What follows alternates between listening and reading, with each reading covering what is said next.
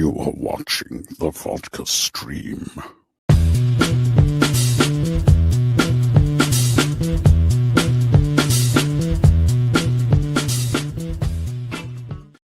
Yo, what's happening, guys? Welcome to the Vodka stream. We made it through another week.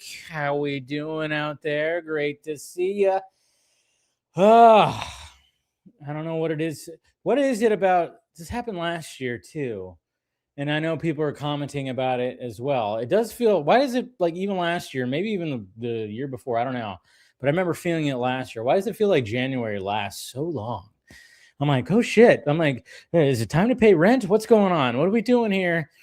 And then, of course, February just flies right by, you know, obviously being that short month. Poor little February. But, yeah, it just seems like that. But anyways, guys, good to see you. Let's have some fun tonight. Mood music right meow. All right, there we go. Okay. Got a haircut today and went a little shorter than I usually do. Why? Ask the person who cut my hair. I was like, I just cut half the length, and yeah, I think he heard about 2/3. Okay, but hey, it's fine. It's fine. I was like, holy shit, he kind of butchered me a little bit. My head looks a little bigger. Anyways, but it's fine. We'll work with it. It's totally good. I think I still look kind of pretty, right? But cheers, guys. But yeah, I noticed that was like when I took a shower or something. I was like, oh yeah, he went to town. And I was also thinking about that too. You know, when I go to like a Great Clips or a Supercuts, how do you feel? Would you prefer a female or a male to cut your hair? I personally prefer a female. I don't discriminate, but I'm just kind of saying I prefer that. And you know, it's rare that sometimes when I go to these places, I get a male stylist. But yeah, that's what happened today. And he was just like, nah, we're gonna butcher your shit. But it's fine. Looks good. I have more aerodynamic. That's for damn sure. Anyways, who's out there? Enough about my hair. Monique, good to see you. Fantastic Friday. It was homemade hamburger helper night in Mikasa. Turned out better than the box. Homemade is always better. Always better. Always better. Tonight, this evening I made a little ribeye. Had a ribeye with, of course, with 3 eggs and then a sweet potato, a Japanese sweet potato, and an avocado with a little bit of sauerkraut. That's right. That was my meal for tonight. Try to do the healthiness. I can't believe I'm saying sauerkraut. I never thought I was going to be a sauerkraut fan, but I'm like, oh wait, it's just fermented cabbage, and it's good for your gut. So why not? I'm letting that inner, I don't know, my boompa was big on sauerkraut, so I think that's finally coming out the older I get. What's going on, I almost said Clone Avenger. Daredevil poster is awesome. Wonder Man ended up being a really fun, solid series that I enjoyed. Yeah, no spoilers, guys. I've only seen 2 episodes, and I've enjoyed those 2 episodes. So, yeah, no spoilers when it comes to that. I plan on watching more episodes this weekend for sure. I just haven't had time to watch more, but I did watch 2. Or did I watch 3? Did I watch 3? No, I watched 2. Stopped after 2, and yeah, really, really impressed. Catherine O'Hara, yes, Omega Swiper, good to see you. Yeah, raise one up for her, man. That was shocking. Cheers to Catherine O'Hara and her family. Condolences. I mean, my God, she was active. 71 years old. She didn't look it. She didn't act like it. That's for damn sure. And yeah, when that news hit, that was actually right before I went to, go get my haircut and then go to the store today. And I was like, holy crap. I was like, no, man, not her. She had so much more. I don't know. It had to be something. She probably was fighting something, cancer or whatnot. But yeah, if you have a glass, you have a drink or whatever, raise it up for Catherine O'Hara, man. I mean, we grew up with her. I mean, she, when it comes to Christmas time, she was mom. She was mom during Christmas time, especially. Kevin, Kevin. I mean, just the way that she delivered the, yelling out Kevin. My God. And then I don't know if Macaulay Culkin, of course, posted on Instagram with obviously the double shot of like Home Alone, him and her in Home Alone, and then in 2023 when he got his Hollywood star on the Walk of Fame, she was there, and it was like a similar look. She was looking at him like a proud mom, and then of course the caption, you're just like, it just freaking bloated the heart right there. His caption. Michael Keaton also posted. Pedro Pascal, of course, who worked with her on The Last of Us last season. She was part of that, which she was awesome in. And she was just comedy gold, man. So cheers to Catherine O'Hara. Lost a good one. She lived a pretty full life, but it just felt like she had so much more. Because I told her, I was like, wow, she was 71. She was just the way that when I would see her and things, I would have thought she was like in her late 60s. But yeah, just sad when it comes to that. What's going on, Mr. Droga? Rest in peace, Catherine O'Hara. That was the first thing I saw after waking up. Yeah, crazy. Thank you for the $5 super chat, Mr. Clone Avenger. Cheers.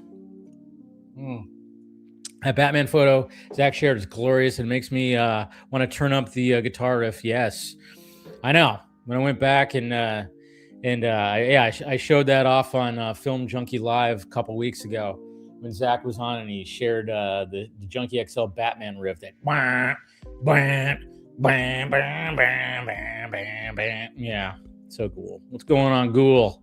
I have 2 episodes left of Wonder Man, but it's extremely good. Yeah.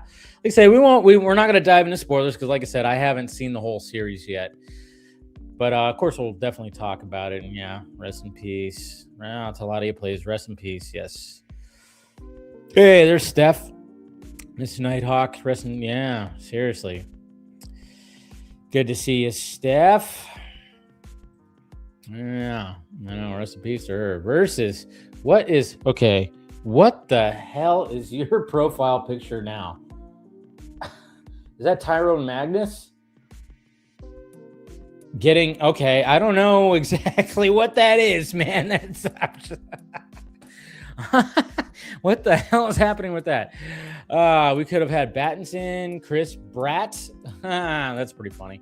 Yeah. Chris Bratman, huh? Jeez. That's funny. Chris Bratman. What's going on, Phil? Good to see you, my friend.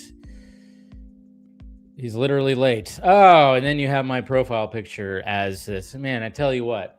I don't know if this is like the same individual who just keeps on doing this kind of thing. It's weird. It's pretty weird. I'm always late. What are you talking about? I'm fashionably late to my own streams all the time. All the time. Let's see. Started watching Bram Stoker's Dracula with Gary Oldman and was very thrown off by his design. Yeah. It's a good movie, though. It's a good freaking movie. I mean, Keanu Reeves and his accent is a little questionable, but hey, Gary Oldman kills it. So thank you. Yeah, I figured I'd wear the Daredevil shirt since we got the new trailer and poster and everything. So, I mean, that's true. That is true. All right. What else we got? Oh, we got Mr. Balaga right here. Happy Friday to fellow film junkies. A true loss for the comedy world with Catherine O'Hara. An underrated movie I highly recommend is A Mighty Wind. Is that one of the like that little group with like David Guest and all that, like Best of Show and all that group? I think I might have seen it. I need to go back and watch more of that stuff. So yeah, it was a yummy meal. Definitely was. Like I said, try to balance it, and I'm, like I said, I've become a sweet potato fan. And the Japanese ones are, more expensive, of course, but you buy a bag of them, it's only me. So I can spread it out for like 2 weeks and everything. So, good Lord. All right. And then, of course, hey, Mr. Jason McKenzie, great to see you. Thank you for the $40 super chat. Cheers, sir. Helping out that pirate ship. You guys are awesome. You guys are awesome when you do that. We got Antonio Baker right here. I almost thought that said Dave Grohl, but it says Dave and Ghoul. And I was like, yeah, Dave Grohl. Is Dave Grohl in the freaking live chat? That'd be amazing. New Foo Fighters album coming soon. Good to see you, my friend. All right. We got Angelica right here. Good to see you. Let's see who else we have. Gilmer, what's happening? Highlander images, yes. Talk about a little bit of that too at the panel. There can only be one, but technically there's more than one, right? There's more than. So, all right. Let's see. Interview with the Vampire is a great movie. I remember seeing that in the movie theater. That is a great movie. Yeah, it is a great movie, especially a great vampire movie. All right. Well, cheers, guys. Thank you for joining. And like I said, we should have some fun tonight. Fun when it comes to all this. It's just mayonnaise. Okay, so that's what it is. Versus see it, I was like, again, it looks a little questionable when it comes to that image. That's all. That's all. I was like, I don't know. Should I be showing this? No, I get it. I didn't think it was that. It just was questionable. It was questionable for sure. Anyways, all right. Well, let's get started. First off, let's talk about my full review of Send Help. That's right. Sam Raimi back to R-rated. Not really horror. I mean, it's not really horror. I think it's more of a thriller movie. I don't look at it as a horror movie because anytime that Sam Raimi delves into the horror element, he goes full on paranormal. I mean, the last movie he did was Multiverse of Madness, Doctor Strange, and I loved it. It had all the Raimi-isms, and it was essentially a horror movie. So when it comes to this one, there's not really, you're not gonna, and it's not even really a spoiler because it's like, yeah, there's no horror elements where it's like, oh yeah, they get on the desert island and then all of a sudden there's some, they awaken some kind of fucking, presence or anything. Some ancient deity is like hunting them down. No, it's just two people on an island and it gets crazy. And like I said, Rachel McAdams, she freaking nails it. I mean, they in the first act, they do such a good job. They do such a good job in the first act of establishing her. And then, of course, they establish him, which you already knew what he was going to be. It's like, oh, yeah, he's the son of the boss. He's now taken over the company. He's a douchebag. And then you got other douchebags that have taken advantage of her talents in the company. You got those, those cliches, those tropes that you have when it comes to this movie. And then of course, I even go like, how they always do that thing where they try to make, she does a great job, but it's like, yeah, you're trying to make Rachel McAdams ugly. You're trying to do that. You're trying to put like some moles on her and try to make her. I mean, she's still good looking. Okay, I've had a crush on Rachel McAdams since Wedding Crashers. Okay, there's no getting rid of that crush. So, not Mean Girls. Mean Girls, I was like, everybody hated her Mean Girls, but she does. That's just Rachel McAdams is so good at that. She can embody whatever she needs to do. So yeah, and mind you, if you guys are gonna go see Send Help, please, because it is a Sam Raimi film. In that first act, look in the background. Look in the background. There is an Easter egg. There is an Easter egg in the background. Does she have moles? I don't know. I thought they might have added a little bit more. I don't know. Maybe I'm wrong. Okay. Maybe I just haven't paid attention. It just seemed like they were more emphasized. Sorry. Anyways, I don't think they was ugly, but just more homely. Yeah, true. But I was just thinking like they were trying to like do that little aspect of that where it's like, oh yeah, you got to try to, yeah, and you might be right. Maybe they're just trying to do that because, obviously, again, I don't want to give too much away. They do establish a lot with her character in the first act. But like I said, in that first act, they do, like I said, if you're a Sam Raimi fan, look in the background. Look in the background. You're going to see something. And I saw it. And I was Leo DiCaprio in that GIF. I did that whole thing. And everything. So yeah, look for something specifically in the background. And I even told my dad, I was like, oh yeah, you probably didn't see this, but I saw this. So I was like, all right, that's cool. So yeah, she's from Canada. She's Canadian. Yeah, so there you go. But yeah, so overall, like I said, it's such a Sam Raimi. It's such a Sam Raimi movie. Like I said, you have Sam Raimi, you have Danny Elfman doing the score. You definitely feel all that.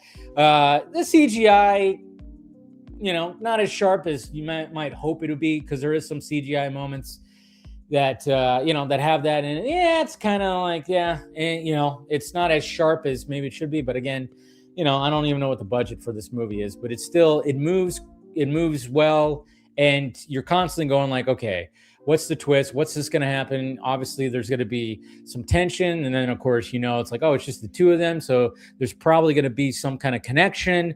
And then how is this going to turn out and everything? And then, of course, the way it ends, it's so Sam Raimi. It's just very Sam Raimi. So there you go, guys. Go watch it. Cheers. But yeah, I remember they weren't trying to ugly her up, but yeah, they were trying to make her more like, oh yeah, she's not going to, do all that. But I was like, I don't know why. I just remember I never noticed that she had like moles. I thought they just like added that just to try to make that. But I mean, like, it's still, I have one right here. I've always had one right there. We all have our beauty marks, birthmarks, whatever you want to call it, beauty marks, whatever. So anyways, all right. What else? It wasn't really much I wanted to talk about when it came to ranting or anything. But I did want to bring up that Zack Snyder post. Let's see. Should already had it up. Uh-oh. We got somebody spamming. We got spamming-ness happening right here. All right. What are we doing? Man, there's so much AI stuff. But yeah, there's oh, man. I just opened up Instagram, and there's, of course, the Macaulay Culkin one. But yeah, let's see. So yeah, when it comes to Zack Snyder, I mean, obviously, we had like the whole thing where, like, when it comes to DC stuff, at least, and of course, where people are just like, oh, he's riling up fans, which I get tired of that discourse, especially when he had Jason Momoa this week talk about working with both of them. And he kind of commended both of them and said they're both pretty equal when it comes to world building. And of course, there's going to be people that are not going to like that, which are out there, which is totally fine. You don't have to agree with that. And, Jason Momoa, of course, he's going to kiss the ring of who is head of DC right now, and giving him his dream role. Naturally, that's going to be the case for sure. And I talked about that on my video when it came to the DCU recap. So if you haven't seen that, I brought that up, which was, obviously there's going to be, and I didn't really see much of it. I try not to like really dive too much into that. I think there was like way too much other stuff when it came to my For You page where I didn't see all that kind of stuff where it was like a big discourse. But yeah, of course, yeah, there is going to be that. And it is kind of interesting when you see people start turning on Jason Momoa, because now he's, a different character working in the DCU, working for DC Studios. We already talked about how the fact that these guys started saying that he had a pot belly, he's not in shape.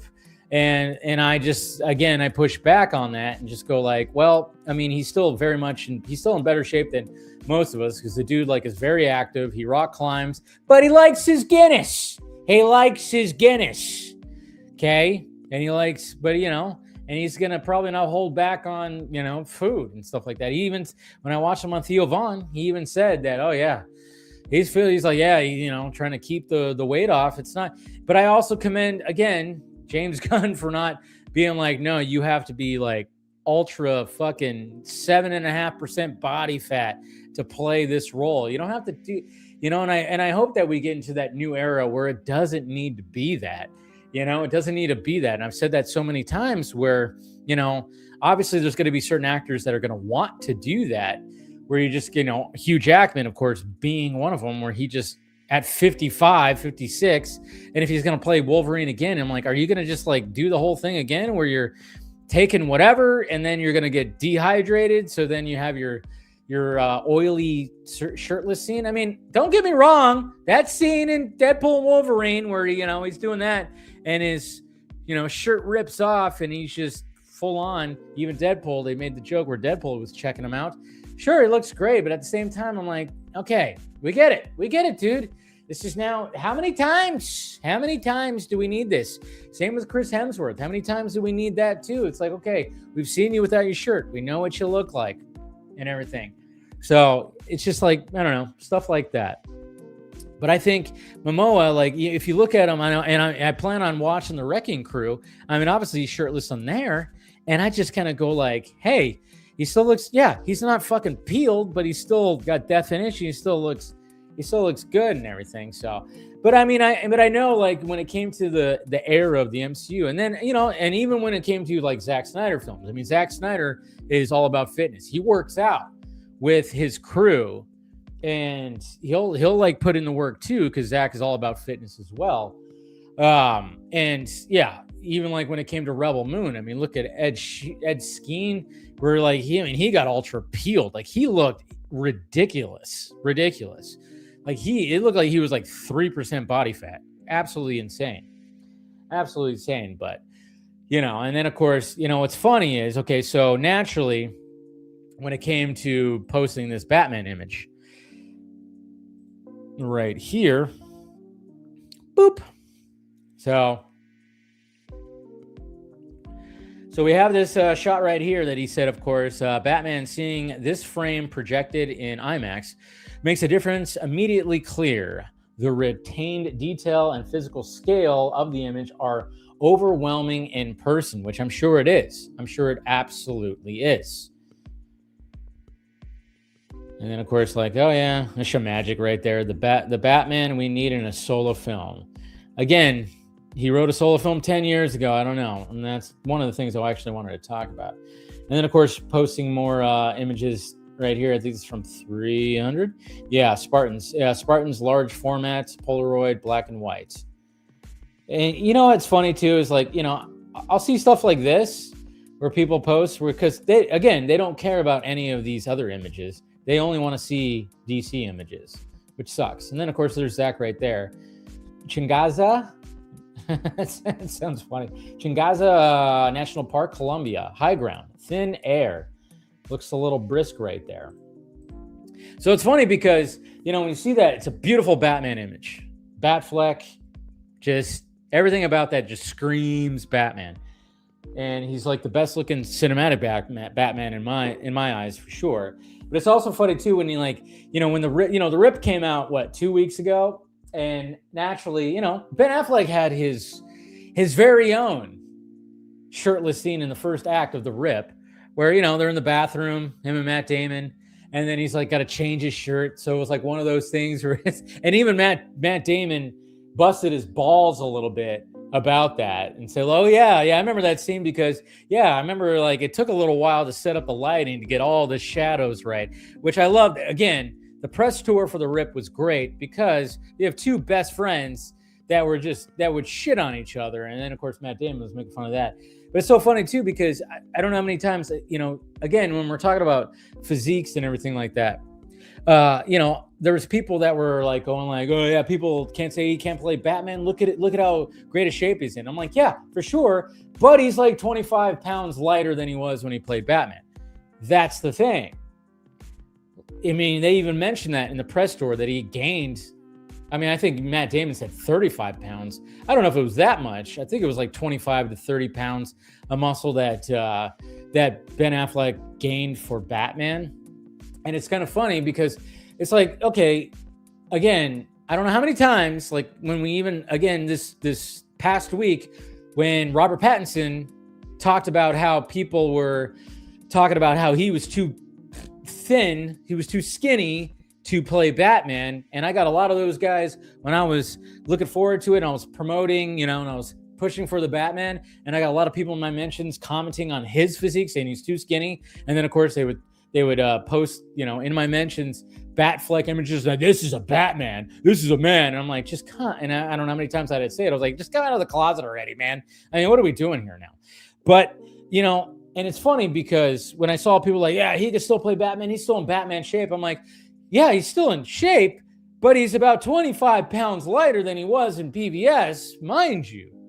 So I'm just saying, like, I mean, just, you got to think about that. And it's just kind of funny when we talk about the whole physique thing, I mean, obviously, I don't know how many times you have people saying David Cornsweat worked out so hard, but then he's just wearing a suit that just has him completely covered. He didn't have a shirtless scene. And I'm like, good.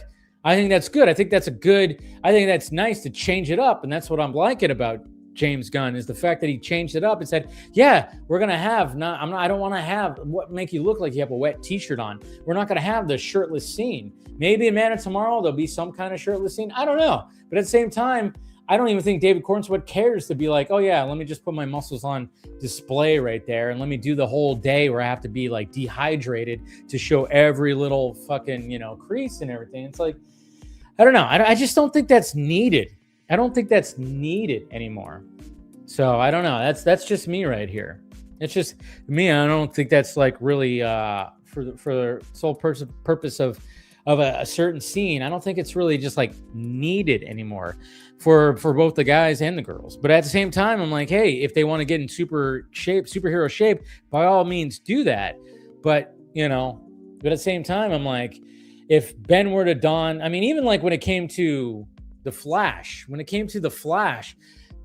Affleck he was noticeably thinner. He was thinner when it came to the epilogue of Zack Snyder's Justice League. Noticeably thinner. He was thinner because obviously, again, he ballooned up after he shot Justice League. Well, when Justice League came out and they were doing press, he ballooned up because his drinking got out of hand. He ballooned up, and then he, got help again, and then he slimmed back up, and then luckily, like when he shot for Zack Snyder's Justice League, and then even like when it came to the Flash, I mean, he is noticeably thinner when it comes to all that, and he's thinner now. He's more trim and everything. So I mean, even if you were to don the bat suit again, I don't think that dude's gonna want to try to, at 50 whatever the hell he is, he's gonna want to try to pack on 25 to 30 pounds of muscle again, and that's the thing. And then so I don't know, when I was just seeing people like say that, I'm like, wait a minute, these are the same people who are in my mentions saying that Robert Pattinson was too skinny. And then I saw somebody even point that out too on Twitter. That said, like, the way that Ben Affleck looks now, like trim and like leaner, I'm like, it's essentially, if you look at him and Robert Pattinson, it's almost like, yeah, Robert Pattinson has a lean kind of physique when it comes to his Batman. It's just, I don't know. It's all crazy. So just give it up. Stop it. Stop thinking about that. Stop talking about these physiques. Let's not do that unless you're like some kind of expert and fitness influencer or fitness influencer stock. But if you're a fitness expert and everything, and then, you're all about that, yeah, maybe comment about it. But you're just somebody behind a computer that is wanting your superhero dudes to look like they're absolutely peeled. No, we're not doing that. Not doing that. So anyways, rant over. I don't know. I don't even know I didn't know where that was going, but hey, it went. I was like, because I love that image, but then I was thinking about all sorts of things. All right. Yeah, we got rid of that bot. Thank you. Jason Momoa getting body shamed is wild. It's not the first time, too. I mean, I still remember when that picture of him on the beach and people said he had a dad bod. I was like, what the fuck? That is not a dad bod. That's crazy. Even Batista kills him. Kills him of that. Yeah, exactly. It's like, yeah, Dave Batista, he got off the juice and he got noticeably thinner. So did Dwayne Johnson. It's like, you can't be doing that stuff anymore. You just can't. Can't blame Momoa. He wants to be marketable and not burn bridges. Yeah, exactly. And he's playing his dream role. That's the thing. I mean, he never thought he was going to get Aquaman, but he ended up being a crazy. So, yeah. I hope that we remember that Jason Momoa stuck his neck out for Zack when he had no name recognition. And yes, exactly. We have to remember that too. Us fans should always be grateful for Momoa voice. Yeah, I remember that interview when somebody asked, "Would you want to see the Snyder Cut?" and he was like, "Yeah, of course I do." Yeah, he stuck his neck out. But I think like the diehard fans now feel betrayed because now he's working with James Gunn in the DCU, and yeah, it's ridiculous. For me, I started to lose interest in Momoa during Aquaman 2 and with BTS stuff. What happened with the BTS stuff? Because all that stuff, we don't even know the details of that. Yeah, we could read things, but what BTS stuff? What did he? Because I remember seeing rumors that he was shitting on Amber Heard, but do we know if that's really true? There's all that kind of stuff. I don't know. Again, we can't just automatically believe everything we freaking read on social media. Gotta remember that. Sorry, I'm just sending out the invites right now. Anyways, okay. Let's see. Yeah, perfect fit. There you go. I think if they do Wolverine, it's for X-Force, Wolverine versus... Ooh, that could be cool. The Supergirl Physiques aren't... Yeah, they aren't. A lot of those guys are 40 plus, which makes it... Yeah, exactly. And there's nothing wrong. Again, I mean, yeah, it's just getting to a point, where, I remember a couple weeks ago when that viral tweet went out for Chris Hemsworth. They said, Chris Hemsworth's 42 and looks like this. What's your excuse? And it's like, really? It's like, well, yeah. I mean, it's not like this is there's an ego thing that is attached to this as well when it comes to the actors. And this goes all the way back to the 80s with Schwarzenegger and Stallone. I mean, those guys were always trying to outdo each other, trying to look as shredded and ripped as possible. And, they even talk about it. When you watch some docs and stuff, Stallone talks about it, it just, there's a lot of it's just a lot of ego. And, some of the, I think Chris Hemsworth, when it came to Thor Love and Thunder, he wanted to get the most biggest and ripped he's ever been. And it just turns out he did it for such a shitty fucking Thor movie. It's like, it sucks. But hey, people saw his bare ass in that movie. I don't think they do enough shirtless scenes. You don't think they do enough? Okay. Which fan base is calling? Well, just certain Snyder fans were saying, and people in comments that I saw were saying that he looked out of shape or had a pot belly. I was like, you got to be kidding me with that. So, yeah, it's all crazy. Yeah. And then, of course, we got The Wrecking Crew, which, looks like a fun movie. Can't wait to watch it, actually. I just wish it was out in the movie theater, so. The Dark Knight Returns for Netflix confirmed by this image. Yeah. Didn't BVS heavily? Yeah. But Zach would still go heavy on that whole stuff, so. He would still go very heavy on that. Let's see. He was going through his alcoholism, and then he slimmed down, and now he's bulked up and maintaining a good weight, to be honest. As I've seen the rip, he did not bulk up. This is actually one of the guys in my comments who said that that Jason Momoa was out of shape underneath my Lobo video. By the way, this is one of them that said that he was out of shape. Affleck didn't bulk up; he slimmed up, and then he just kept in shape, and that's about it. When the way he looked in The Town, I mean, he was just lean. He didn't bulk up. He didn't. I don't know what. Again, you need to stop commenting on these guys' physiques here, bud. Just saying. Oh wow, we got more. I don't know if it's about the actor being skinny or lean. It's just when you've grown up for decades seeing these godlike. See again, yeah. This is of course. Sonny, I think your name is, right? Ridiculous. But yeah, learn the terminology. He didn't bulk up. He just trimmed up, and then he kept in shape. He didn't bulk up. When I saw the shirtless scene in the rip, I didn't think he bulked up. No, I thought he was just trim and lean. So, anyways. Granny Nader. Of course, we got another one right there. Jeez. I have a friend who hates Jason. What? Statham? You talk about Jason Statham? Jason Statham. He's got a new movie that's coming out. That's right. I was a beekeeper. I've been all kinds of things, but now I gotta seek shelter. That's right. I'm seeking shelter in my new movie. I'm gonna kick some ass while I seek shelter. There you go. There's your Jason Statham right there. Yeah. Okay. Yeah, I mean, hey, he makes like the same movie over and over again with different, different characters. It's fine. I don't mind it.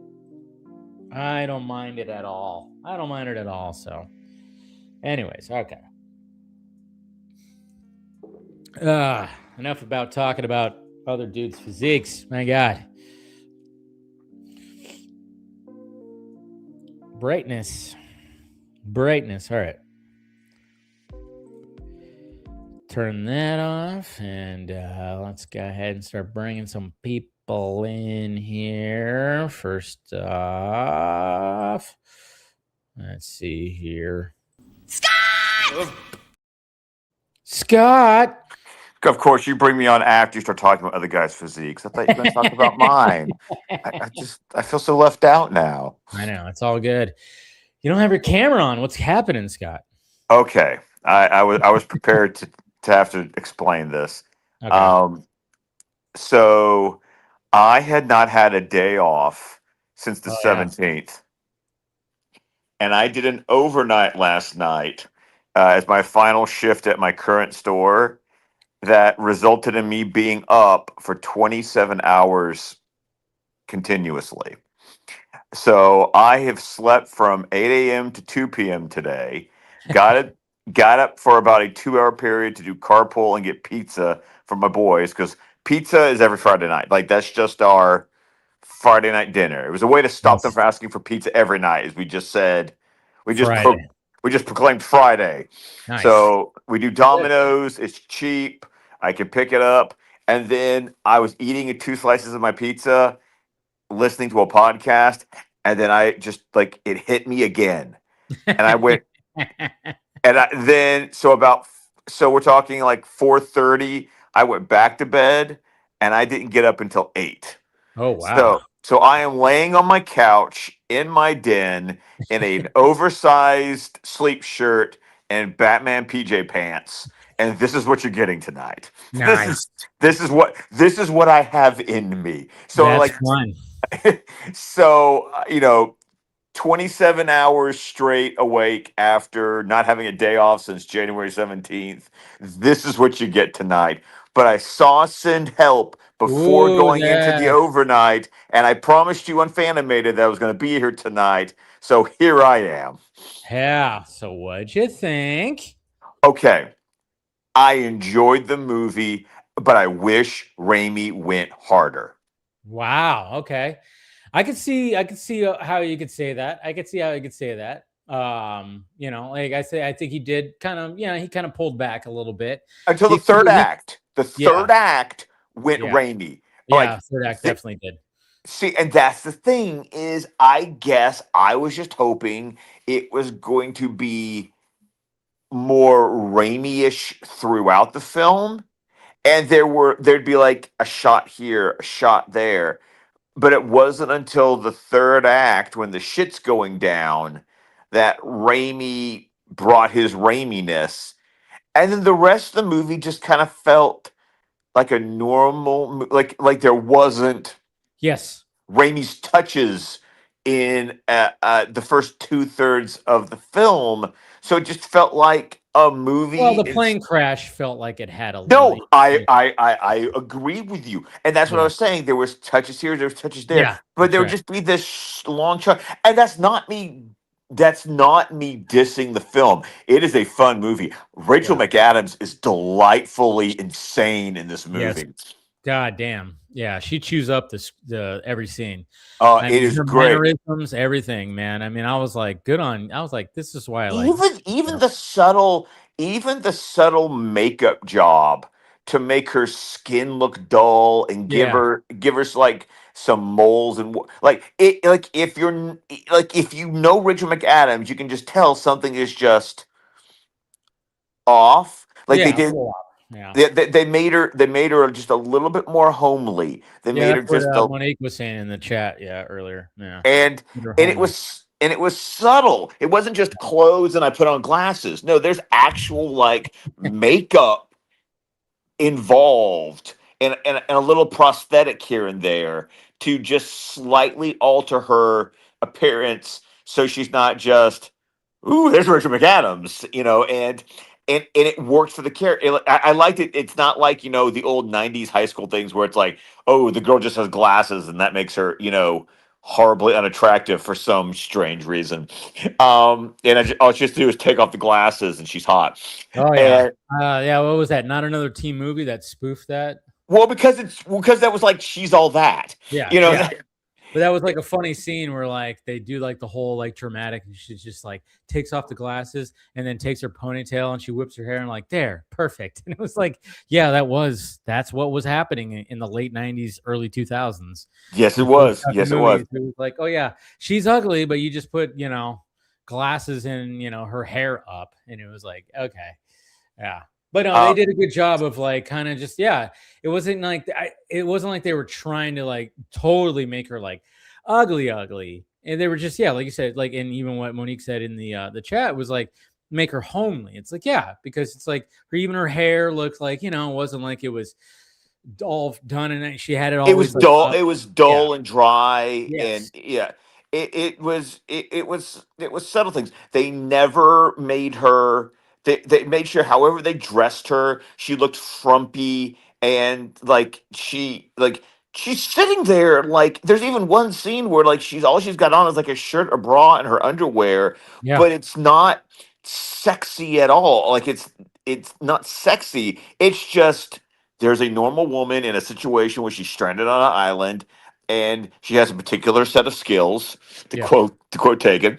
And I thought the story I liked the screenplay. I said this in my review on Letterbox. I laughed because it's like, oh wow, the screenwriters, you could tell they paid attention when they read Hatchet and Lord of the Flies in school because there are literal like of course there's the stranded on an island story, but there are elements if you've read Hatchet or if you've read Lord of the Flies, there are like beats that you go, please tell me that was a call, please tell me that was an homage, please tell me, because it was so like ripped from the pages of those two stranded in the wilderness books that I was just like, oh, please tell me you did that like on purpose or something. That's awesome. That's Yeah. really funny. I have to ask you though, in the first act, when we get introduced to Dylan O'Brien's character, did you see the back in something in the background? Did you catch it? I did not catch it. Oh, Did not. damn! There is an Easter egg where I literally was Leo DiCaprio, and I did the point. I mean, I was, and I even told my dad why after, because he didn't see it either. Oh, you missed. I'm gonna have to. I don't want to reveal it Don't reveal because I'll watch this movie. Like this movie, I would watch again. So I want to see it, and I just my brain. It had been a long day already, and I was about to have a even longer night. So my brain wasn't scanning.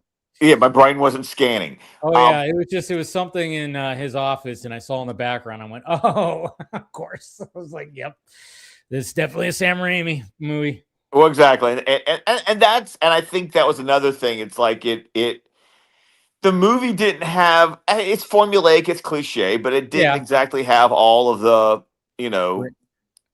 the rate like where was Ted in The Office? I wanted Ted in The Office. Where's Ted Raimi? There's stuff like that. And I know that sounds, and I'm being silly about it because it really is. It really is an enjoyable movie. If you want, and the thing is that like I said I wanted to go harder because I was like, as an R-rated, I don't even know there's one particular scene that you could say horror movie about, but like I felt like I felt like this movie should fit into the horror genre, but it didn't go. No. It didn't go all that way, and I guess it just I have to blame my own expectations and I thought it was going to go more. I thought I was going to get more of a Raimi horror movie, and it doesn't go there. No. So it's like, well, then Scott, that I try to watch. I was like, well, that's my fault because that's what I expected for the film, not necessarily what the film was trying,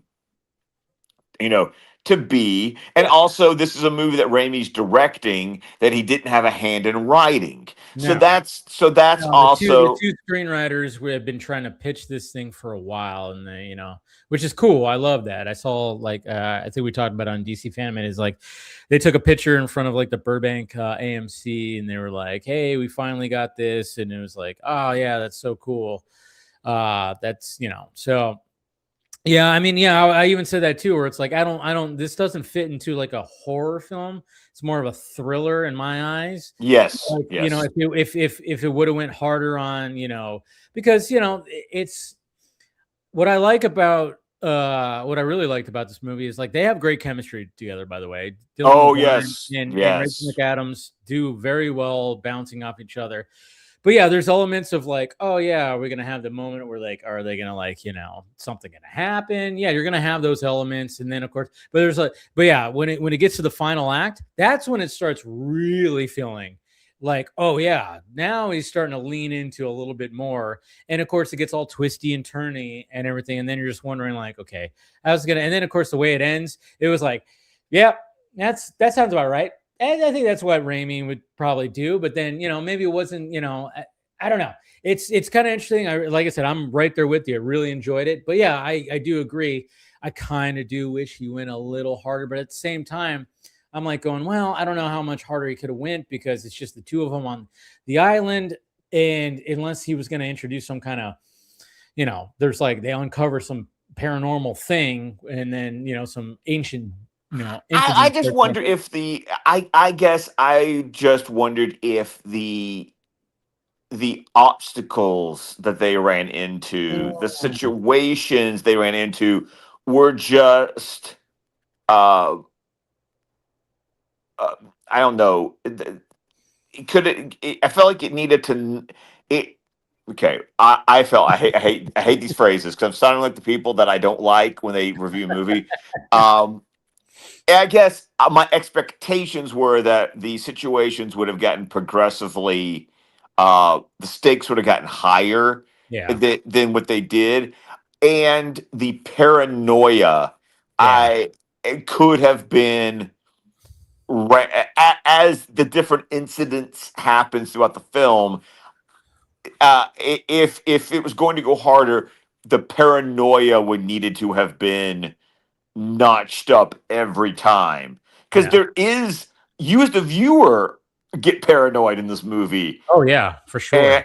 and once again, in my expectations, I wish it would have gone more than that, but that doesn't mean that the movie is not good. It is, and it is enjoyable, and I would encourage people to go see it because, like you said, it is a thriller. It's not a Yeah. horror.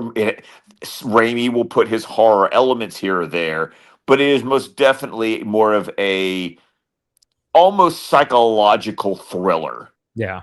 It definitely is. And they do a good job of establishing her character in the first act of like, oh yeah, this is why she knows how to do things. And yeah, they do Oh, a that really was good done job. very that was done very subtly, and I Yeah. loved that it was show don't tell. Yeah. That made me so freaking happy that there Mhm. wasn't like this exposition dump. It Yeah. was it was a it was a visually informed information of this is why she has this particular set of skills. We're not going to have a monologue about it. We're just going to show you, and then you're just going to go with it. I Exactly. was so happy they did that. Yes. Yeah. No exposition. Yeah. No exposition dumps or anything. You're like, oh, you're like the first actor going, oh, okay. Yeah. So they do a really good job visually of like establishing that, which is really cool. And yeah, like I said, it's yeah. I mean, I was hoping you caught that Easter egg It's a good Yeah, one. I'm disappointed. Hey, I crap on you about voices on I DC know. Animated all the I time. know. You get this one. You get this Yeah. one. I do, however, just talking about Shelter did come out this weekend. Yeah.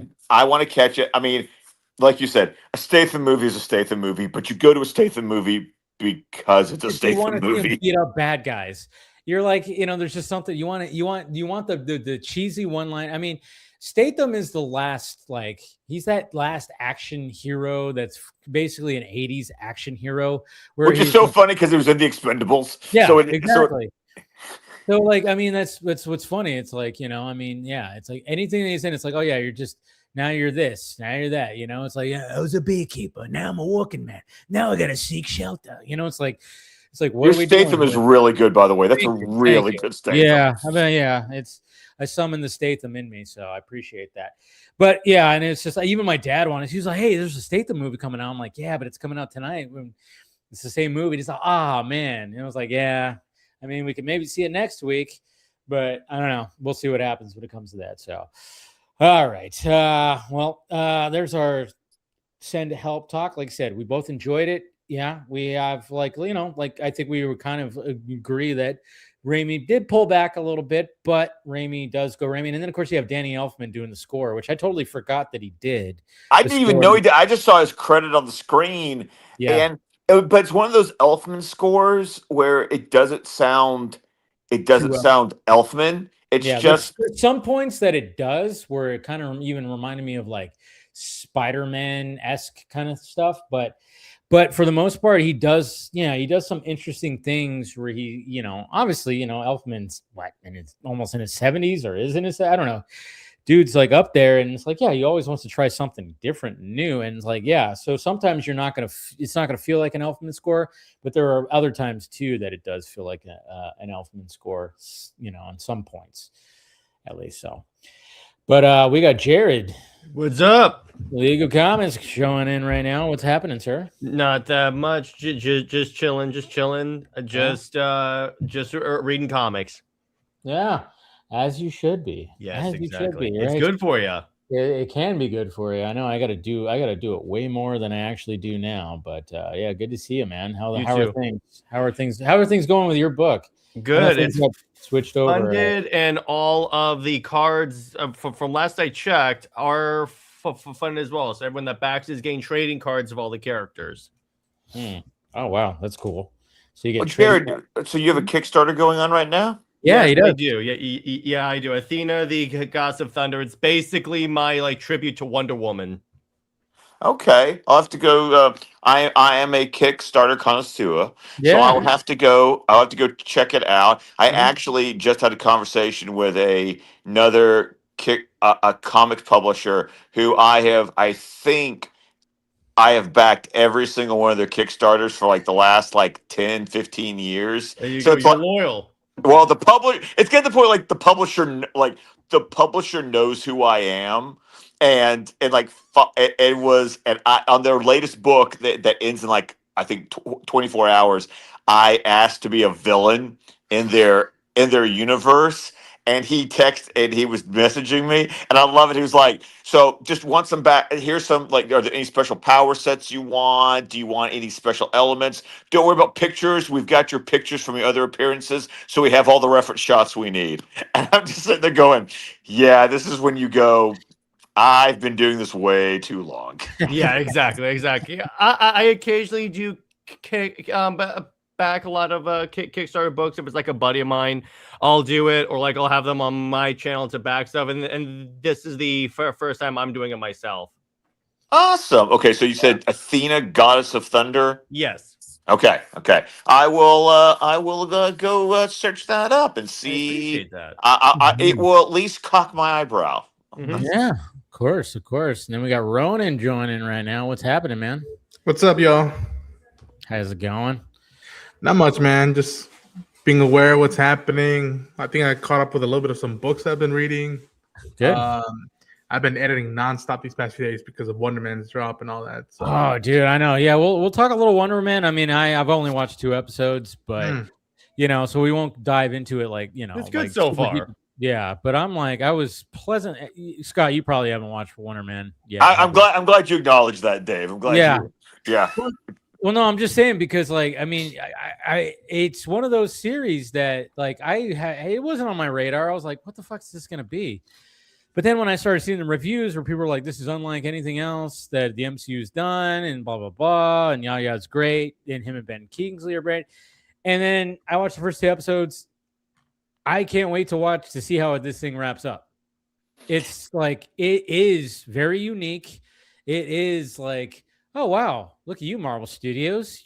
There's a growing up. decent meshery here, and I'm like, Yeah. okay, I see what they're Yeah. doing there.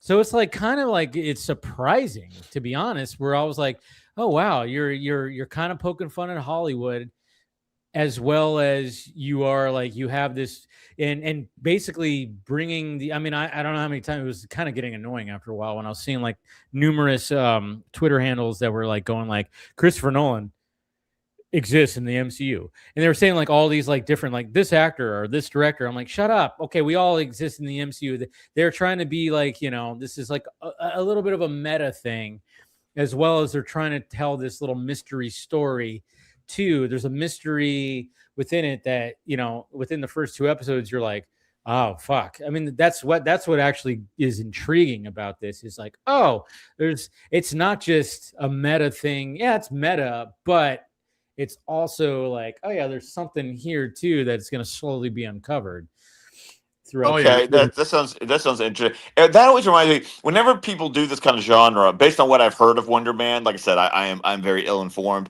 I will wait probably till all the episodes are out, and then I'll. They're They're all out. Oh, okay, cool. They Yeah, dropped all of them. They dropped all of them. When I was watching it, it kind of reminds me. Have any of you guys ever seen that HBO Max series called The Franchise?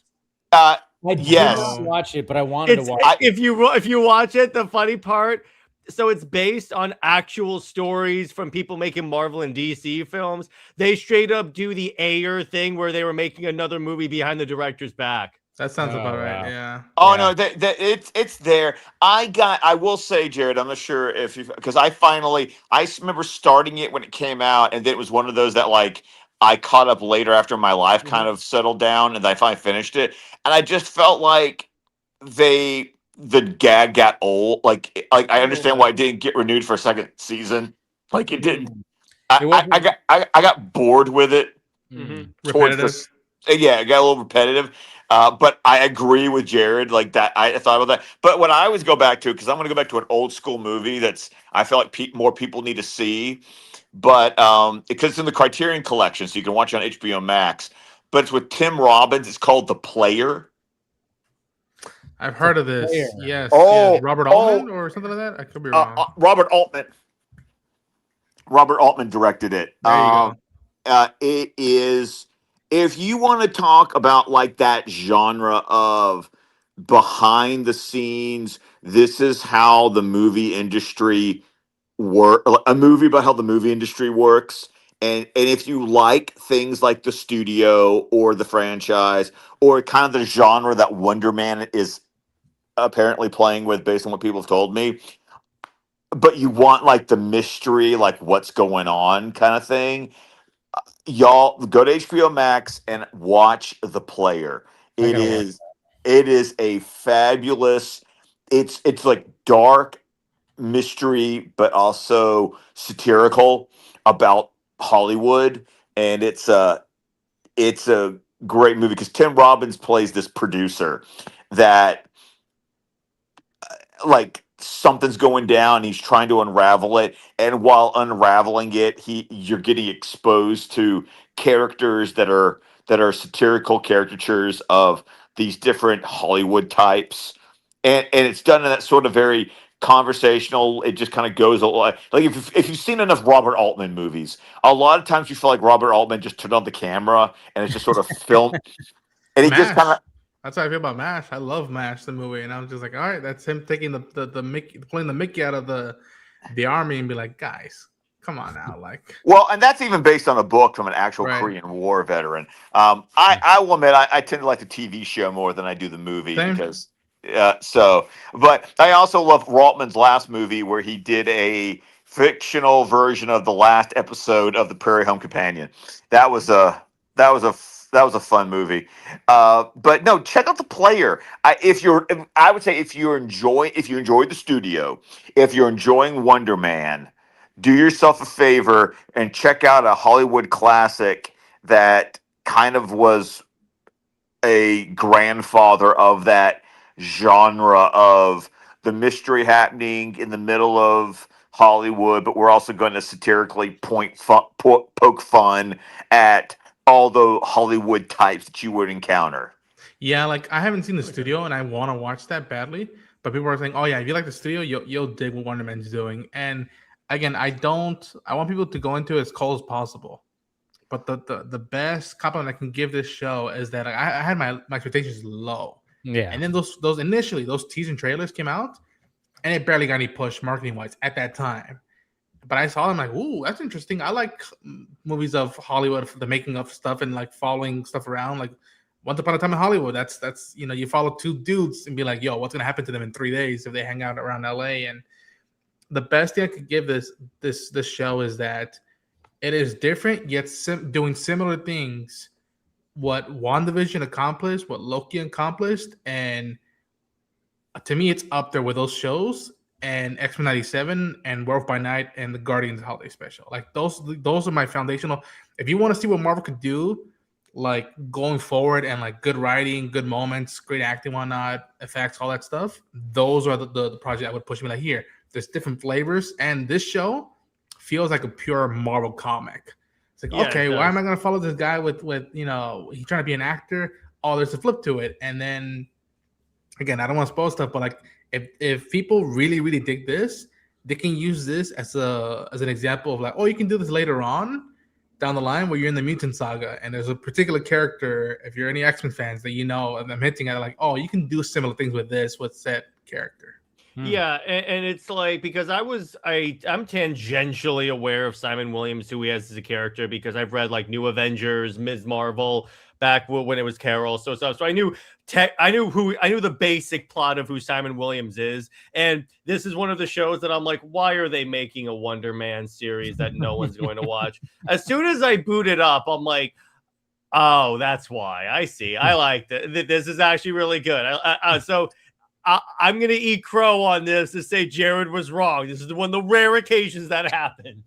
Trevor Slattery, Sir Ben Kingsley, this is the best he's been in the MCU. And the whole time I was like, listen, I love Ben Kingsley, but what the fuck is he doing in the MCU? And I'm so glad they gave him this material. Reportedly, I just saw this. Originally, there was supposed to be a Trevor Slattery show that was supposed to be doing similar to this, but they merged it with the Wonder Man show. Smart. Mm-hmm. And it works really well. And they have great chemistry together. We're gonna bring on some more peeps right now. Hey, Christopher, what you up to? What's up, Chris? Hanging out, playing Nintendo. You know how it is. Ooh, what are you playing? Like the good old days. Playing some Red Dead. I was playing some Red Dead Redemption 1. So okay, that's a damn good time. That's again, I can play some good Rockstar games for the rest of my video game career. I'll be okay. And my thing is that I find myself, I got excited this week because I found out why you got excited. I'm still waiting for that to drop on Amazon. I know because I found they're releasing on the Switch and the Switch 2 the Disney Afternoon Collection. Mm-hmm. Which, for those of you who are not of a particular age, there for the OG 8-bit Nintendo, they had I remember this game. Video games for DuckTales, yeah, Chip and Dale's Rescue Rangers, Tailspin, and Darkwing Duck. Yeah, and you had the cartridge that had all four in the little square, right? On Nintendo, it was a cartridge. Each game was individual. Oh, but it was individual. Okay. It was individual. And because I owned DuckTales and I owned Chip and Dale's Rescue Rangers. And I remember renting from the video store, Tailspin and Darkwing Duck for a weekend. But I think at one point, like Nintendo started releasing like multiple games in one cartridge, if I remember correctly. I don't know. Maybe I'm Maybe that was Super Nintendo. I don't know, but yeah, It was super. There was Super Nintendo. The only time they did it for Nintendo that I remember was like that first. If you got the original Nintendo, and you got like Super Mario Brothers and Duck Hunt on the Oh, yeah. same cartridge. Yeah. But Super Nintendo would do that. Yeah, maybe I'm but thinking about that. but they're releasing this that I didn't know this. They made a DuckTales 2. They made a Chippendales Rescue Rangers 2. They made a Goof Troop game. And they made, what's this other cartoon that has the cat cop? I don't know this cartoon. I didn't watch this show, but it was like Bonkers. So apparently they made a Bonkers game, and so it's coming out on the Switch and the Switch 2. That's gonna have, so this is gonna have what, 2, 4, 5, 6. It's gonna have 8 games on one chip, but they're all like 8-bit, NES games, and I don't know what it is about me, and it's not nostalgia. In my mind, I think it's just a simpler time of I just want a game that's just like a little side scroller, and it's like has some puzzle aspects to it, and I don't need. I'm not a big fan of games as service. I'm not a fan of. No. I don't like games as service. And I love me a nice, open world game, but there's just something about, can you just give me a side scroller? Like just Well, something you could pick up and go, Yes, yeah. But here's the thing, it comes with stickers and pogs. Remember Disney Afternoon? Well, it's back in pog form. Only the real ones know where I'm getting at with that. Holy crap, Pogs! Jeez. Pogs, man! I had a tube of Pogs. Man, I remember those things took the. I got Slammers. Slammers! Oh yeah, my nana. She worked at a place that made Slammers, so she would give me free Slammers. Ooh. I had yeah, I mean, it was like one of the, man, God damn, you're just bringing me back. I mean, we always had, people had those tubes of Pogs, and there was no reason to even have that. It was just to just show. It was like, hey, look at how many Pogs I got. And it's just like, and then you had your favorite ones, and then of course you're playing them during recess, and man, it's just crazy how just a simple game of just you put 2 Pogs face down. And then you each go and you slam it down into it, and then whatever one flips over, you take. And I remember we had Pogs. Now they have vapes. I don't know. Right? Basically, Pogs were like our generation's version of shooting marbles. Yeah, I guess so. Because I never understood shooting marbles. Never understood it. Never understood that. I remember I got my merit badge in marbles at Boy Scout summer camp. Because the idea would normally be that if you won, you got to keep the that's where the phrase for all the marbles comes from. Because if you won a marbles game, whatever marbles the other guy played, if you won, it's like the pot at a poker game. You get to keep it all. So that's what the phrase means for all the marbles. That's crazy. I never knew where that came from. Because I remember, my brother had marbles, and it was cool because it was just like. Did you lose them? Yeah, oh yeah, like what's his name from fucking? No, yeah, Hook. From Peter. Hook. Yeah, the Hook. Yes. I've lost my marbles. I lost my marbles. Yeah, and then I remember there was a Nintendo game called Marble Madness. I don't know if you guys ever played that game. There was a Nintendo game called Marble Madness. You guys didn't play this one? No, did not.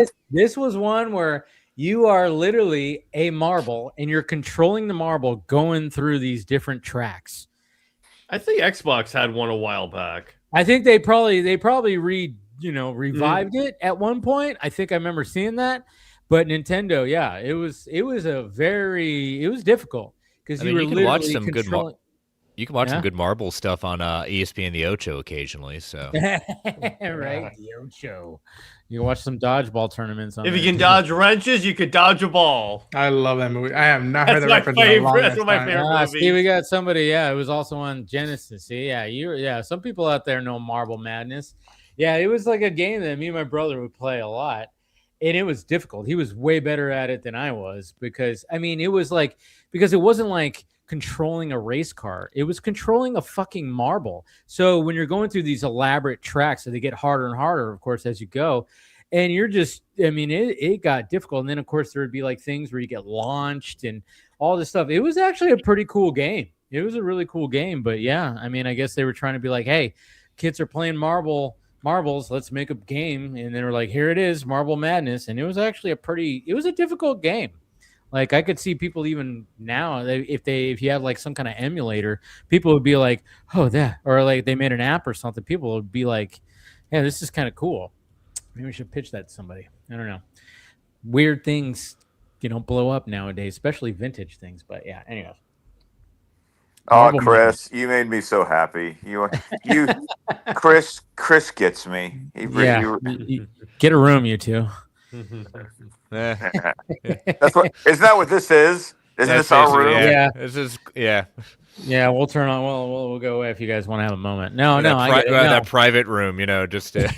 Hey, Chris made me so proud last week bringing in that absolute death of Superman. I didn't. It stirred feelings. I'm not gonna lie. It's really cool. Yeah. Yes, I know, and hopefully, Scott is finally going to be getting his armored BBS Batman. Oh yeah, after 2 years. No, 2 years. 2 years? Yes. No. Oh, Jared, you didn't hear this story? No. Okay, so here's the funny thing. Was it 2 weeks ago, Dave, or was it 1 week ago? It was 1 week ago. Yeah. It was last week. So, Jared, I ordered the Dark Knight Returns Batman hot toy because because anyone who knows me knows the Dark Knight Returns is like my favorite graphic novel of all time. I literally if every time a new edition of the Dark Knight Returns comes out, I buy it. Like I have double digits versions of that book. Like that's what we're talking about. But the Dark Knight Returns hot toy went on pre-order a year after the 2.0 armored Batfleck hot toy went on pre-order. And I got the Dark Knight Returns hot toy last week, and I am still waiting on them to ship the armored Batfleck that was a year prior. That is how long, but I got the deluxe edition. It comes with a base. It comes with the kryptonite spear. It's going to come with panels where you can change the armor to the battle damage. Like you'll see like Superman's hand crumple in the beginning, and you'll get the one where like half the mask is torn off, and you see there you go. And you see Affleck's face. So I've already said that like when I display it, I will be displaying I'm going to change out the pieces because I'm going to display the battle damaged version. Yeah, there's something. And if you have Superman, you can pose him on the floor laying back as Batman's holding up him with the spear. Oh, and I said this I'm done with all my Hot Toys orders now. The only thing that will bring me back at this point would be I have the black suit Superman from Zack Snyder's Justice League. As do I. Because it came with that 2-pack with Nightmare Batman, but I don't have red and blue Superman. And so if they ever released a 2.0 red and blue Superman, that would be Al Pacino from Godfather 3 going, I thought I was out and they brought me back. They pulled me back in. That's what I would need. Because yes, would I do that posing in a New York minute? Oh hell yeah. I am a nerd. It's like I'm waiting because I know it's gonna happen because they did Absolute Batman. I'm just waiting. Just give me Absolute Wonder Woman. Put that up for pre-order. I will take it. Just let me know. I need that edition because that's currently my favorite comic book coming out right now. Oh wow. I need to get back into.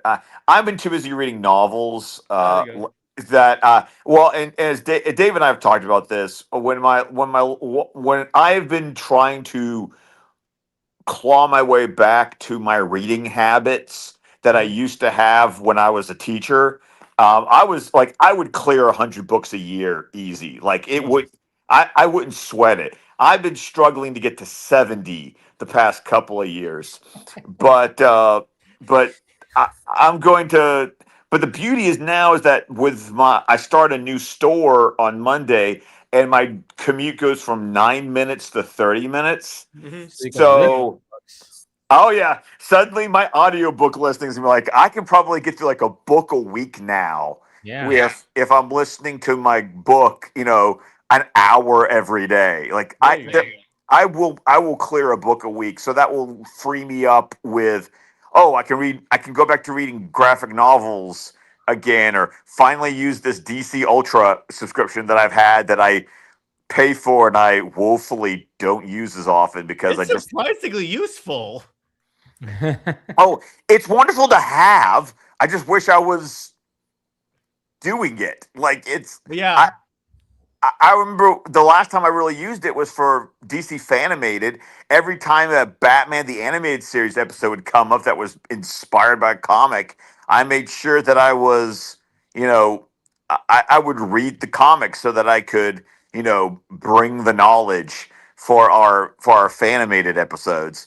But, it's kind of hard to do that when you're doing Batman Beyond and you're like, these aren't based on anything. Yeah, exactly. I have the tier that like every year they send you a free trade paperback of like I got Death of Superman, Superman Birthright, and The Batman Who Laughs. Batman Who Laughs. They haven't gotten any new ones yet, so I'm like, come on. Oh no, rotate. Chris was there that day that I was bitching to him that for year 4 they just offered the same 3 ones again. I'm like, bitch, I have. See, I didn't get that. I got Woman of Tomorrow. I have. Well, first off, I'm like the one of my friends that absolutely despises that book because it gave people. All right, the kick wrong him off the idea stream. about Kick him Supergirl. off. Yeah, thank you. I love Tom King. I was about to say, I'm like, wait, is there a certain author you don't like? I'm about to turn to Red Hulk right about now. Oh god, the Wonder Woman fan in me is dying a painful death right now. But yeah, so but it's like I'm like, at least give me some other book already. I mean, this is just lazy at this point. Because I liked the covers. Yeah. I liked the covers they were doing for these books. They were really nice covers. But there was a part of me when I got that email that was like, okay, here's the time for your free book. Choose one of these 3. And I'm like, but I already have these 3 because What do you want me to do? so I'll get back to comic book reading eventually. But like I said, I got off of monthly books and I just went to graphic novels. Chris and I have always been Brubaker buddies. Yeah. So, Brubaker. That man. Captain America run. Oh my. I need to read Pulp. I want to read do, Pulp, man. We do his. We bonded over all of his noir books. Yeah. Oh, there you go. So like, thanks to Chris, I have those nice collector's editions of Criminal. So I'm looking forward. Yeah. So I'm looking forward to like binging through Criminal, especially before the Amazon series comes out, because I haven't read Criminal yet, but I just have all wait a minute, these. you haven't? No, Chris. Oh, On the list. so jealous. Like, what? So I'm looking. So I own all the Criminal books. I just now need to actually like sit down and read them. But it's gonna be great because I'm getting I'm getting into a noir mood again, because like it's not like I ever leave a noir mood, but I just got the Library of America box set of all of Raymond Chandler's Philip Marlowe novels, and so I'm getting in the mood. It's like I need my trench coat, I need my fedora, I need some and stuff, because like Chris and I loved Fatal. That was a cool noir meets Lovecraft book. If you've never read it. Is that the Brian Azzarello one? No. All these books, all the books that Chris and I bond over, it's always Brubaker with Sean Phillips. Yes. And so he did a book called Fatal that I actually got in singles. I remember seeing it at my comic book store when it was still around, and it just went, yes, please. And then Chris and I bonded over, and I did this on his podcast. Mm-hmm. I talked about the Fade Out. Oh God, I love that. Oh, it's one of Just my the favorites. title already. I'm like, yep, that feels pulpy. Yep. Oh, if you have not, all I know is that Brubaker, with all of his work at Image, it's just like, if you love pulp, if you love noir, you just need to literally pick up any book that Brubaker writes, especially if Sean Phillips does the art. Yeah. He literally did a book called Pulp. Yes. Yep, that's he the did one it. I'm running ready again right now. I think Tom McCarthy was supposed to adapt it, but I don't know what the hell happened with that adaptation. And like Scott, like I was like, okay, I know Luke Evans finished shooting the Criminals show, but there's Yes. been no update on it. It's like, where the fuck is that coming out? All he said it's coming out this year. Just won't say when. Just And stop by. I that's- think he's even said, "Stop asking me when the Yeah. show's coming out." And it's just like, Well, the great thing about Criminal, like you've got the three deluxe collections. You've got Cruel Summer. He just released his first one called The Knives. Yes. Yep, The Knives. I recommended this to you, Scott, but if you want a non-criminal but a really kind of noir versus supernatural, kind of fatale-esque, but not necessarily a little bit. Yeah, I'd say it'd be kind of there. Friday. Yes, and it's on Yeah. my Amazon. It's on my Yes. Amazon wish list because what Chris and I have a relationship that if Chris recommends a book to me, I don't ask questions. He just does. I just do. It's just Scott, Good relationship to have. you know what's a book that I've already recommended to you, but I'm like, yo, if you're getting your noir vibe, you got to get Rorschach in there. You got to squeeze Rorschach. Oh, in there. I like I said, and I own it. Like it's not. Yeah. It's just getting on to reading it. Another great Brubaker book that I read like the first 2 issues, but I got the deluxe edition with the whole series. Velvet. Yes. Mm. Okay, Velvet is okay. If you're a James Bond, I'm going to speak in James Bond because this is what Brubaker was doing. With Steve Epting as artist too. Who? Oh yes, Epting, yes, yeah. Velvet was what if Moneypenny was actually an agent? Now I know that's weird because in the Daniel Craig movies they did. He starts off, yeah. But Velvet was like, but set like in that classic 60s 70s. But what if Velvet was secretly actually an agent? So Okay. check that book out because she's a little bit like Moneypenny in the Connery movie. Well, because it's the same actress from Connery to through Moore. It's the same actress as Moneypenny, and so imagine like she's got this black hair with like a little bit of a rogue streak in it, so she's a little bit older, but she's not just a secretary; she is actually an agent. Like that's my pitch for you to read Velvet. Okay, I'll put it on the list. You know what's another one, a Brubaker Phillips one that it's not criminal related, but like the art style screams of it is it's comic book related. It's called Bad Weekend. I really like that story one. Yeah, Bad Weekend is part of Oh, it is? Criminal series. Yeah, it is. It's part of Oh, it. okay. There's a particular order that he kind of went back and forth with at that point. Like if you ever read The Knives, you will see where it fits in. It's one of those ones where you're following these kind of stories, you don't think they're connected, and then all of a sudden it just comes slamming together. It's like, oh my God, it all fits in. I need to read that because I remember he said that like he thought about Jack Kirby and how he was struggling with his artwork. It was like, fuck it, I'm gonna do a story. And then he's got the whole Reckless series that he's done like 4 or 5 of them right now. He's taking a break from, but yeah, that's it. He's going back to it. Did he do Kill or Be Killed? Yes. I remember the late John Schnepp always brought that up. Like you gotta read it. Like I think mentioned that because he knew all those guys. So I was like, I always heard about the book badly to be like, yo, you should read that. Interesting. We got somebody else that's joining right now. Phil? Hey, Phil? Phil? What's up, Phil? Hey, Phil. Hi. In baseball? Hi. What? Playing baseball? Well, Fenway Park? Maybe. I don't know. I don't know. I landed a heel flip today. That's about all I got for you guys today. Hey, there you go. Nice. That's nothing to Nothing to sneeze at. That shit's hard. Heel flips are hard, but yeah, we're doing some comic book talk. I don't know. You probably Actually, this came in the mail last week. I don't know if I showed it off. This is a birthday gift to myself. It is There you Batman go. the There First you go. First Night. Yeah. That's noir. That is pulp noir at its finest. Dan Jurgens is the man. I bought that almost a year ago, and it's sitting in the floor in my man cave, and I am looking forward. Because once noticing a again, trend with Scott. I buy it and then it's gonna get there eventually. So Scott, you'll love this. We all do that. I walk into a comic book store and I see this book and it's called Batman the Second Night. And I'm like, what the fuck is this? Yeah. And I open it up and I'm like, oh, this is Batman in the 1939. This is amazing. But I realized very quickly, like, this is a part 2. I was like, oh, I need to go get part 1. And so I ordered part 1. And that's how I got that book as a birthday gift to myself. yes. Happy birthday, Phil. Happy birthday, man. Thank you. That was like 2 weeks ago. No, what? That was more like 11 days ago, something like that. Did we mention it last week? I don't know. We did mention it last week. We did. Yeah. Because I had wished happy birthday to Phil on social media like a day or two late. Because I think I did on my show. I said happy birthday to Phil. I sing him or whatever. Yeah.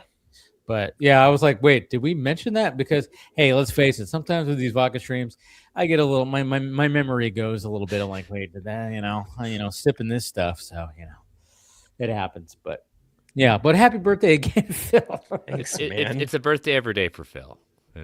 It's his birthday month. There you go. Yes, there we go. My mom's was actually a week ago. 24th. Oh well, happy birthday to Mom Phil.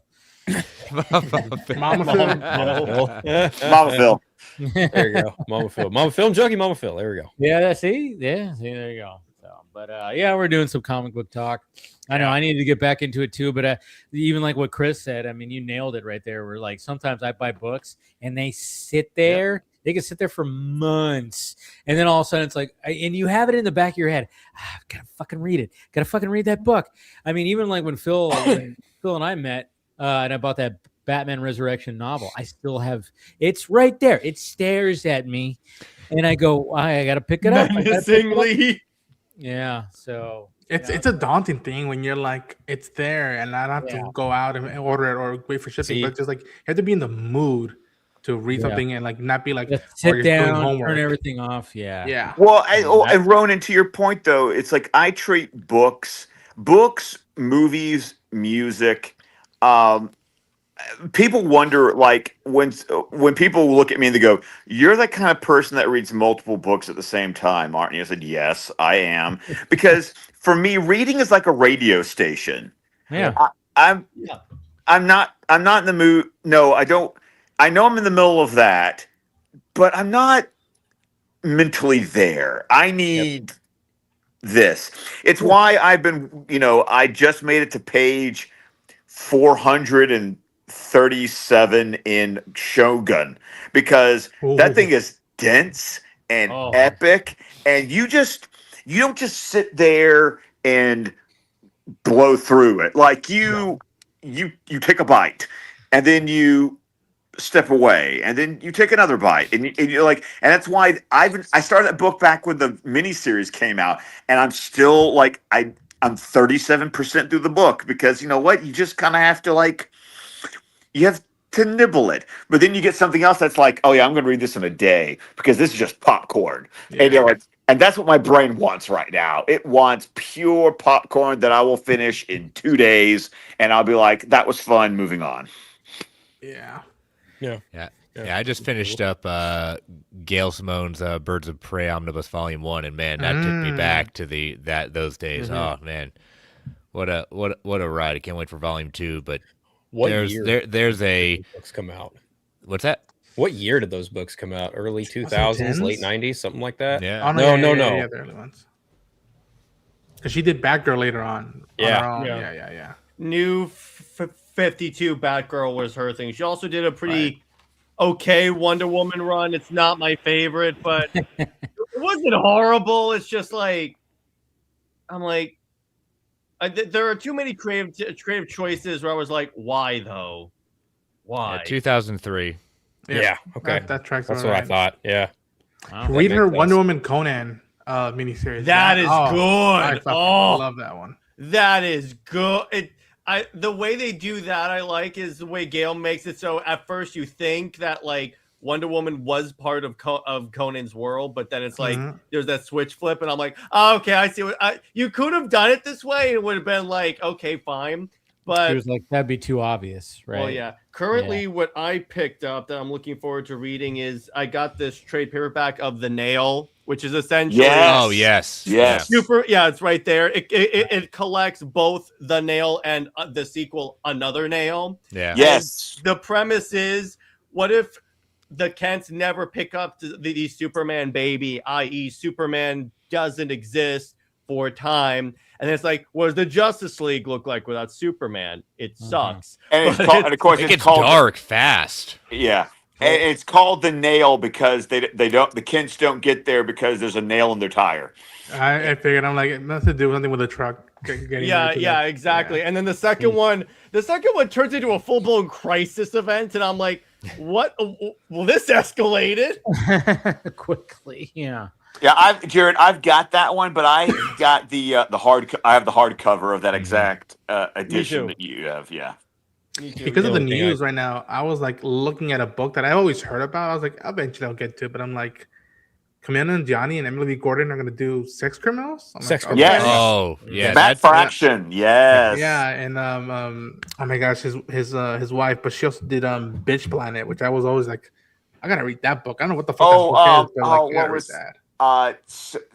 Sue Kelly Sue DeConnick. Thank you. Yeah. And I think she worked on Captain Marvel. yeah, She did. She did. She She had was a pretty good run with that. He was the one that wrote her when she first became Captain Marvel, I believe. Personally, I prefer the Kelly Thompson run. That's like more my thing because she put more humor into that, and I just found the stories more interesting. But yeah, Kelly Sue DeConnick, she's one of those writers that, like, when I'm reading her stuff, it's like, at least for me, it can either be really good or really bad. The really bad part being her Aquaman run, which I was like, no, I do not like this at all.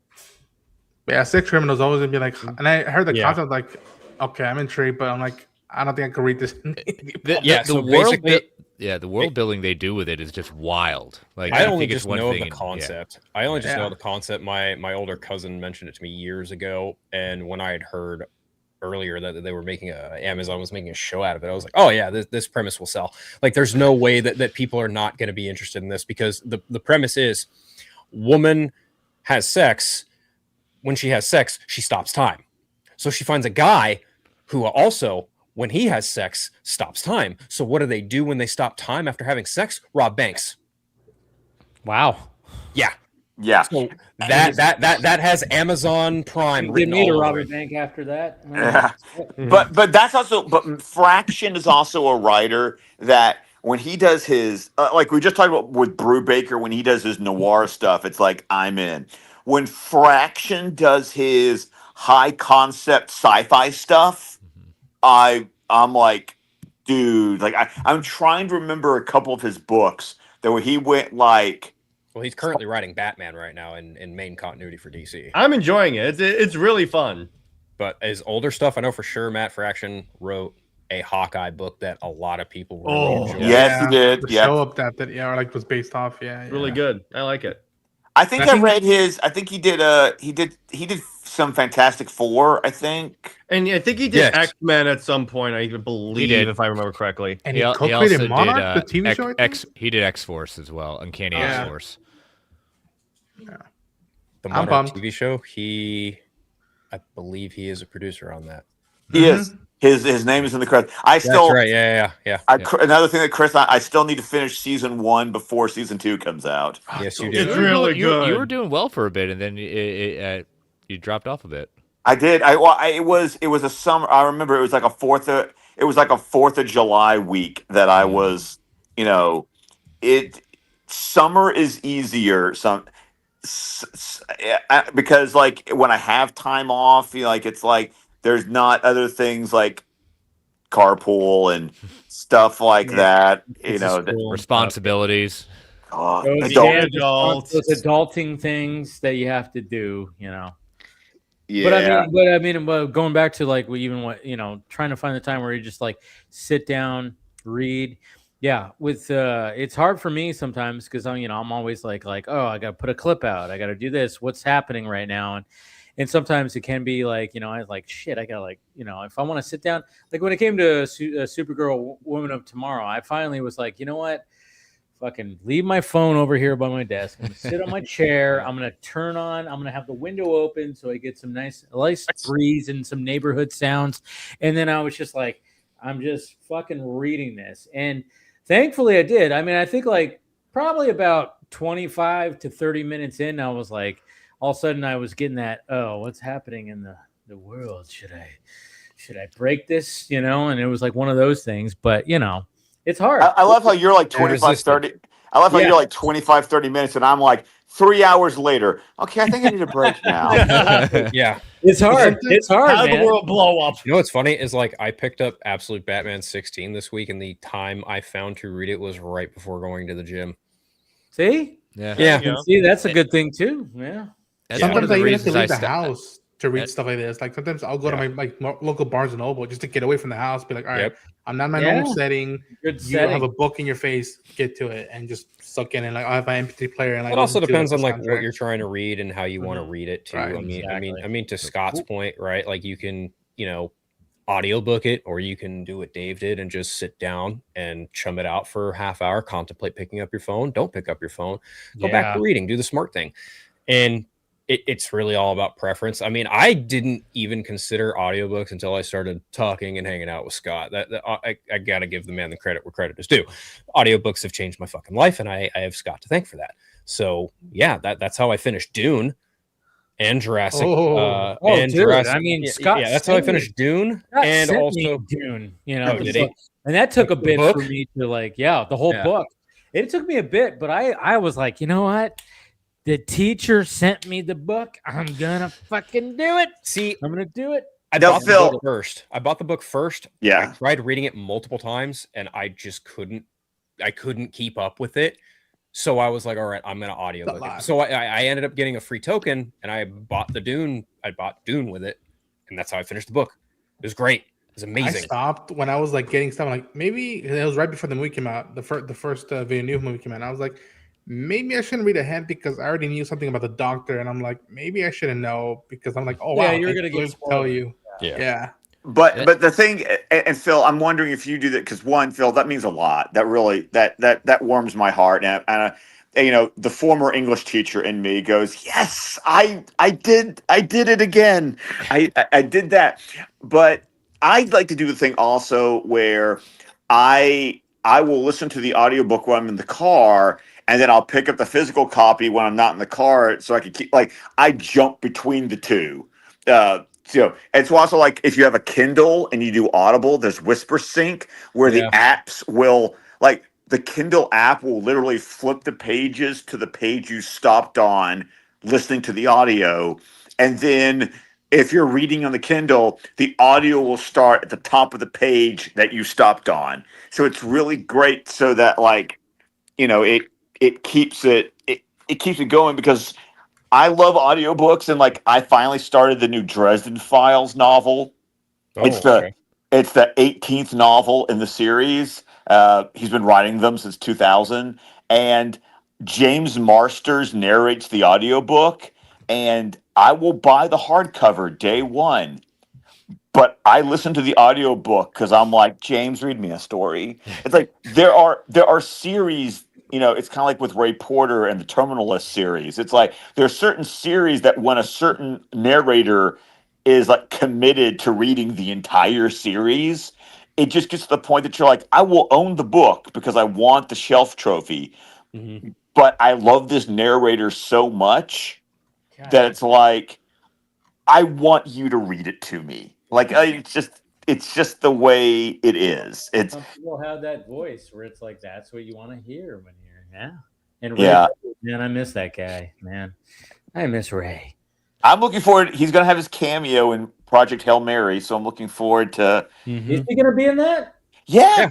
Oh, because he was the narrator for the audiobook. I don't doubt that. Yeah. And he won narrator of the year for Project Hail Mary. And actually, I would argue that Project Hail Mary is a novel that I feel like you get I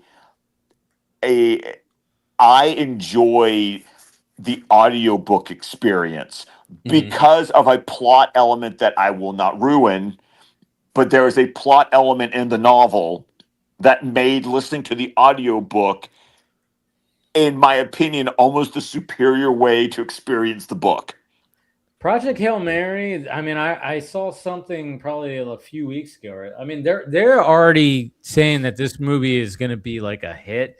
I mean, I know they're trying to market it, but they're even going as far as going that people like people who've seen it and whatever are saying that, oh yeah, it's so good. It's like they're like, I think I saw a comparison to The Martian. I think I saw same writer. So yeah, same writer. So that makes sense, right? Yeah. And then they're saying like, oh yeah, this might like actually like get awards at the end of the year and blah blah blah.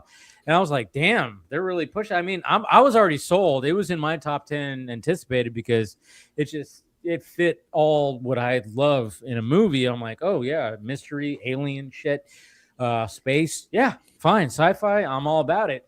But yeah, I saw something where like, yeah, the anticipation for they're hoping that it's gonna it should make a big splash this year. I'm like, good. That and also this movie that's coming out in a couple of weeks. It's with Sam Rockwell, Gore. Good luck. Have fun, goodbye. don't die. Yes. There you go. That movie good luck, is have fun, don't also. Yeah. I cannot wait to see.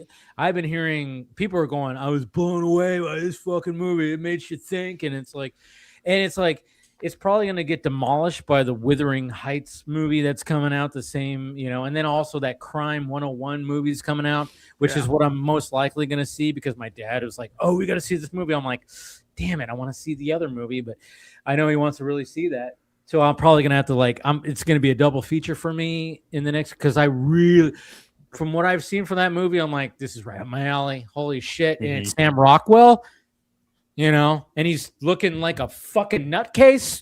Okay. Wait, Sam Rockwell's a nutcase? No. You just got to show me an image of him with the beard and all the shit that he was like wearing and set. I'm like, that's all you got to show me. And the title, and I'm fucking all about this movie. It's so funny. That's going to be a busy weekend. I have no interest in Wuthering Heights because I'm not seeing that by myself. I'm not seeing that at all. It's so funny because I've read Wuthering Heights, and because I've read Wuthering Heights, I can look at that movie and go, nope, that's not the book.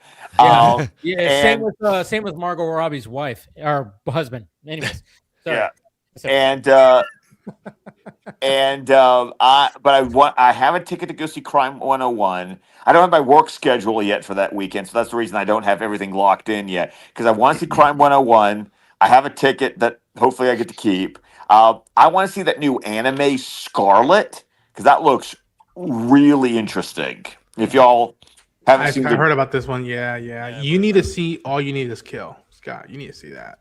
All You Need It. Oh wait, well that's the isn't that the manga that Live Die Repeat is based on? Yeah.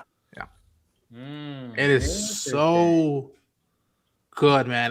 It was freaking me like, yo, and when I heard about it, I was like, that makes sense. And then it ends in a way that I'm like, oh, how dare you? I have the manga on my Kindle app. Yeah. So, did they make it into an anime or was it just the manga? It was just the anime film.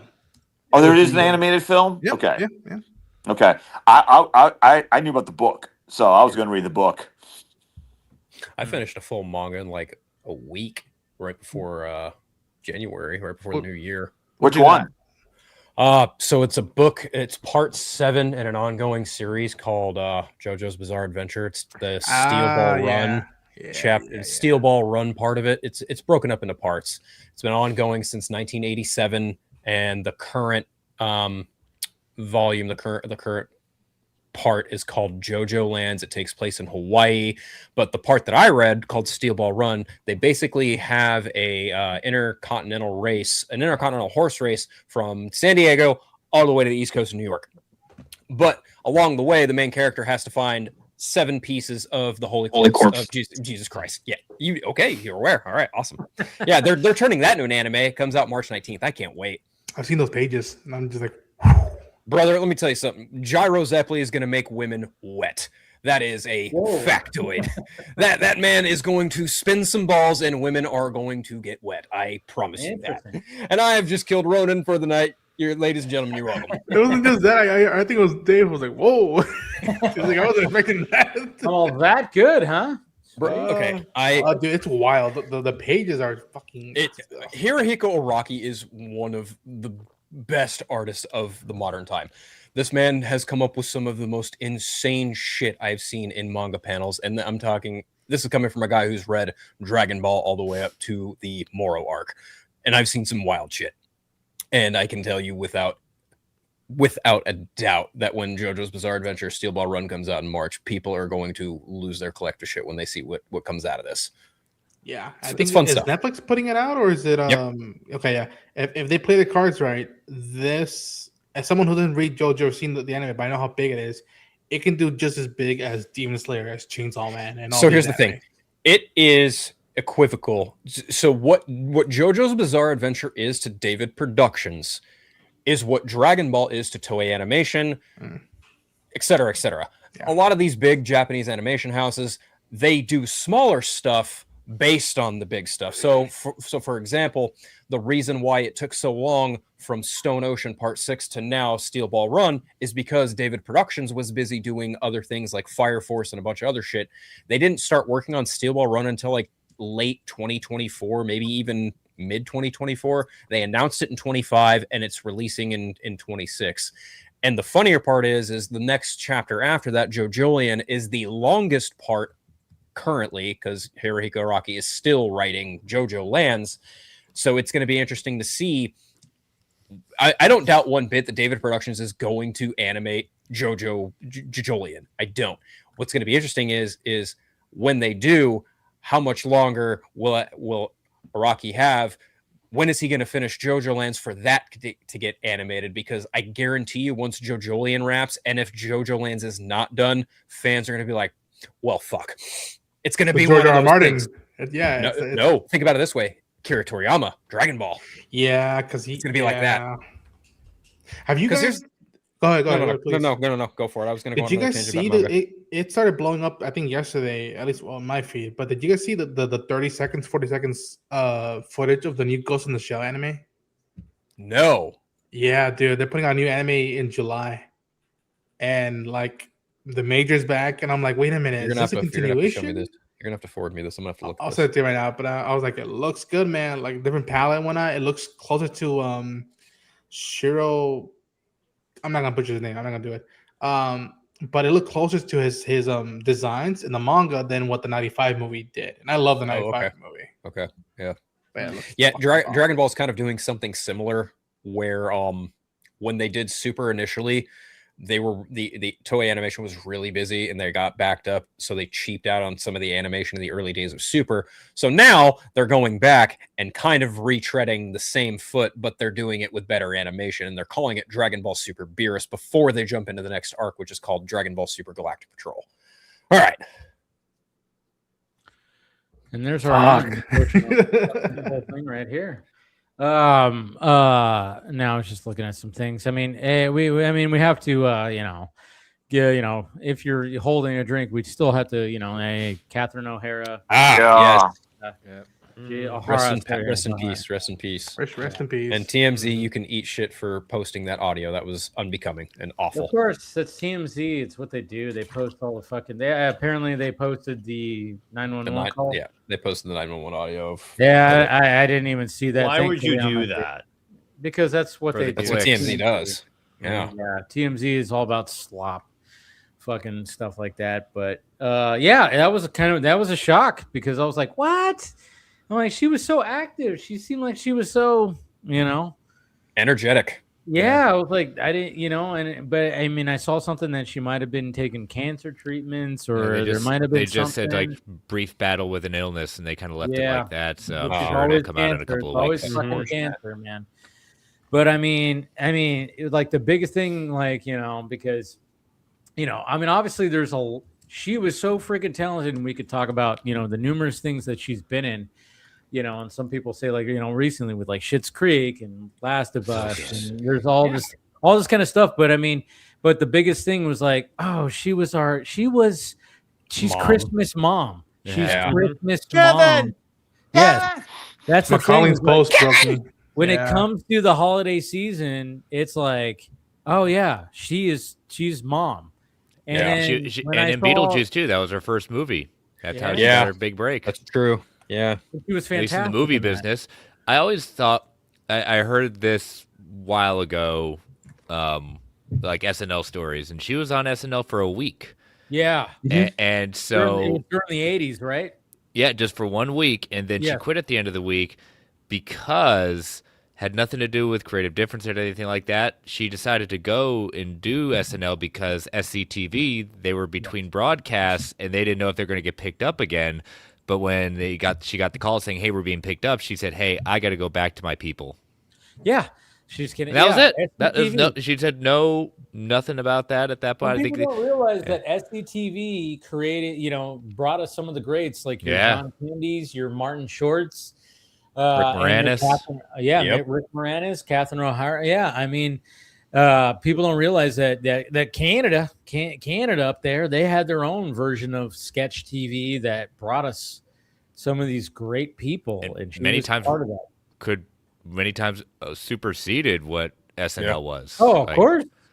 And during the 80s, SNL, after that initial, when they created some of the greats, and then the 80s were a little weird. I mean, Robert Downey fucking Jr. was on SNL. the Dick Ebersol years. Yes. With Anthony Michael Hall. Yeah. What? That doesn't even make Joe sense. Piscopo. Joe Piscopo, I mean, but he was a little bit more because him and Eddie Murphy had a thing where they were like they did some good stuff together. But what's her name? Who played Elaine Bennis? Julie Dreyfus. Yeah, Dreyfus. Yeah. Yeah. He was on there too. Yeah, For like there's a a season. great book, highly recommend it. It's called Live from New York, and it's Mm-hmm. all from beginning to end. It's just a series of interviews, like they just go through the chapters, and it's just like a long form interview with people who are just telling the stuff behind the scenes at that point. Yeah. They did a very similar book also on the Daily Show too, but it was just fascinating just seeing from beginning to end all the stuff that went on behind the scenes, how certain things got started, where they came about, what all the drama behind the scenes, because you're dealing with that. You got a lot of drugs and drama. The book used for the movie, right? I think for the Saturday Night movie, I could be wrong, but I heard Possibly, I can't remember. Well, the Saturday Night movie was all about that first night. Yeah, that first night. Yeah, the first one, which I love that movie. That movie, Yeah, that was a good I one. fucking love it. But yeah, because it's all in basically real time, and it's just you're just seeing all the struggle of trying to get that first fucking show, and it's of course they over dramatize it where it's hey, yeah, is it gonna make it, or are they gonna play a rerun of Johnny Carson? That was the whole thing, and I'm yeah, and then they make it, and it's just so crazy. But Shocker. yeah, I mean, yeah. Surprise. Wait, spoiler alert. Oh, it does make it, of course. But I mean, it's yeah. But I remember hearing about that. Catherine O'Hara was she was going to be part of that, but then she was part of SCTV. And yeah, I think a lot of us got introduced to her in Beetlejuice, and then of course Home Alone, and it was just like that. And yeah, it was a shock. I mean, she was 71. She lived a pretty full life, which is great. But at the same time, it's God, she was still so active, and she was like how much more there was going to be out there. And then it's just, man, I mean, and then you see the post from Macaulay Culkin. That was Ripped your heart out. calling her mama and saying I thought we had more time and blah blah blah. And then Michael Keaton posted something. Pedro Pascal. Yeah, it was. People. Tim Burton just posted. So. Yeah, Tim Burton said that, Katherine, I love you, and how much light you gave to all of us. You were a special part. I mean, she just had a comedic timing. When you watch, especially when you watch Beetlejuice, she just had this comedic timing that she carried through later years. And then of course it was awesome that we got to see her in Beetlejuice 2. And but then she could also do the serious stuff, when it even when it came to the last season of The Last of Us, I was oh, Catherine O'Hara's in this. Yeah. Sweet. And it's so funny too because she does have a role in Dick Tracy. I don't know if you guys know this. Yeah. Yeah. He's when they have that, when Big Boy is having a conference meeting around the table, she's there at the table, but that's it. There's not much, but she's in Dick Tracy. It's like it's so fucking funny. I was like, oh yeah. And then of course all the Christopher Guest movies. Yes. Best of Show and Waiting for Guffman. Yes. Mighty Wind. And those really showed her comedic chops too, and it's like, but it just sucks that, now that we're going to go in 2026. And when it comes to this holiday season, when we're going to like put on Home Alone and Home Alone 2, we're like, oh, she's no longer with us. Our holiday mom. I mean, because she was the Christmas mom, and she's not gonna be there this time. And it's like, so yeah, condolences to her family. I mean, it sucks that I mean, I was like, even when I saw that she was 71, I'm like, what? God, she didn't look like 71. She didn't act like she was 71. I was like, damn, and yeah, so that was, yeah, she was also just recently in the studio too. Yeah, that's right. Yeah, I heard about this. I haven't. Oh God, they're gonna have to recast her role. She's not just in the studio; she plays a very important role in the studio. Oh, yeah, man. she's the at the beginning. And they just started shooting that. She's Logan's boss in the show. Oh damn! And they just started shooting. They just started resuming shooting. Oh man. Yep. Fuck. So they're either gonna have to write her character out or recast her. They'll probably. I have a feeling they'll write her out. They might. They just might. Yeah. There's no way. Yeah. You can't replace. It's one of those you can't get her timing. It's just like it's not about the look. It's about like who she is. Presence. Yeah. God damn. No, I think Scott's right. They'll probably write a death in there. Yeah, they're gonna have to like do something. They're probably gonna have to do that. Yeah. Yeah. We got somebody else joining right now. Ray. Dude, I just saw that Ray posted his Friday flight to Catherine O'Hara. Her name in Dick Tracy was Texie Garcia. That's what it was. Okay. And you would know that. You see her like she's holding like you see her at the big Bilderberg meeting, like at the little conference meeting for Big Boy. Apparently she pops up elsewhere in the movie, like in different like montages, and apparently she also got into one of the cars during the shootout at the end, so she's presumed dead since all those cars got shot up. Yeah. But yeah, like she had no lines. She had absolutely no lines whatsoever. Yeah. I remember finding that out when that was pre-internet. I found that out in the 90s. Yeah. It was like watching the credits scroll, and I think like one of my parents was like, the mom from Home Alone is actually in Dick Tracy. And it was like, it was like one of those things that stuck in my head. I'm like, yeah, she's in Dick Tracy, but has no lines. It was weird because technically Beetlejuice was the first thing I saw her in, but I didn't really know of her until Home Alone. Home Alone was really because I was like, 2-3 years later, and like that was what put her on the map. And I still think she was great in the first one. I still think I think the second movie and her as a character she was better like in the second one. Like she upped it, especially the Kevin yelling. Mm-hmm. I mean, the Kevin yell because in the first one it was a little bit more subtle, where like she's thinking like, wait, I know we forgot something, and then all of a sudden she goes, Kevin. But then when it came to the second one, she had to up it when they were in the airport, when they're like, Kevin's not here. And then she laughs and goes, Kevin. She just like totally amped it up big time. And then she does the, passing out thing. And it was like, my favorite scene of hers in that movie, other than when she realizes he's at Rockefeller Center, is when she's at the hotel and like dealing with Tim Curry and like, I mean, the camera just goes straight they played it so perfectly because the camera goes from an exterior shot of the Plaza Hotel straight to her face, and she is like burning pissed. Yeah. and it's like, what kind of a hotel allows a child to check in alone? He had a very convincing story. What kind of idiots do you have working here? The finest in New York.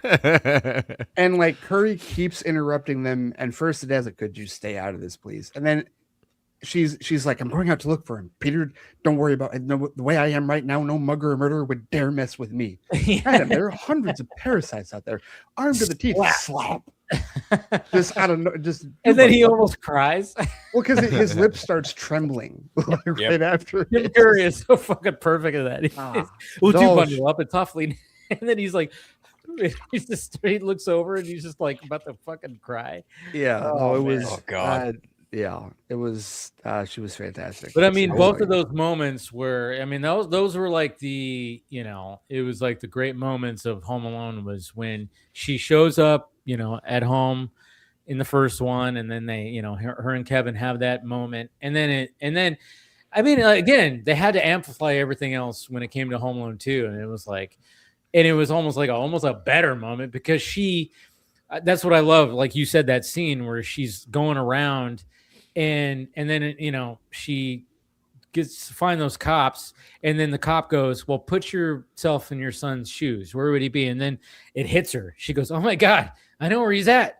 Right. Because he loves Christmas trees, so he's obviously going to be, So yeah, pretty cool. Yeah, no, that was. I mean, and that movie in itself is like has more of an emotional heart than even the first one does, because the whole thing with him and the children's hospital, wanting that's why he wants to stop the wet bandits, because they're ripping off kids. Yeah. Right. And just that whole thing where like he waves to the kid in the window, and like that's just when he decides to basically play hero and tear the living shit out of them for a half hour, which was utterly hilarious. It's like pure Three Stooges slapstick. Oh, and everything is amplified, and that's why I'm like, sometimes I'm like, I want to a little bit more entertaining. I'm like, Home Alone, it's the first better. one, it's a classic, but Home Alone 2, they really upped the slapstick and they upped the emotion in that movie. So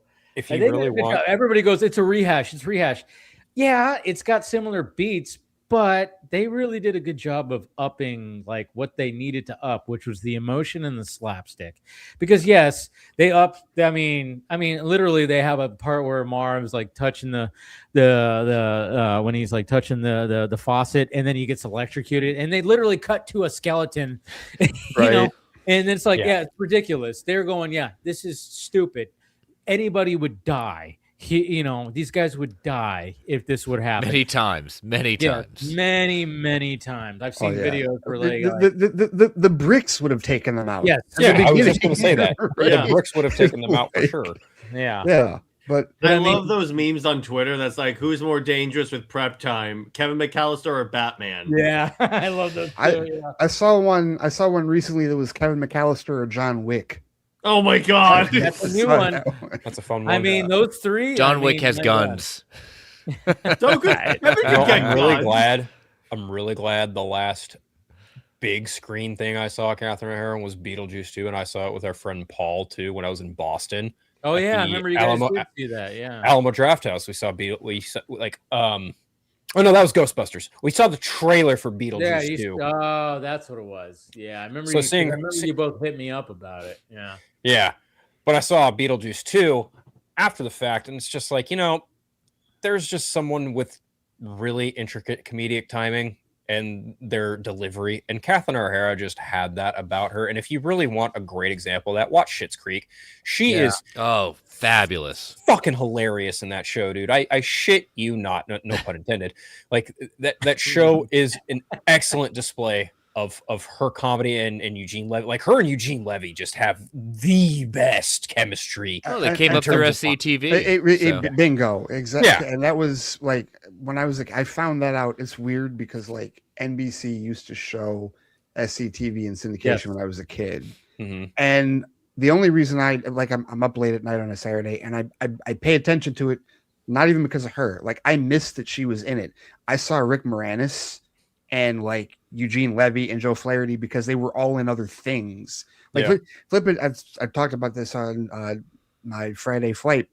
Dave Thomas and Joe Flaherty are in like the Sesame Street movie Follow That Bird with John Candy. Like they're all in that movie. There's 3 SCTV actors in that movie. Because they're the Flaherty and Thomas are the Sleaze brothers that like captured Big Bird and like put him on as like the Bluebird of happiness. That takes me back, man.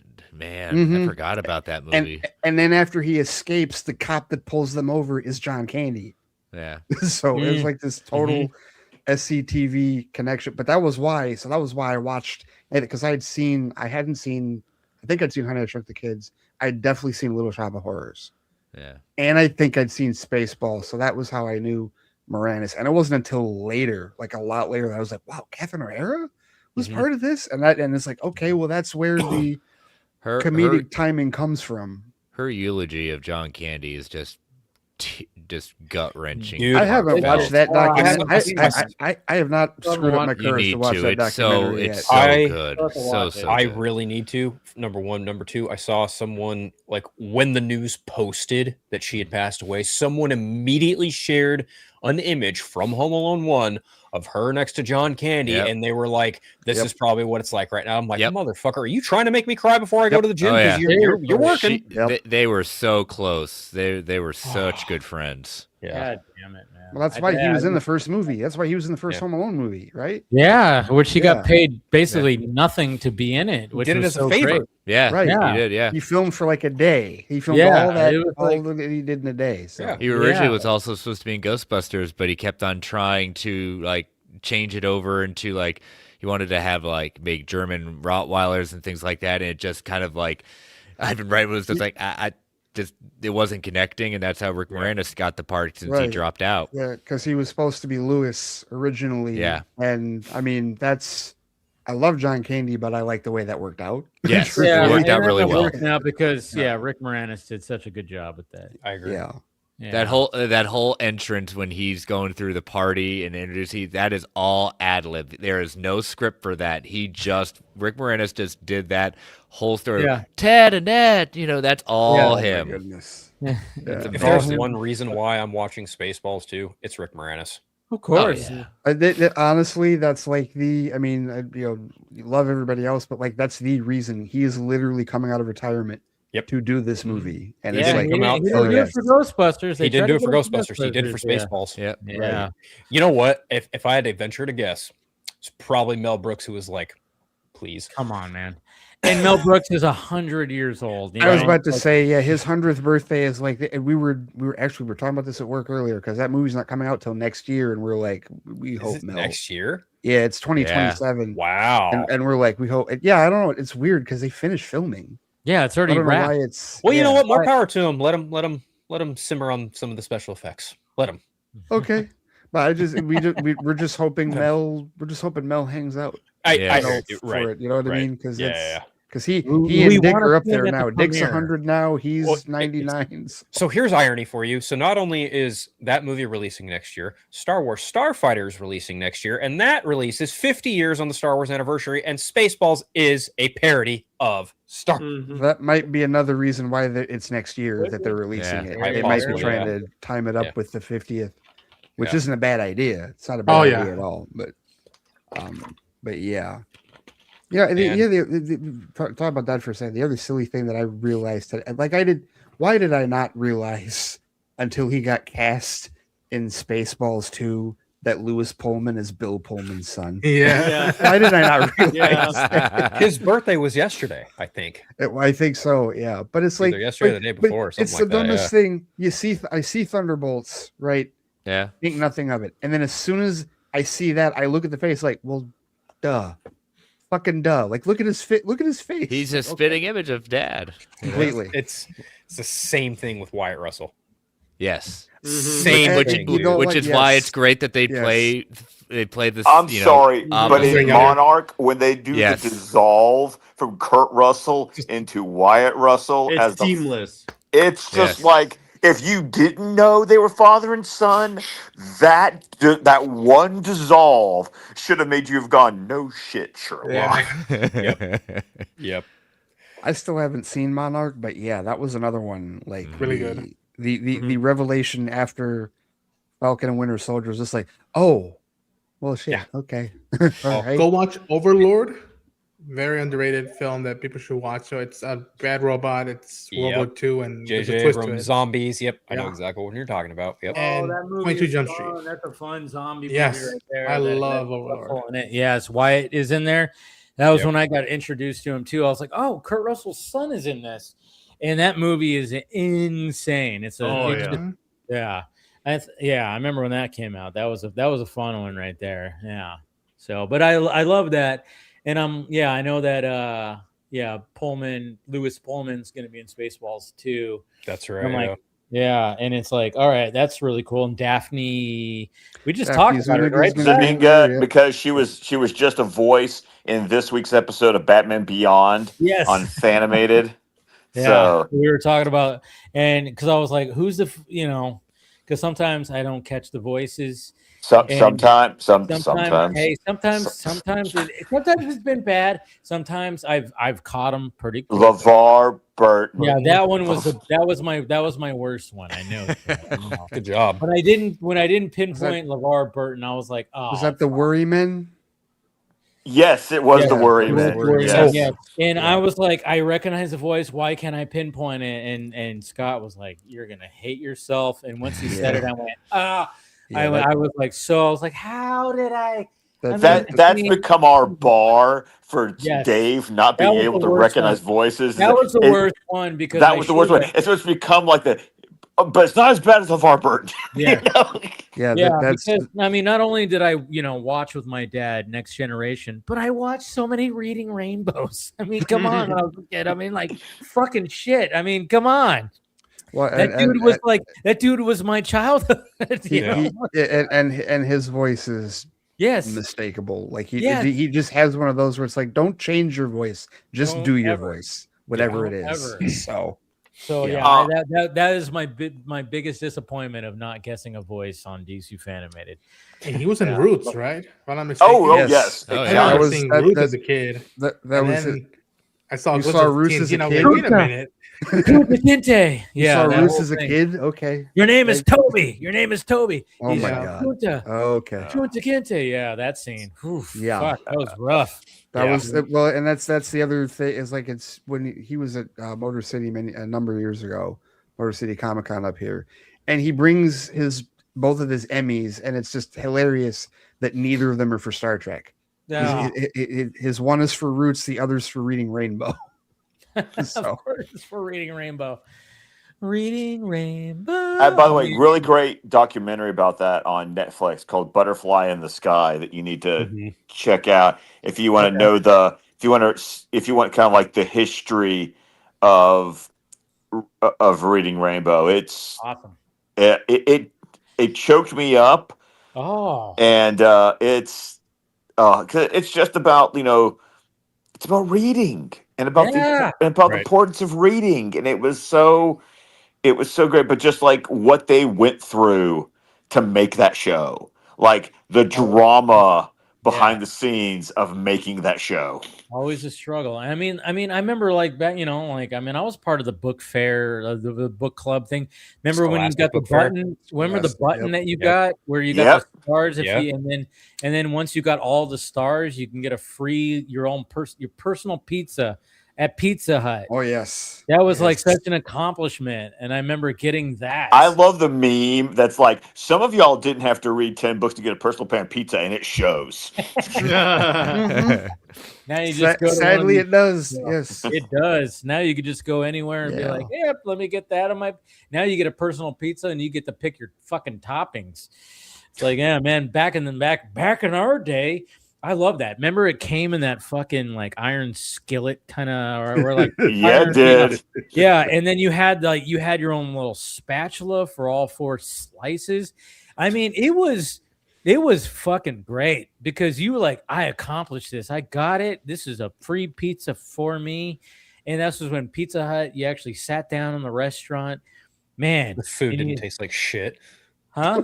The food didn't taste like shit. No, it tasted great. It tasted fantastic. Now I can't stand Pizza Hut. I can't stand it. Anytime I've had it, I'm like, why does this suck? They're all put way too many pepperonis. They all suck, dude. They're all like gone up here. Seriously, like there's barely any of them left. And the thing is, you can tell when like another restaurant moves into an old Pizza Hut building because they don't change the shell. The roof is the same. Like, no. I got the craziest story of what a Pizza Hut became. In the town I grew up in, it turned into a mortuary. Oh, wow. That is crazy. and What Aaron's is that? Reverse hometown. poltergeist? Jeez.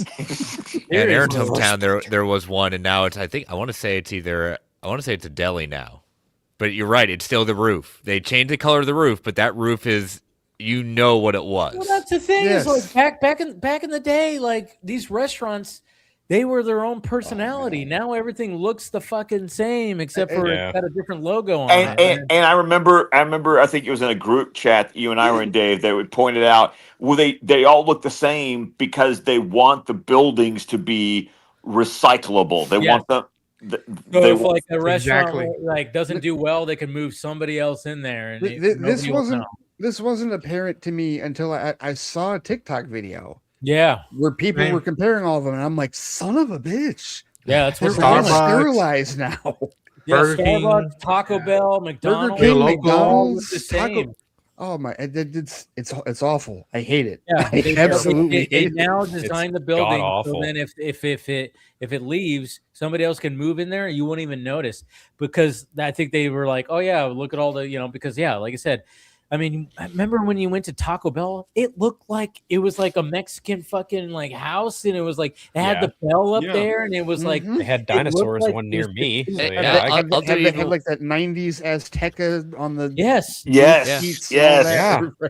I'll even do one more, not just restaurants, like your Rite Aids at that point. I've seen like Rite Aids or Walgreens that have changed over. Like we were in my hometown of Connecticut over break, and I pointed out to Aaron, I said, that had to have been a Rite Aid. And she looked at it and said, you're right. That, it was something completely different, but it's just the building shape. It was, what else you can always spot? A Walmart. You can always spot a Walmart. Yeah. You can always spot that used to be a Walmart because there was a certain way Kmart.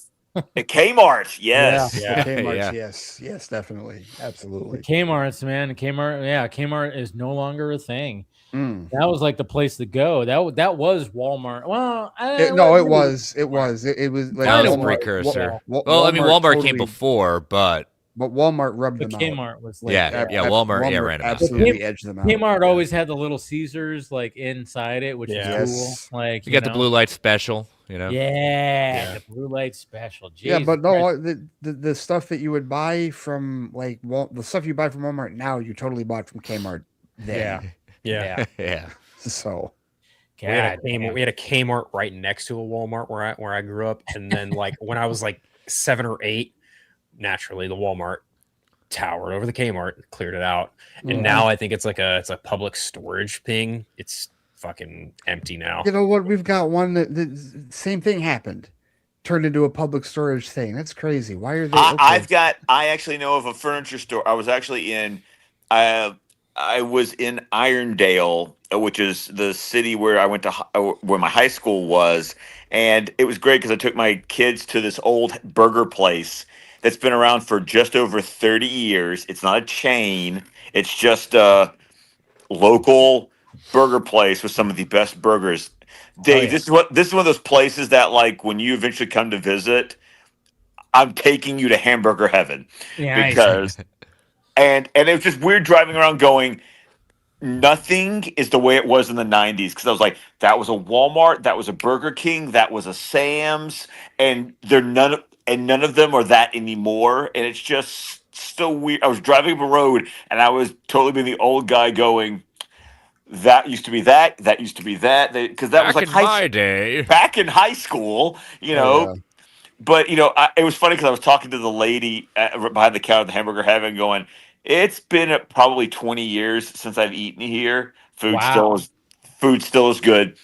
And, but it was also funny because I remember going like 1989 eating in this place. And it's just like, well, I mean, like it's funny because like over here on the West Coast, like when it comes to burgers, In-N-Out is like the biggest, that's the burger joint. And now they're starting to migrate further east. And I think they even relocated because let's face it, California and, some of the things that are happening here is just like everything's too expensive. Their headquarters is like moved to like Tennessee. So now they're moving east.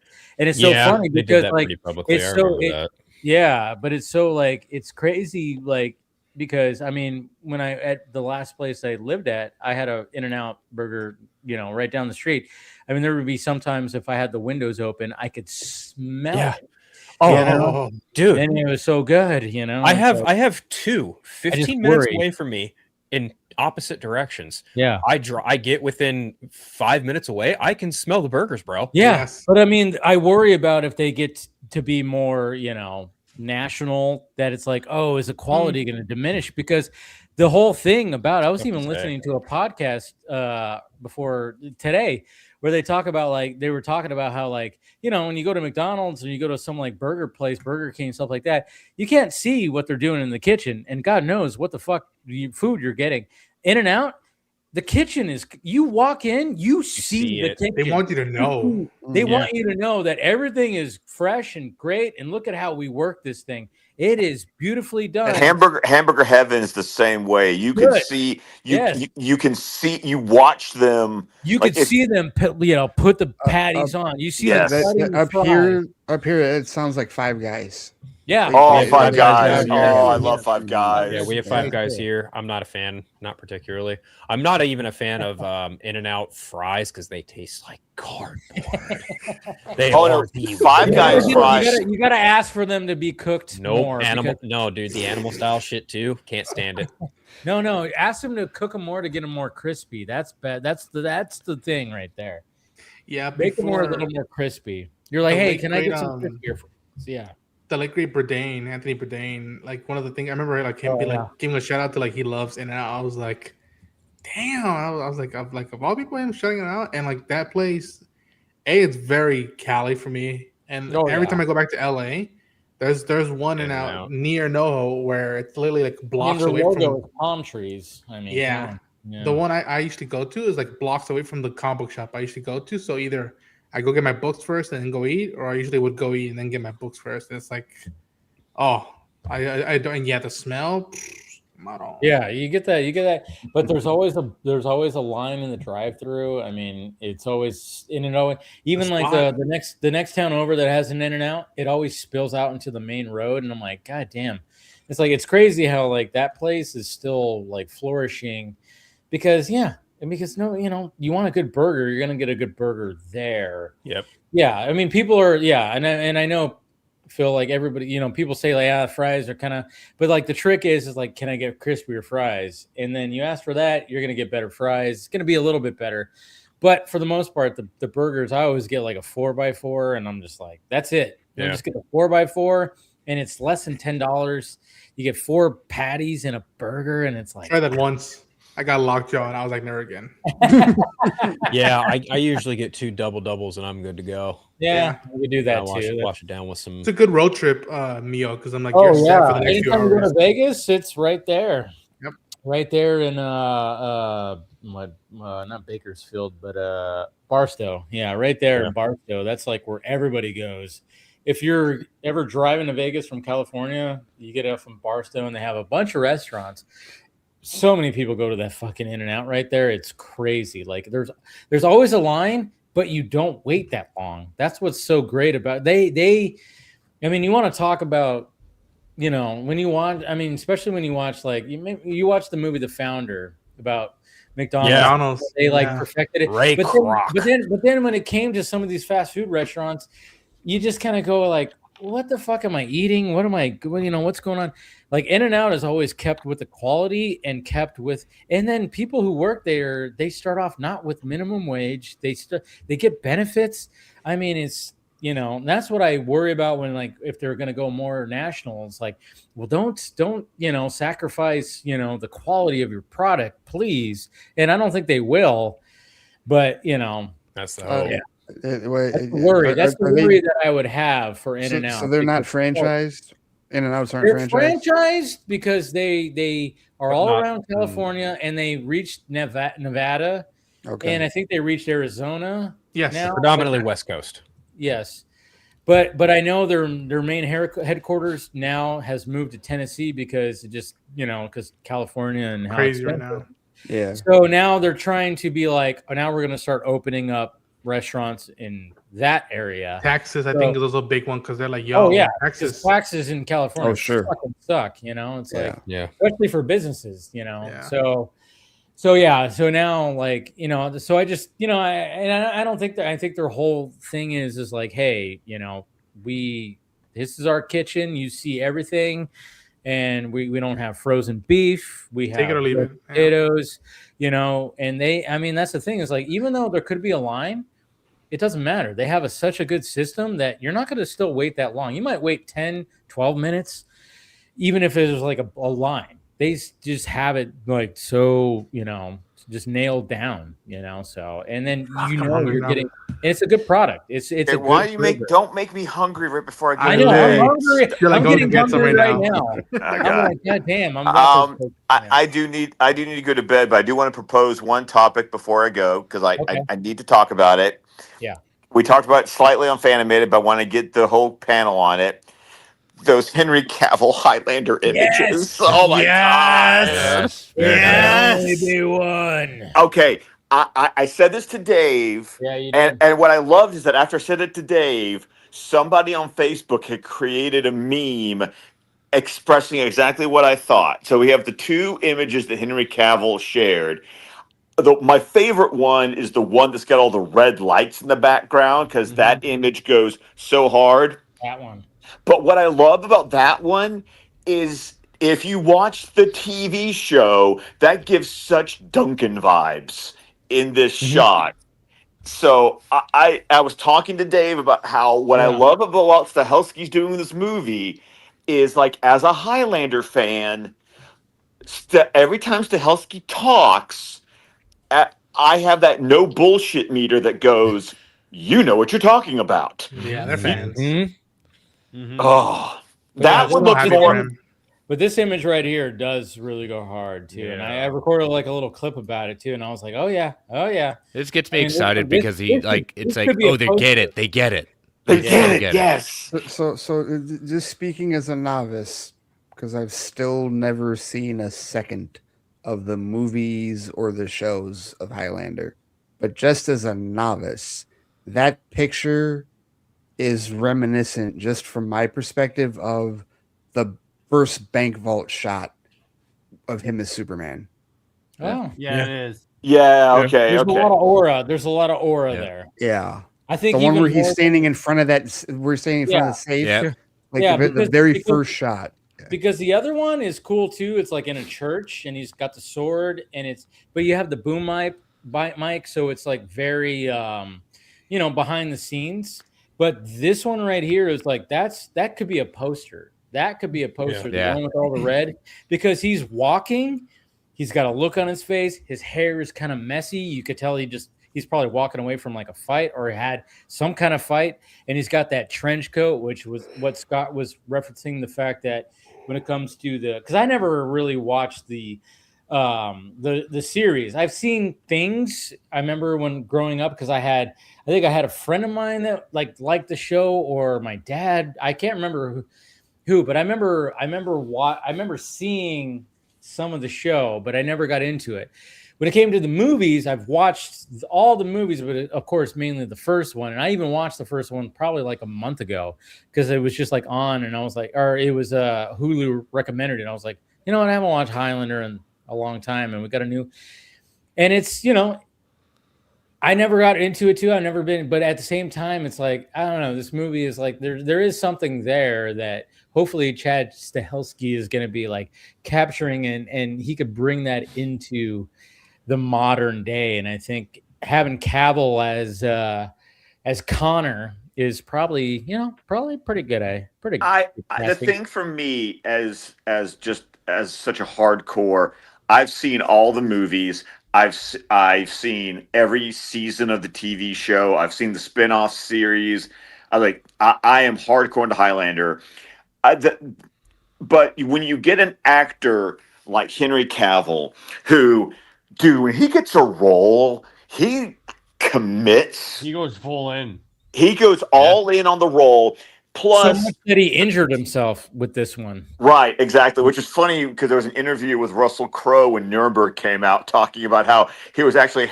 He said, "I feel sorry for Henry, but I was so glad he tore his ACL because it gave him a break because." Yeah. Because they were going straight to filming, and Russell Crowe was just like had no gas left in the tank because he's playing Ramirez.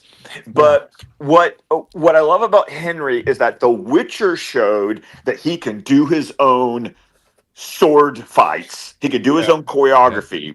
And then you get Stahelski, who's already proven through the John Wick series that the dude has only gotten better at shooting action. And if he could do for gunplay, if he could do for sword fighting what he did for gunplay in the John Wick series, and with an actor who can actually handle a sword, and then you see this image that you just go, the textures and the colors, the hair, the costumes. It's just like you give him the long coat. The long coat was always a thing in Highlander because where else were you going to hide your sword? Like that was you carried your sword inside of your long coat. And so and to your point, Dave, I can just imagine that shot being like after he's killed an immortal and already gone through the quickening, and he's walking away from a quickening. Which, if anyone doesn't know what I'm talking about, then go fucking watch the first movie. That movie is the first movie is such a product of the 80s. Oh yeah. And you can tell that wants to live forever. Yeah. And you can tell that Russell McKay, the director, came out of music videos because it shows in that style he shot the movie. But so I'm just ready to see a big budget movie version of Highlander that isn't like they're gonna take it seriously. They're going to give it the love and care that it's been a kind of a cheesy fantasy franchise the entire time. But it has the potential to be treated with love and and when I say serious, I mean like it's not a joke. Like especially with the way that this movie is incorporating mythology that was created for the television series into this movie, because Jeremy Irons' character is totally a character that only exists in the movie because they're borrowing mythology from the TV show. So I'm just, I've been following this, every little tidbit I can. This is the movie that like every little scrap they want to give me, I have been eating up. And then Henry Cavill goes and shares these two photos, and it does that thing where you just get the shot in your arm and you're like, yes, that's what I wanted. And again, from a novice standpoint, for me, like knowing little to nothing about Highlander, I have no reason to distrust Chad Stahelski as a director. No, none at all. And the fact that I love the stuntman turned director renaissance, and it's not like he never did melee stunts. There's a sword fight in The Matrix Reloaded. There's absolutely a sword fight in there, and there's plenty of close quarters and melee combat even in John Wick. There's a knife fight. There's a sword fight in John Wick 4. Yeah, so there's a freaking book fight. I have the utmost. I have full confidence that Chad Stahelski and 8711 will do great justice with these all they have to do. All they have to do movie. is sell this movie like, because there's already Highlander fans like Scott that are like, day one, I'm already there. You already have my ticket. But then they got to sell it to the general public. I mean, they're just going to be like, sold. oh yeah, I'm going. But we're going to probably, like the first trailer, we're going to see some fucking gnarly sword fighting. Yeah, that's just gonna be like, holy shit! Look, and then it's gonna be, and then of course they're gonna drop the whole, from the John Wick, all that. Hell yes, they'll attach that. Yeah, of course they're gonna attach John Wick all to that. So, and then it's just gonna be interesting to see that first trailer and how like adrenaline fueled. Okay, what's the over under that Queen will be on that first trailer? I think it's going to be all about him and sword fighting. Maybe, I don't know. Do you think they save her, or do they? No. Queen, the band. No. Oh, sorry. No, I don't think. Do you think they're going to actually put? Stahelski has said that they're incorporating the Queen songs into the movie. Yeah, Okay, that's probably a good. Then I would, if he said that, then I take the over, right? Yeah. Right? Like, yes, I'd say it's going to happen. I feel like everyone remembers Who Wants to Live Forever, but the theme song, because it plays over the opening credits of the first movie, and it was the song for the credit sequence of the TV show for every episode, is Princes of the Universe. I can see them doing the melody, so that way it's in, and then put it in the movie. Yeah, I can even hear them doing like a remix, like a trailer remix kind of deal, because it even kind of, if some of the lyrics actually kind of explain the plot a little bit. Because so Ray, for someone like you who's a novice, Queen wrote the soundtrack, like all those Queen songs that are in the first Highlander movie were written for the movie. So Princes of the Universe, Who Wants to Live Forever, like there's a Queen album you can listen to, like if you have a music streaming service. Yeah. They never released a Highlander soundtrack album, air quotes, but there's a Queen album that is the Highlander soundtrack, and it's called, have you ever heard the Queen song, It's a Kind of Magic? Yes. That's from Highlander. Okay. Now see what you're doing now, Scott, is you're doing a good job of selling me on watching the original movie. Yes. Because now I'm like, why the fuck wouldn't I want to hear Queen music I've never heard? Right? Certainly. Yeah. So there's an album you can listen to called A Kind of Magic, and it's like an old-fashioned movie, because there's even songs that have audio from the first movie mixed into the song. So if you get that Queen album, it is the Highlander soundtrack. They just don't call it a soundtrack. They just sold it as a Queen album. Okay. All right. I will make certain to watch the first one before the new one comes. You definitely should. Is that this year, or is that? No, they're still filming it, because they're still filming it. Yeah, they're probably being, because they had the delay because Cavill hurt himself. Yeah, that's yes. So it's probably going to be a 27. Yeah, for sure. Man, yeah, watch the original, be because another thing to sell it to you, Clancy Brown is he's the baddie. Really? Yes. Yeah, he's the character that Dave Bautista is playing in the new movie. That's crazy. Yeah, Clancy Brown is that guy. Yeah. Now that's the dude. I mean, obviously he's one of those everything, but like wow, like, because that predates, because first thing I saw him in ever, where I knew who he was Starship Troopers, but that's 2000, so he was in stuff way before that. Okay. Oh, he's been around. He's been around. Yeah. All right. But yeah, he is. You get Christopher Lambert, Sean Connery, and Clancy Brown are your heavy hitters in that first Highlander movie. Huh. Okay. Christopher. All right. Yeah. What streaming service is that on? Dave, you said Hulu? I think it's Hulu or HBO Max. I can't remember. Because Lionsgate owns the rights to the original. Gotcha. Yeah. Let me see. I just hope. I hope that the fan base, the dark side of the fan base, Prime actually show up. I really hope they show up for Henry. We'll see. Yep.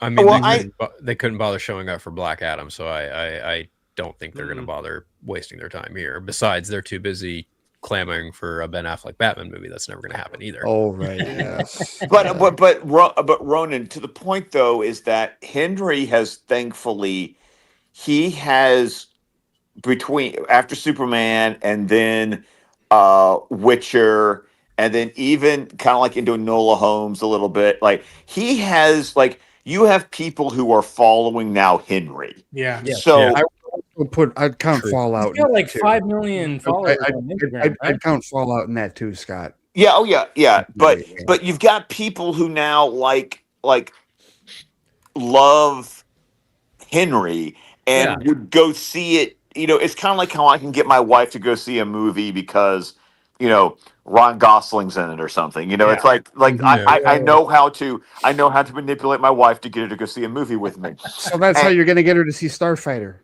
Yes, and that's how I'm going to get her to go see Project Hail Mary. Is oh you know, yes, there you go. Okay, yep. So it's how I got her to see La La Land. So you know, it's all I know how to make this work. But I know like one of her best friends from college.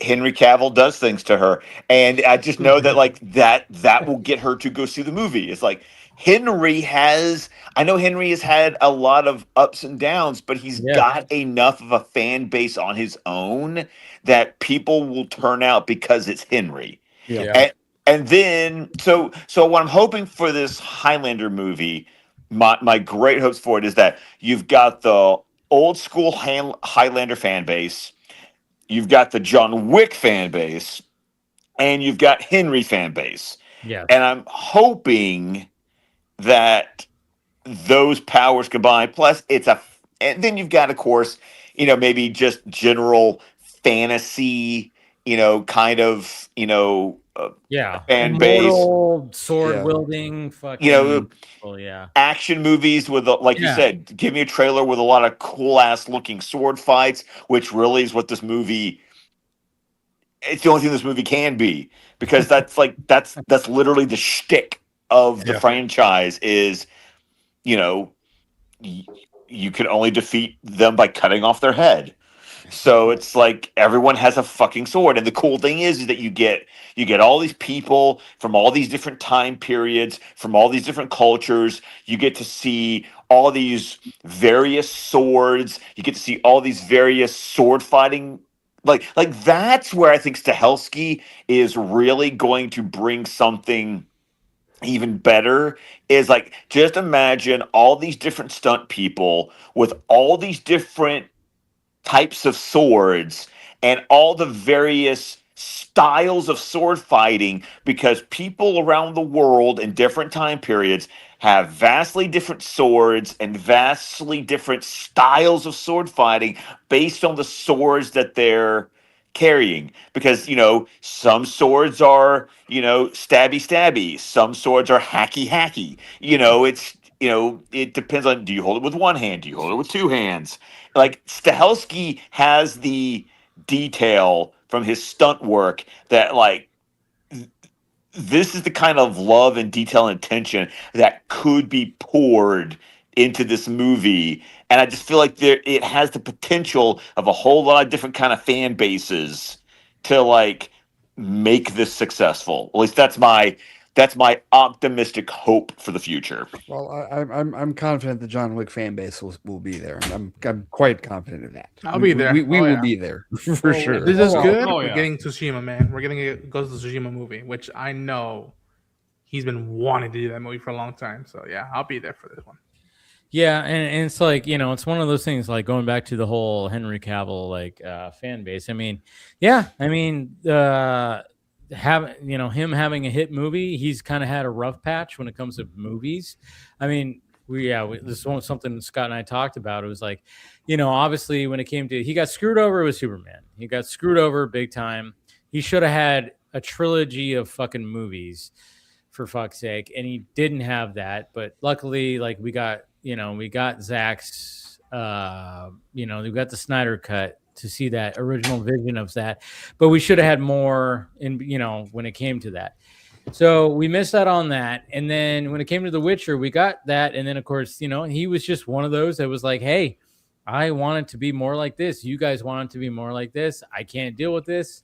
You know, I mean, there was some things when it came to that. And then, of course, when it came to movies, he got screwed by Argyle, because he was like the face of Argyle, which apparently he was not. I didn't even watch it because I was like, I don't know. He's not in the movie for that long. Exactly. 5 minutes. But he was the face of it. That's what sucks. Yeah, I know. Because that movie got ripped to shreds. I was like, you know what? I like some Matthew Vaughn movies. He's had some good stuff, but I was like, I don't know if I even want to like waste time on this because it just doesn't look good. And First half's apparently, good. Second half is not good for me. yeah. And Henry Cavill was the butt of the joke because of how his hair looked, and it was like, oh, he's the star, but he wasn't, and so it sucked that happened to him. And then, of course, the League of Ministry of Ungentlemanly Warfare. I still haven't watched that, and I know it's a Guy Ritchie, and I heard it's like Ministry of Ungentlemanly Warfare. Yeah, so good. It's actually really good. So It's fucking amazing. good. If you liked Overlord, you'd like that one. Yeah, I know I'll like it. I just keep forgetting that it's out there, but it didn't make a splash in the box office. I don't know. I just want Cavill to hopefully when it comes to this, I'm like, and then of course when it comes to the Warhammer thing, and I think he's part of the Voltron.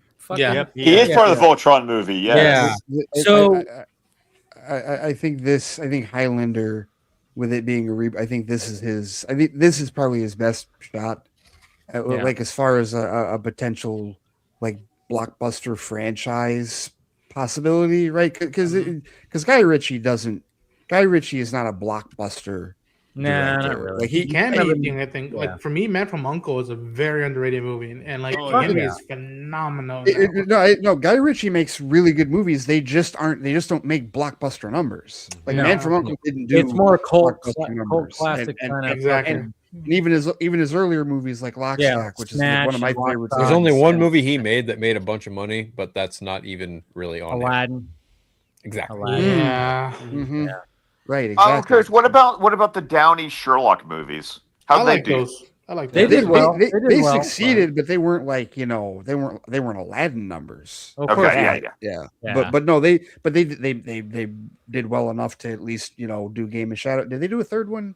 No. No, they did a second one. Yeah, People have been waiting for a third one, but now they only did. Yeah, They only people did the wanted two. a third one, but Yeah. they haven't done that. And the other thing that kind of screwed him over with that was when there was like Sherlock craze. It was right around the time that the BBC show was starting, and CBS was doing Elementary. So there was just a glut of Sherlock interpretations. Ironically like enough, at that point in time, those two movies with Robert Downey Jr. as Sherlock Holmes made me go, Guy Ritchie would direct a hell of a Batman movie with a detective story in it. Totally would. yes, It would look fucking Absolutely. incredible. Oh He my god! probably, yeah. Mhm. And then because I love like those like especially when he was like doing the fighting, and then he like breaks it down. It's like, Yep. Okay, he's gonna do this. yes. He's gonna That's do a that. Batman And it's all in slow motion, and I'm That's a like, Batman thing. that's That very is such a Very Batman thing to do. Absolutely. Yeah. Yes, that To would break down like my opponent. It was like, oh yeah, my opponent's gonna probably swing like this, Yeah. and then I could punch him right here. There's a page. I love when they revisited that in the second movie, and it was him and Moriarty doing it at each other, Yes. Yeah. like There breaking was down a each other. great page in Hush where it's through Batman's perspective, and he has like the readouts on the cowl, and he's like reading all the weaknesses. That's kind of how I imagine like that would go down if it were a Batman movie, except it'd have like the visuals on the screen. Yeah, Guy Ritchie would do something pretty well, but Mhm. yeah, Scott, I know you got to take off, so He he said, already did take off. he said he said StreamYard froze on Yeah. him, so he was Oh, gonna use okay, that. okay. Yeah, so. I was like, oh wait, Scott did take off. Okay, He's gone. all right. Yeah. Well, Scott took off right there, but Chris, I know you're gonna take off too. Yep. So, but as always, gentlemen, it's a pleasure. Hope you all have a great weekend, and check out this week's Marvel Alliance. We break down the first 4 episodes of Wonder Man, and preview of that. We'll do the last 4 next week. Before you leave, Chris, I gotta get because you're wearing your Daredevil shirt. I'm wearing mine too. That you have also. Oh yeah. What was your thoughts of the Daredevil Born Again season 2 trailer? Art imitating life, imitating art. Okay. Right? Yeah. Yeah. It's going to be interesting in the sense of I love the black costume from the Soul Run, so that's going to be cool seeing the kind of propaganda of the anti-vigilante task force and what that's going to be, being used for at that point. It's going to be interesting to see what kind of, I thought Muse was a throwaway character, which was disappointing because of how that character is in the run. But I'm very curious to see, is this going to be just a straight Matt versus Kingpin? Is this just going to be the straight, fight that we're gonna get? So, Chris, did you ever watch Mr. Robot? I watched the first season. So okay, yeah. So then there's one point in this trailer that absolutely screams Mr. Robot. Oh, the Kingpin kind of mock. Yeah. Yep.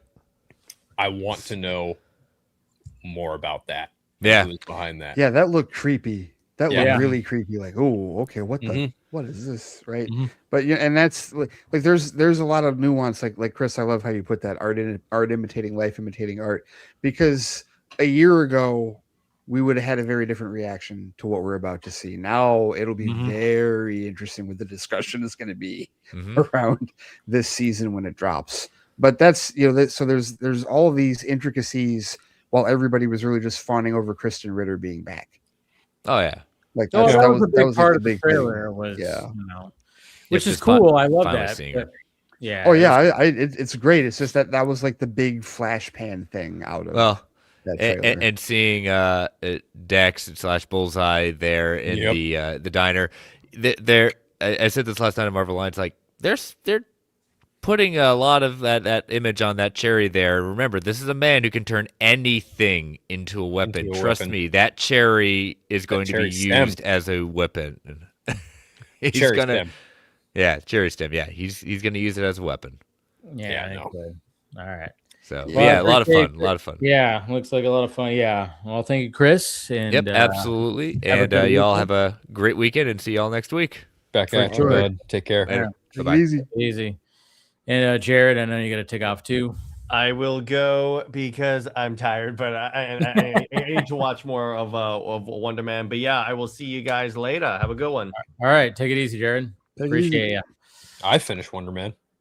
I know. I didn't. I only watched 2 episodes. Ray, have you watched anything? I need to watch it this weekend, dude, because I haven't gotten a chance to.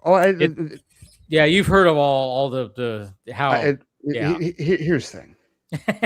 Like, first of all, I mean, I already have a wide strike zone. I'm probably going to enjoy the show. You are because I'm also the guy that is like, I'm on the island of I really loved Phase 4 because it went off book and didn't follow like an Infinity Saga like plot line and didn't go in a particular direction. So anytime Marvel goes off the beaten path, I appreciate it because you're going to want to watch this and you're going to want to pay really close attention because you may or may not get some vibes of some of your favorite characters that start with the M word.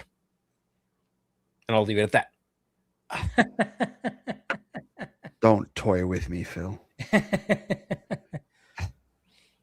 Brother, would I lie to you?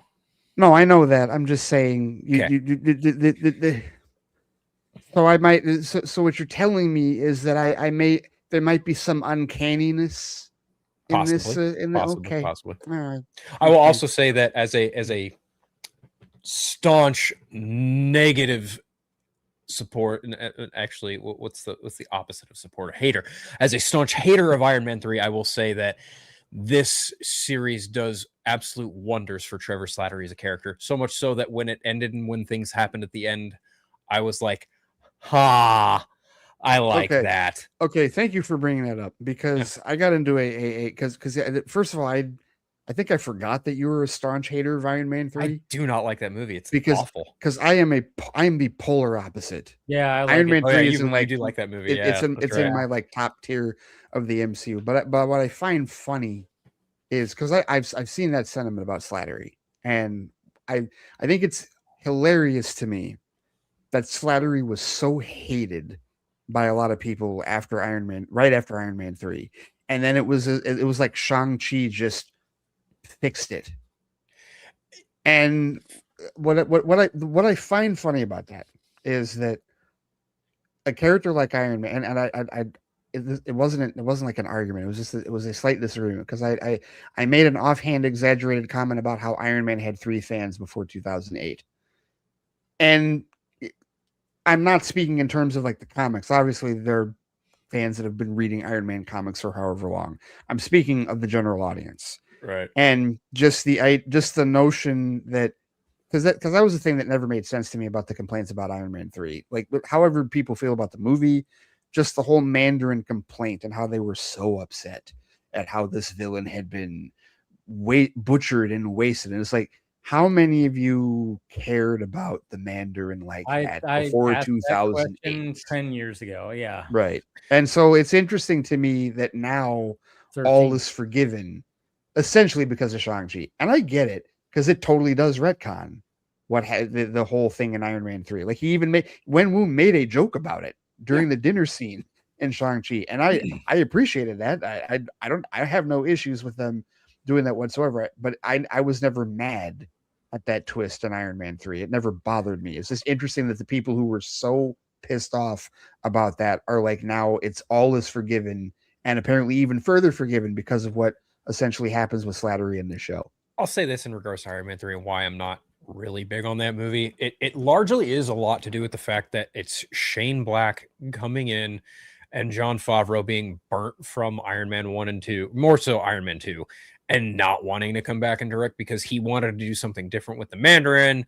They didn't want to do anything different. It was a whole thing. The reason why the Mandarin is the way he is in the movie is largely why Shane Black got the gig.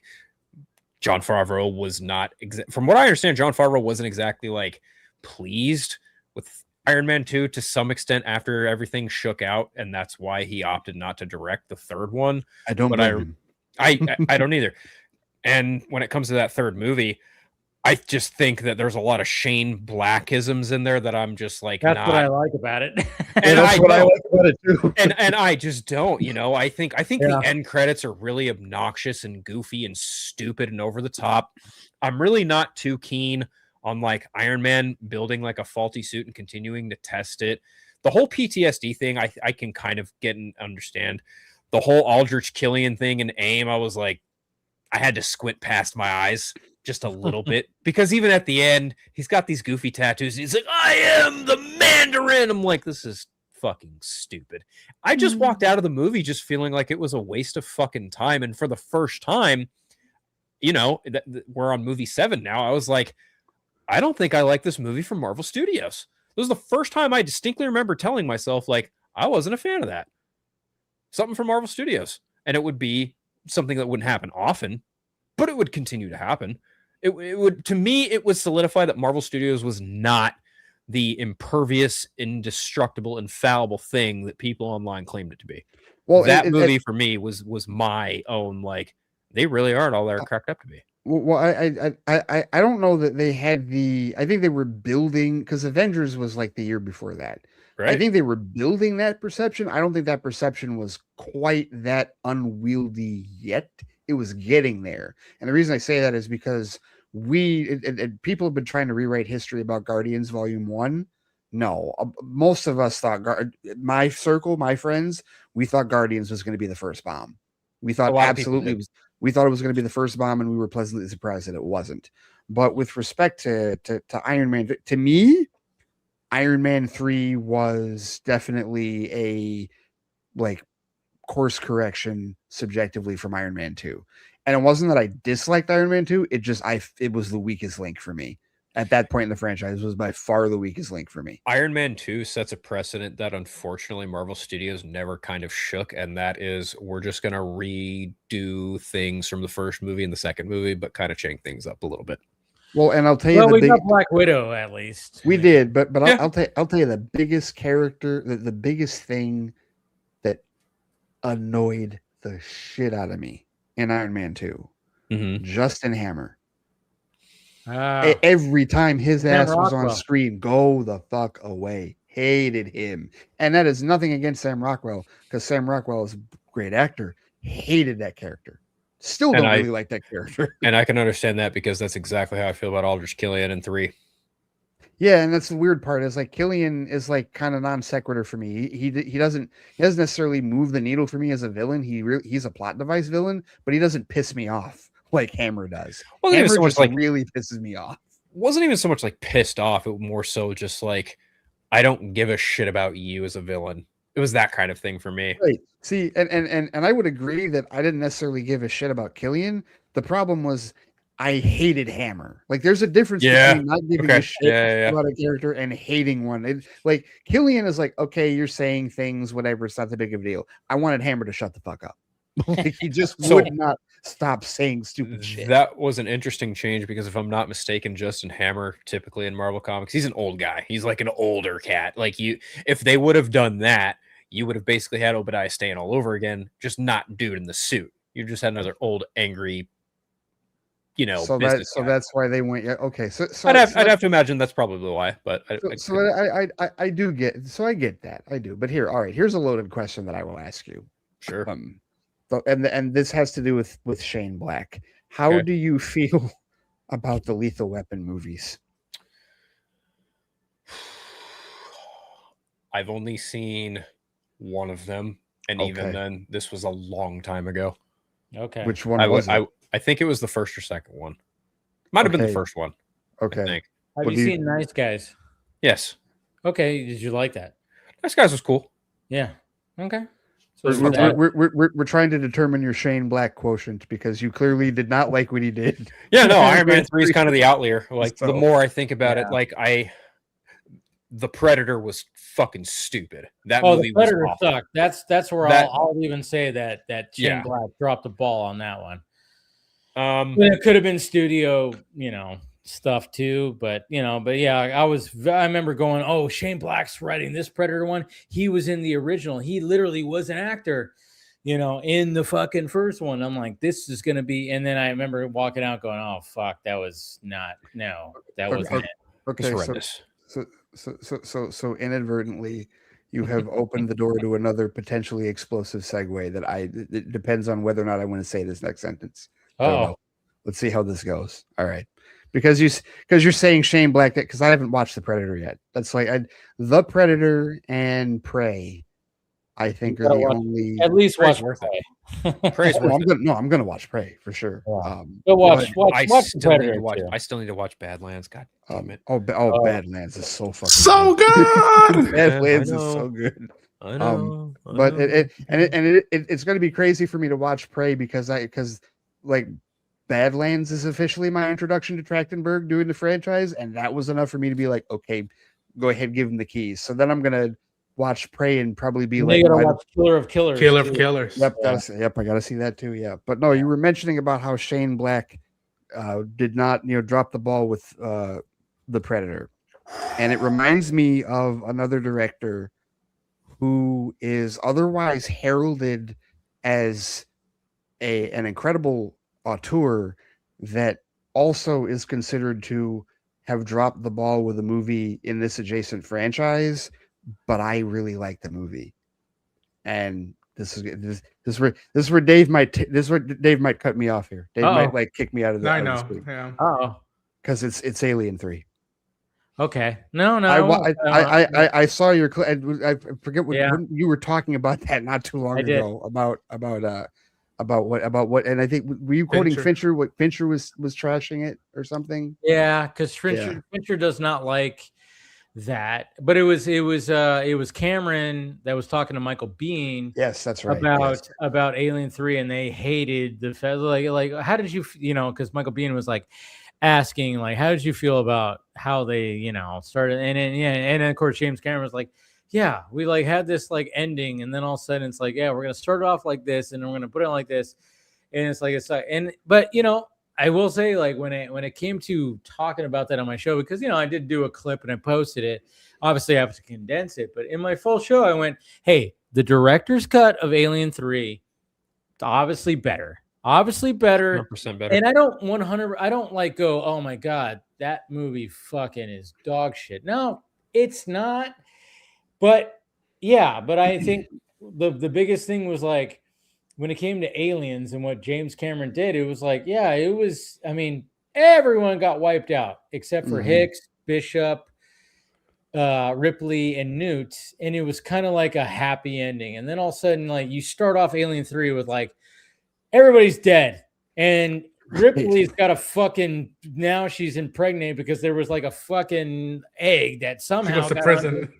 Yeah, and then she's on a prison planet. It's all dull, and it's all like, And I'm like, wow, all of a sudden it's like, you know, but at the same time, I know I even saw like when people commented about it, they're like Ripley was never meant to have like a happy ending and blah blah blah this blah blah blah that. I'm like, okay, I can see your point. You know, it's like she was always meant to be doomed, and I could see that side of it and everything. But to me, I just kind of go like, maybe there could have just been something better.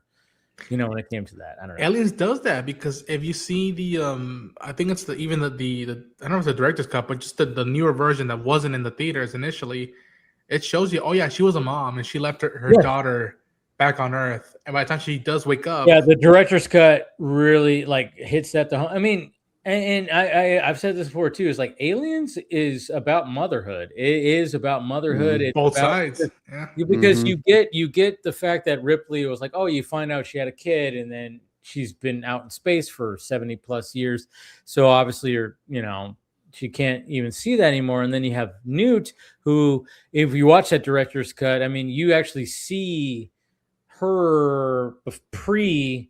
When they find her, you actually see like what that whole, the planet's like before, and she actually sees like I think her dad or somebody. Yes, and gets a face hugger, and she's like screaming like, her "Oh, mom calls for help." Yeah. So then, of course, it's like you have that, and then I always said, well, and then who's the big baddie in this? The Queen alien. So it's literally like it's motherhood throughout. Even the fucking antagonist is we didn't see this in the first one. We just had an alien on a ship. This one, you're actually seeing eggs being laid by a queen. It's like motherhood. And then when fucking Ripley starts torching that shit, mama ain't fucking happy about that shit. And okay, in the first movie, what's the name of the computer? Mom. Mother.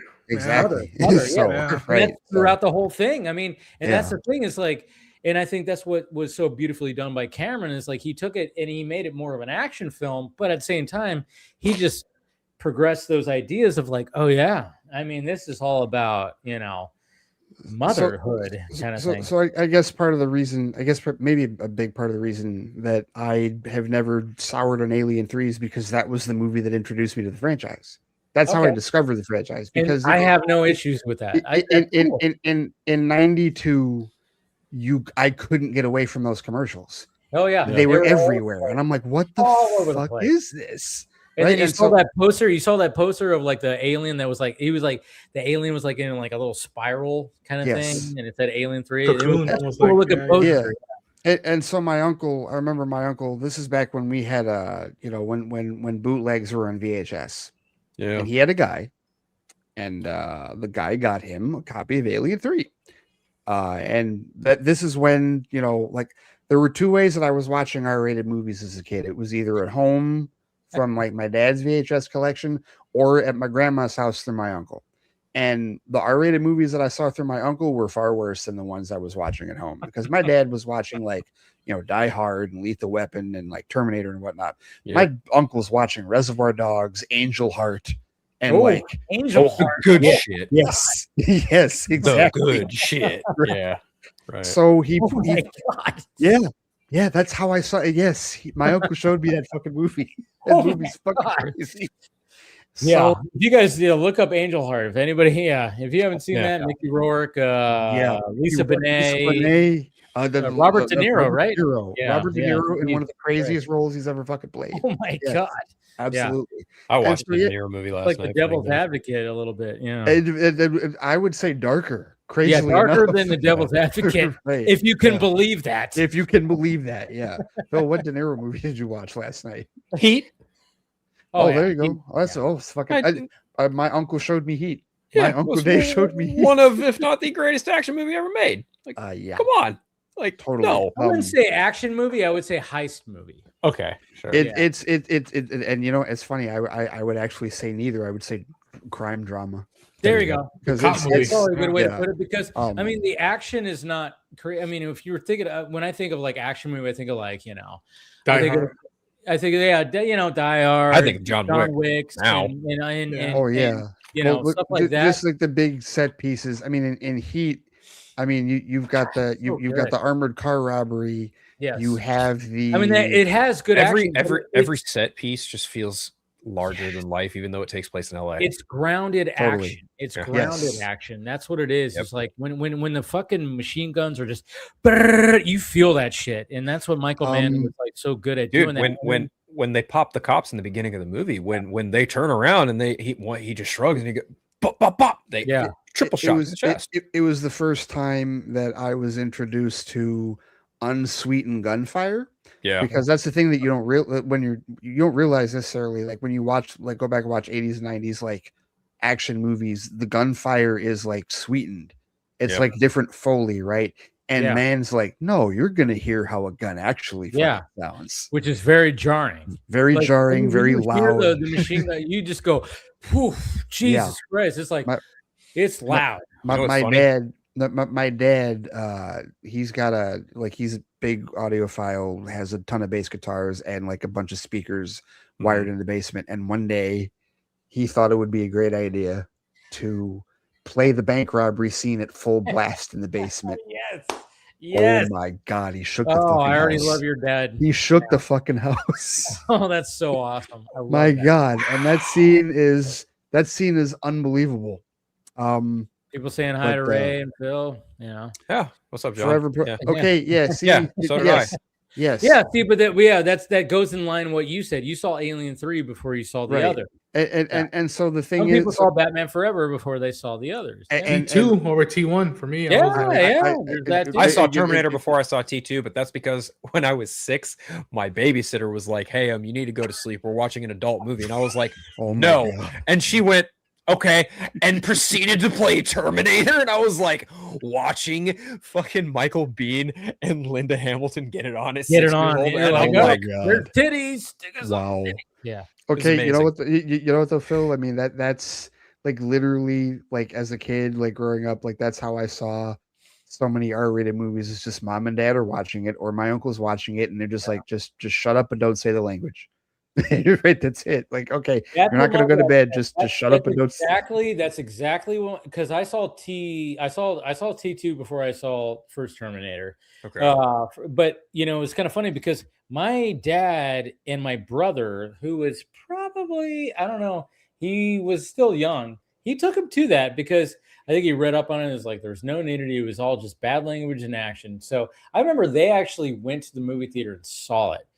So when it came to me actually first seeing it, it was when it came out on video.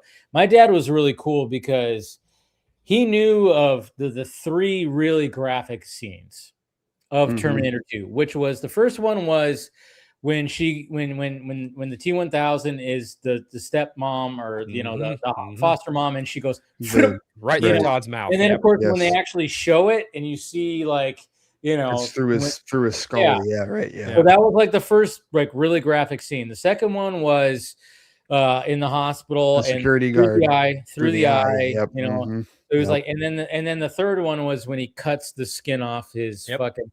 So and it was funny because my dad was like, "These are the 3 graphic scenes. I'm going to tell you to divert your eyes," and I did at first, and then I slowly. It was like one of those things where I slowly, like, I remember the cutting of the skin off the thing was the first one where I actually like watched, like probably the second viewing. I was like, I covered my eyes and then I went, oh, that's not that bad because he's a robot. It doesn't look that bad. You know, the other ones were rarely more graphic because they were actually human beings getting, you know, impaled by things. Yeah. But then it was like, you know, after a few watches, I was like, okay with it. And then, my dad was the same way. He's all, do not say any of the bad words in here, of course.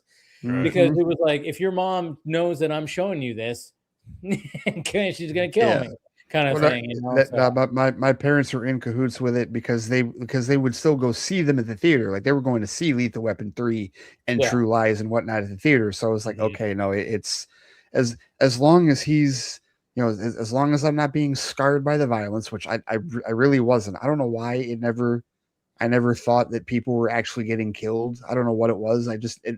That never bugged me. Like the graphic nature of the violence never bothered me in any of those movies at all. It was just the language, because there's that part of me that's like, I wish I could say this, but I'm not going to because I don't want to get in trouble.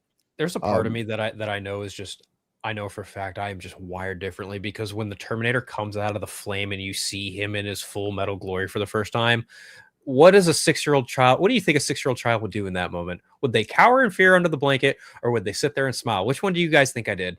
Oh, you were grinning your ass off. 100%. Yes, 100% I was grinning my ass off. And the thing is, I could see both reactions out of a kid. I really could. Yeah. Because if you're fascinated by robots and shit, then that's definitely going to be like my God, like look at this. Right?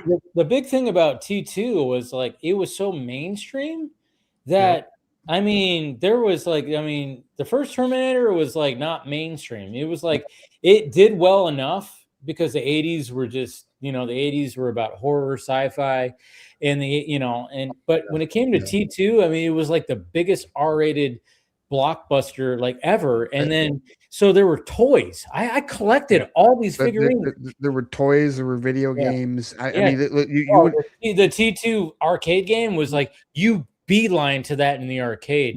You beeline to it. We talked about that one, yes, for sure. But we the arcade game. We talked about one of our RoboCop review at Squadcast Media was me, Tim, and Scott. We talked about how confusing the marketing was for that movie because it's heavily rated R, but there were toys, and it was absolutely pushed on kids. Even though there was nothing kiddie whatsoever. There still is nothing kiddie about that movie at all. And it was the same with Terminator. Terminator was worse because the marketing for Terminator, that was also unavoidable. The only thing that was bigger than Terminator at that point was Batman 89 the year before, as far as marketing. Terminator 2 was everywhere. That was why I saw that first, because Dad saw it. I don't know very many people our age that saw, other than you, Phil, that saw Terminator first before seeing T2. Most everybody I know saw T2 first. I have that luxury of being able to say that I saw that movie first before going into the second one. Because, but it's funny because I remember, like, I mean, and still to this day, I mean, like when you watch Terminator, the first Terminator and Terminator 2, I mean, they're so same director who created this whole concept. And they're so distinctly different because not like so different because I mean the story still is great, but I mean the first Terminator is such a horror movie. It is a horror movie. Like when you watch that movie, everything about it is a horror sci-fi. Terminator 2 is not a horror movie. It is an action, movie. I really think it's the same difference between Alien and Aliens, which is ironic. I think it's the same 100%. Difference. Yes. Where it's like, the first Alien is a flat out horror movie, and then Aliens is an action movie that has horror elements. And because I mean, and that's the thing. But that's what's funny is because Terminator is the same director, but he knew what he was doing, and it was just, and it's so funny when you hear about the behind the scenes where even Arnold Schwarzenegger was hesitated. It was like, I don't want to be the good guy. I'm not supposed to be the good guy. I'm the Terminator. But like there had to be convincing to that. Yeah. And then, dude, I mean, I love it when I see on my fucking Twitter timeline, and I saw this even this past week. I'm getting goosebumps just thinking about it. This scene when little John Connor is running through the hallway and he bursts through the doors and he sees the T-800, and it's all in slow motion. And you see him holding like the fucking bouquet with a shotgun in it, and he just unleashes it, and you hear like his theme, that gun, gun, gun, gun, gun, gun, gun, and then he's like, he loads it, and then John turns around, and then the T-1000 comes around the corner, and you hear his theme. So you hear both themes merging with each other, and then if you saw that thing fresh, you're going, who the fuck? He's done. Like there's a good guy. And then all of a sudden the T-800 goes, get down, and then boom, and then it's like, it is that's one of the most beautifully crafted scenes ever. It is. James Cameron. What that scene is the exact reverse of what the Darth Vader reveal is. And that's why it works so well. Okay. And that's why it worked as well as it did in 1991. Yeah. Because you know, to when you pointed it out, like when the T800 and the T1000 are facing off, you know, obviously before, you know, anyone going into that movie fresh is probably thinking like, oh, well, we know Arnold's the fucking bad one. This guy's probably the good one. He's the soldier. Yes, right? exactly. So going into the movie, when you see the reveal of, oh no, they're both fucking robots, but this one's a liquid metal robot. That's the bigger oh shit moment, because no longer are you worried about the fact like, oh fuck, the robot's protecting little John Connor. Why is he protecting John Connor? Because the other one's made of liquid fucking metal. That's right. why. And he's dressed like a cop, which is just like, I mean, that's like when he says get down and then he fires off, and then all of a sudden it's like, and then John even like screams and he's like, what the, and then the T-800 grabs him, turns around, and when the T-1000 starts firing and he's just blocking him. Oh God. I mean, that's just one of the most beautifully crafted scenes. Like, it is, because the biggest thing is the slow motion and the merging of both of their themes from the score is just playing at the same time. And I'm like, God damn it, that's so good, you know? Because again, if you see in that fresh, you're going, John Connor's fucked. Who knows what the fuck? But then he gets saved by the T-800, which is the same design that tried to kill his mom. You know, right. Well, while he was freaking out, he's like, "Oh my god, his mom was right the whole time." Okay, and see, okay, so attaching to that, one of the scenes that I love, that I think is like really well crafted, is during Sarah's escape. Yes. When the elevator opens. Oh, that's so beautiful. And he steps out of the elevator. And it's got the theme. And the thing is, up to this point, she's been a hard ass. She has been, I mean, she's blown her way through security. Yeah. You know, mutilating staff. You know. Right. And she was completely in a state of like strength and power, and then all of that her soul left her body. The second he stepped off that elevator with the theme, because you know that he was telling John, stay back here. I got to make sure it's clear. So he's coming out to make sure it's clear. And then it just so happens that Sarah's right there and she stops. You hear, she goes, you hear her feet squeak on the ground. And then it's all slow motion. And she goes, no. Right. No. And then she starts running. And then all of a sudden John comes out and goes, Mom. Mom, wait! And then doesn't break until she shouts at her face like "Mom!" And it's like the whole time she's like, "He's trying to kill me." It was just such a reversal. Linda Hamilton played it so perfectly to go from this pillar of like independent strength and just immediately crumble back to what she was at the end of the first movie, and like, oh my god, I'm gonna die. He's back. Like that's and that was it is the perfect display of subverting expectations. Yes. Ryan Johnson, take notes. Anyway, even the line, like again, because again, I didn't appreciate the line of when he says, "Come with me if you want to live." And again, goddamn it, Phil. Infinity War. You don't like The Last Jedi either? I like The Last Jedi. I just think it's the weakest one of the trilogy. I like concepts of The Last Jedi. I like concepts. Okay, all right. And you know what's weird is that, like, because again, I saw T2 first. It wasn't until I saw the movie, I went to Universal Studios and went on the ride when it was actually still there. Oh yeah, I remember that ride. It wasn't down the line, and again, as a kid, I didn't realize that like, at one point he was a bad guy, and it wasn't until like one day I remember randomly my uncle saying, "Oh yeah, I like T2, but I think I prefer the first one." And I was like, "What do you mean the first one?" "Oh yeah, this is the first one. This is not the second one. This is the first one before." I'm like, "What?" And he's like, "Yeah, and the first one, he's the bad guy."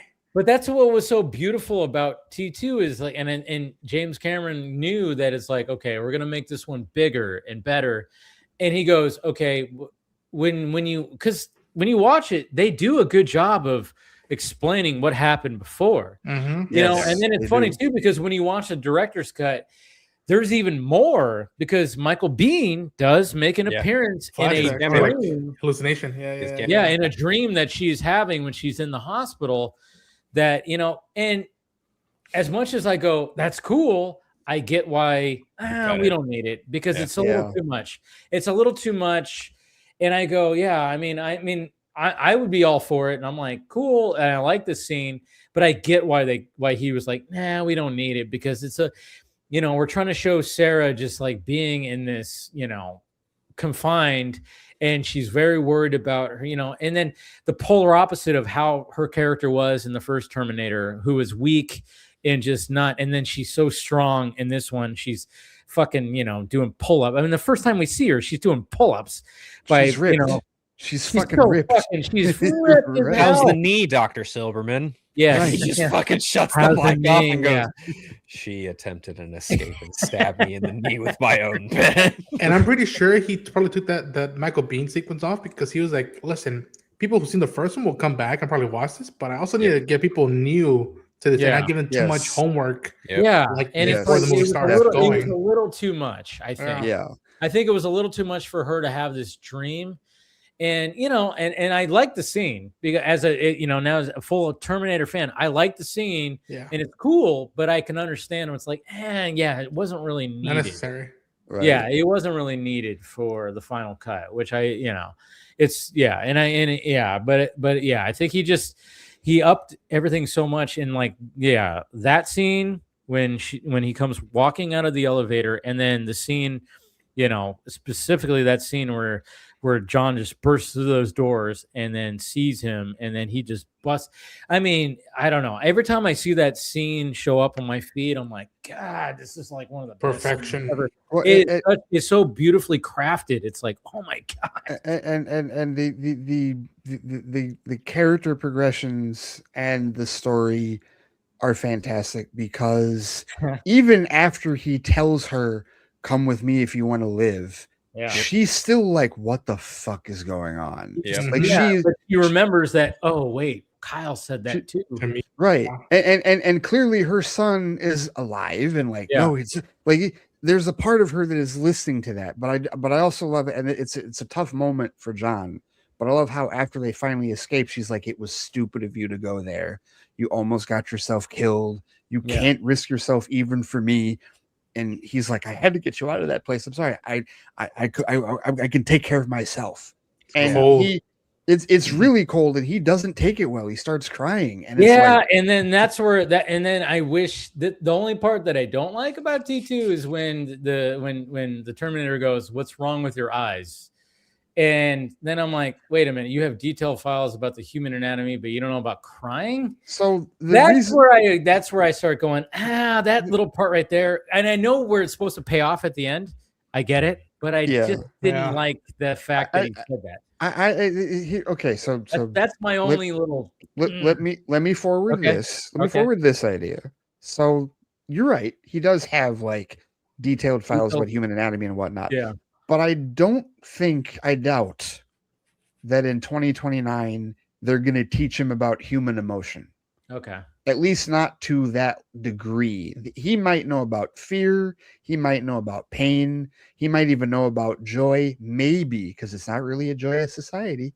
They haven't taught him a whole lot about that. So he's and it's also part of the, because there's that part of I love the last line of the movie where Sarah's like, the unknown future the unknown future lies before us. I face it for the first time with a sense of hope, because if a Terminator can learn the value of human life, maybe we can too. And so that was part of the whole idea of like, okay, this robot that was absolutely a cold-blooded killer that tried to take me out in the first movie actually might have been capable of learning how we are and actually valuing human life. No, I get that was part of the learning about the human, but it just, when you have the line where, he says when she's pulling out the bullets from his back and he's like, I got detailed file. That's where I'm like, well, maybe it's just, if you omitted that line, maybe we could appreciate that. That's just, I don't know. It doesn't ruin the movie. It's still a fucking fantastic movie. It's just like, I think it's just when it comes to both of that mixed in with that line of like, I got detailed, about the human anatomy and stuff like that, where it's just like, that's my only real complaint where I go, oh yeah, that's just like, but it pays off at the end, because when he says like, I know why you cry, and I realize it's something I can never do. Yeah. That hits hard. That's a gut punch. That's a fucking line gut right punch. there. And it cuts to Sarah, which I remember the whole like now thinking about it a lot. It's like what a mindfuck she must have felt like that the night before she tries to kill Dyson. Is that like she looks at this guy and sees how John is so happy around them, and I think even she says that like she could tell that like he's like a father figure to John, and someone who won't hit him back and who won't yell at him. And it's a mindfuck to be like, oh yeah, this guy killed my boyfriend who's your dad, but now he's technically your dad now, and it's like. That's what's so great about that movie. And then you even brought up another good, when she's about to fucking kill Dyson, the music, and then all of a sudden, kudos to Linda Hamilton again. It's like when she is like all about ready to do it, and then when she's just seeing that, and then she breaks down and starts going, and then she's just like, and she just like backs up and goes, "What the fuck am I doing?" Like such a good fucking. She was that close to becoming her own Terminator machine. Exactly. Yeah. Which they play the music. I remember a year later to my friend, like, look at when she's shooting the house, she walks her way down. They're playing the Terminator theme. It's like, oh my gosh, she's becoming a machine. It's just and they hit it even hard. They hit her even harder because the wife and the son are there. Don't shoot my dad. Yeah. Right. Like that. And that also plays with like she's about to take out a father. She's about to do what the 800 did in the first movie. Ruin a family. Yeah. So then she just she breaks down. And then it's so funny too, because again, James Cameron doing a thing like when John and the Terminator show up, and like they show up and like you hear John go, "Oh shit, we're too late," and the door is locked, and then the Terminator just busts right through it. It just like breaks down like the little lock, and it just goes bing, ding, ding, ding, ding, and he just bursts right through. I'm like, it's such a nice little moment of like, oh, you're breaking the tension a little bit with a little bit of humor, because it's like they just showed up. And then, and then I was like, oh shit, we're too late. But the door, like he's trying to push the door and it's not moving. And that Terminator just walks right through it essentially. And I'm like, it's like a good, take notes, Jimmy Guns. This is how you break the tension right there. Not with a stupid joke, something subtle. I'm sorry. I didn't mean to take a shot at James Gunn, but I'm just saying. No, that's my job. Yeah, no, that is your job. I think it's funny a little bit because, I've criticized James Gunn for breaking, dramatic tension with Same jokes here. where it's like it gets a little too jokey. When it comes to something like that, that was like kind of like where it was just funny because circumstantial. Because he's like, John just shows up and like the door is locked, and then the Terminator just hits the handle and it breaks the lock. And then you hear the noise, and it's just like it kind of just and it was just like I remember I always thought it was kind of like a funny little thing. Situational humor, is subjectively always better than one-liners and quips and whatnot. Let me pick your brain about this, since you picked my brain earlier. In regards to a Terminator, one of my favorite Terminators had a first look earlier this week, and that is, of course, Yoshi for the Super Mario Galaxy movie. How you feeling about that? That looking good.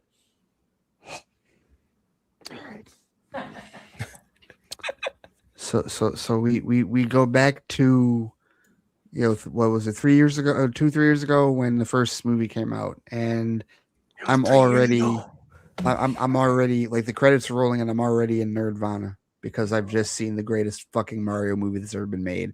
My prayers were answered because all I wanted them to do was make a CGI Mario movie where he could do the actual shit he does in the game, and lo and behold, they did that. And then we get to an end credit scene, and it's the camera going through the sewers, focusing on that fucking egg, and then I just hear Yoshi, and I lost my fucking mind when I heard that. So when the first trailer came out when the first teaser came out for Galaxy, I'm like, are y'all just going to ignore what you teased at the end of the last movie? And so then this clip comes out. Oh no, you're not going to do that at all. Now here's the thing. There were two things that I just first, I love the fact that clearly there's going to be this passive aggressive shit between him and Toad. Yep. That's one. I love that. Yep. Absolutely love that, because that's kind of like a de facto thing. Who's this guy? Right.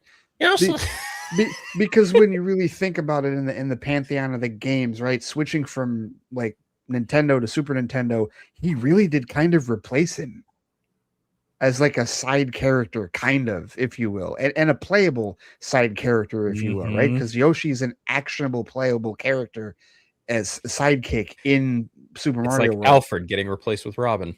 Completely, yes, totally, very much like that. The other thing that and again, this is where I know they fucking did their homework. When the chain chomp comes at him and he eats it and turns into it's like, you fuckers have played the game. You know exactly what he's supposed to do. Like, just yes, that's what I'm talking about. So that is what I'm talking about.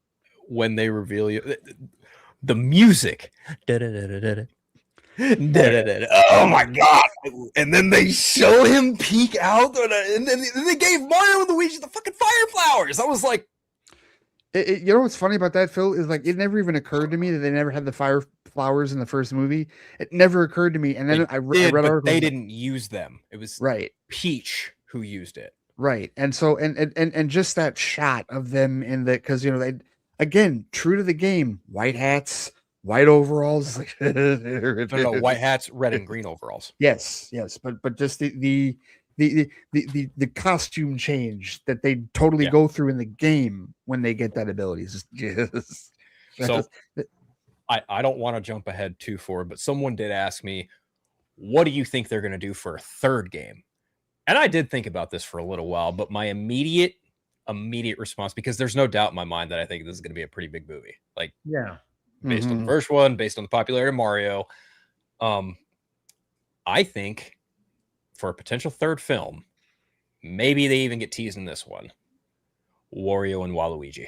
Yes, Wario's got to be the third one. Yes, has to be. Because yes, the trajectory of where we're going with Galaxy in terms of these other things, these other characters are around. I'm like, oh, it's only a matter of time before yellow and purple pop up. The fact that they decided to go with Galaxy in the second film told me that they weren't going in any type of a linear progression, and they don't need to, because they put Mario Kart and they put several different elements from the games in the first movie, so it's like, okay, we can go wherever we want, right? And they're bringing it back with this one because the opening of the Yoshi first look is them on like dirt bikes from modern Mario Kart. Yes, exactly. So knowing that they're going in whatever direction they want, it's like, okay, you're gonna need another antagonist, and who is the next big antagonist that you could possibly use that has been mined the shit out of in the franchise? Absolutely. Yes, I completely agree. Yes, absolutely. Without question. Now here's the real question. Who will be, and this thing way far ahead, who will it be? Who will the voice actors be? Who's going to be the voice of that? Yeah. Who will be Wario and Waluigi? Matt Damon and Ben Affleck. Yes. I like it. Okay. As funny as that is, I hate that you said it, because it fucking would work. I know. It totally would. I like it. I'm a fan. Now the real question is which one do you put opposite? Because I think you need Ben Affleck to play Wario. Yes, that's the way I was thinking, and Matt Damon would be Waluigi. Yeah, I think it. Yeah, although, it would kind of that bring, and there's got to be like a clandestine dogma joke in there, perhaps as well, like just a random one here, or maybe a Goodwill Hunting joke. Like maybe he says, "How you like them apples?" at some point. But have you seen The Rip yet, Ray?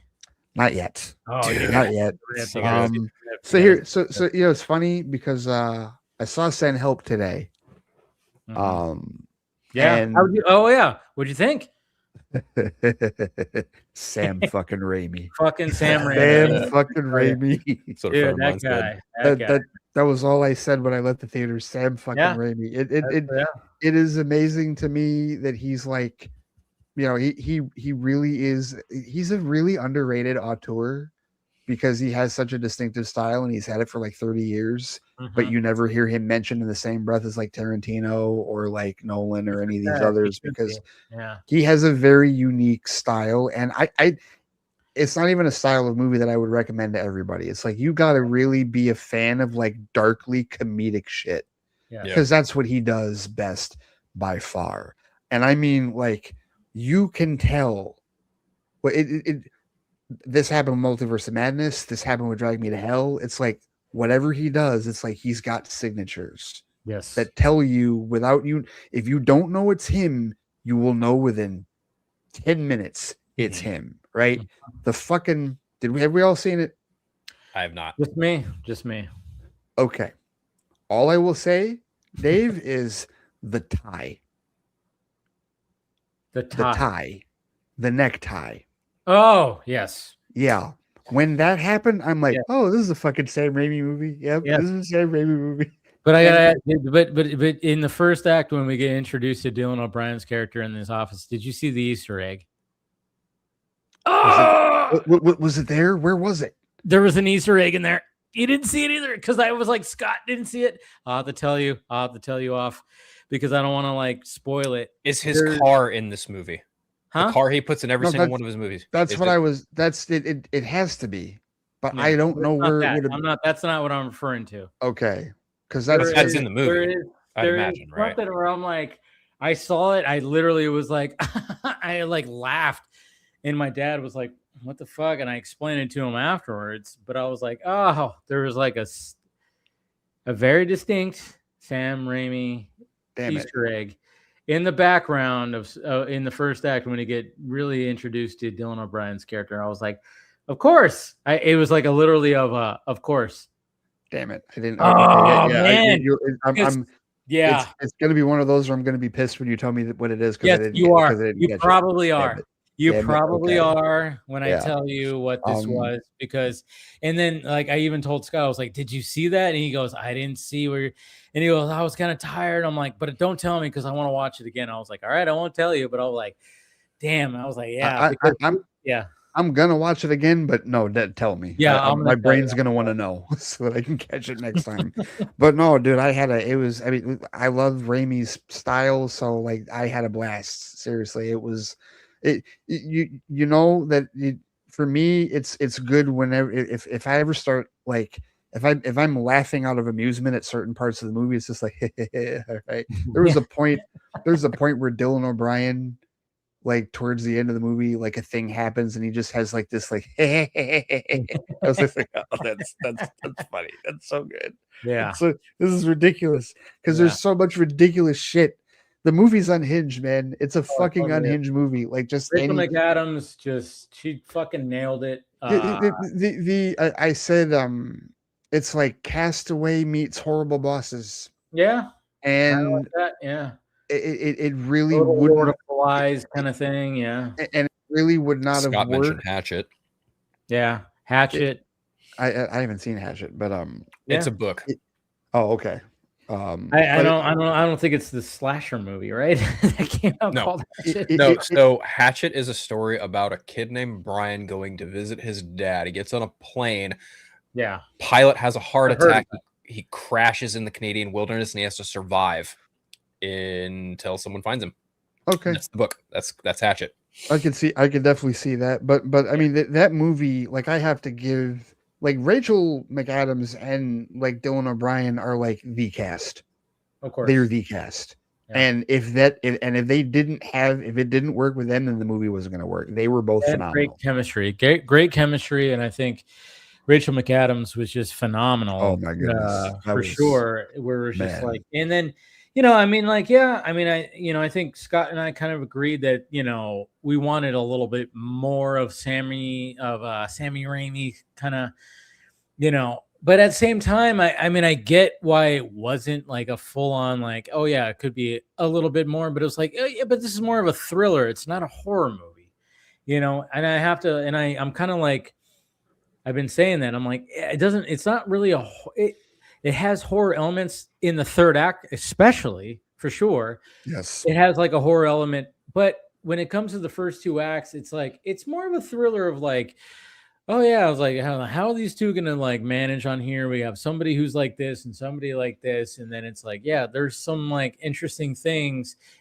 But But what the first act does so well is establish so much, especially with her character, Mm-hmm. There was like how, the fact that when we get to this whole scenario, it's like, oh, yeah, of course, she knows how to do all this stuff because, and it does it in such a way where it's not an expositional dump. It's just like, hey, you see that kind of stuff. Right. So it's written well when it comes to her character. It is. It really is. And I think that, Raimi is good. Like a lot of like Drag Me to Hell and Evil Dead. Like there's a lot of like otherworldly supernatural horror elements, and this isn't otherworldly supernatural at all. This is very like, for like two people on an island, right? Two people on an island, and the crazy unhinged part of it isn't supernatural. It's just the nature of shit that happens. Yes. On the plane and definitely on the island. Like just the fucking the hunting and the rat. That's all I'm gonna say. Just okay, that one dude, like seriously, I'm sitting there, I'm just like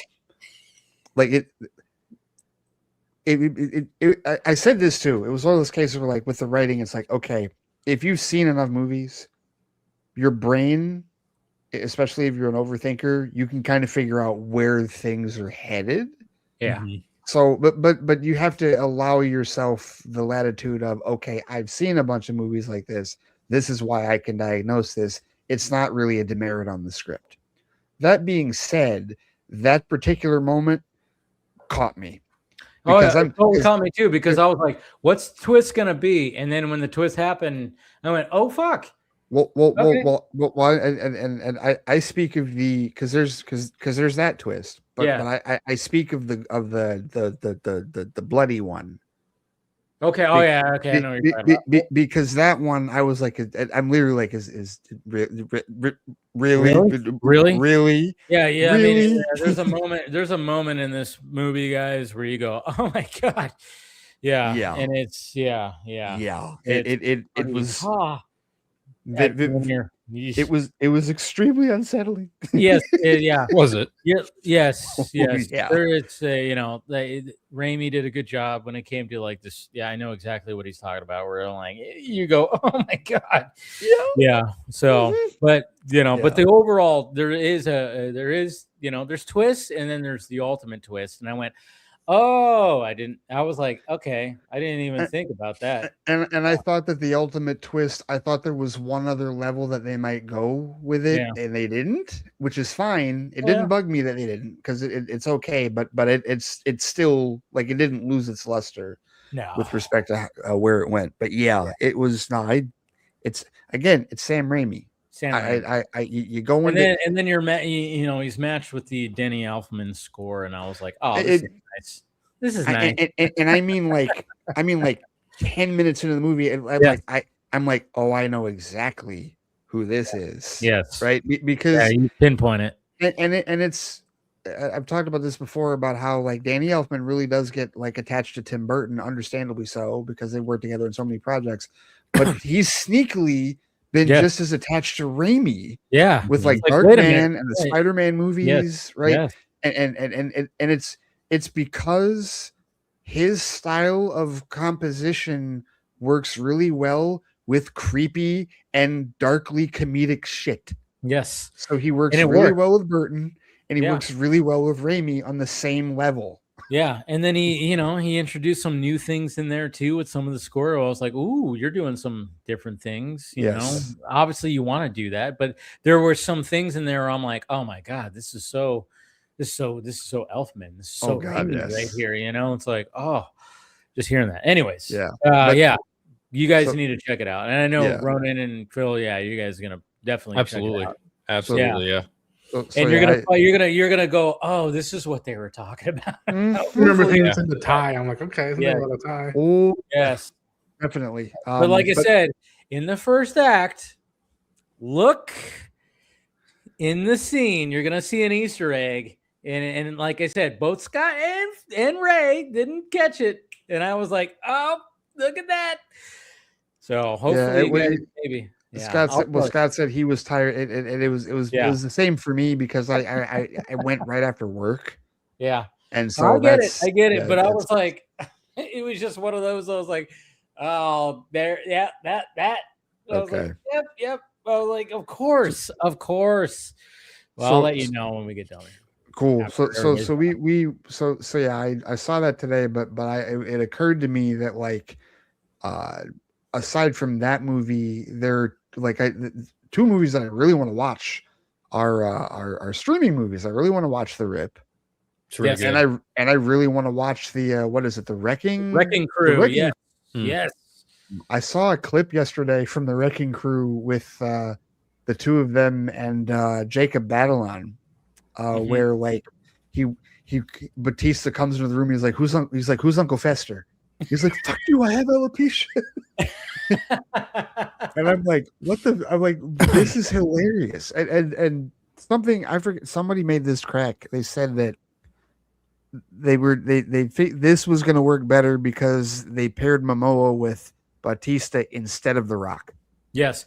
Well, then there's the joke in the trailer where doesn't he say like he said you look like The Rock had sex with himself or something like that. And had a baby or something. Had a baby, yeah. Right. You guys both look like something like that. Yeah. So there's that running joke because I even think that Stephen Root is that what his name? The yes guy. Steve Root, like he even says like, it's like I have my town being and I got two guys who look like they've eaten steroid pancakes, like running this whole thing. It's like it just seems like it's like Bad Boys, but with older and I don't know. It seems like they're trying to capture that Bad Boys type of, I don't know if Batista is Pacific Islander, but I got the impression that it was like to me. It's like it is a little bit. It's like Samoan Bad Boys or Pacific Islander Bad Boys. No, I think a little bit Latin in him. Yeah. Okay. When I was listening to Momoa talk about that, it was like I think he's got that in him. They both have like partially, because they're not even Momoa is full on Hawaiian. Right. I think his dad is Hawaiian, and and I remember I was listening on Theo Vaughn's podcast. He talked about how his dad's full on Hawaiian, his mom is white, and I think Batista has a mix of that too, or something similar. Costa Rican or something like that. I know. Yeah, I can't. I don't remember officially, but yeah, I mean. No, I mean it was a match made in heaven, and like and it just sucks that it's not in the movie theaters. Like, what the fuck? Yeah, that because you get the like when you see the clips, you do get like that old school 80s 90s action movie vibe or Bad Boys, like you said. I'm like, I want to see that on the big screen. Why? I'm like, I can't. I'm like, you release Mercy. I mean, essentially that was an Amazon movie, but it was more MGM. I get it, or MG. MGM. I would have flipped. I mean. Yes, I guess people liked Mercy, but I would have flipped. Mercy I would have put Wrecking Crew in. Mercy was fine. Mercy was fine, but it did feel like a streaming movie, Right. And so I would have totally flipped and watched Wrecking Crew in the theaters and then seen Mercy on like Amazon. Right. I totally would have.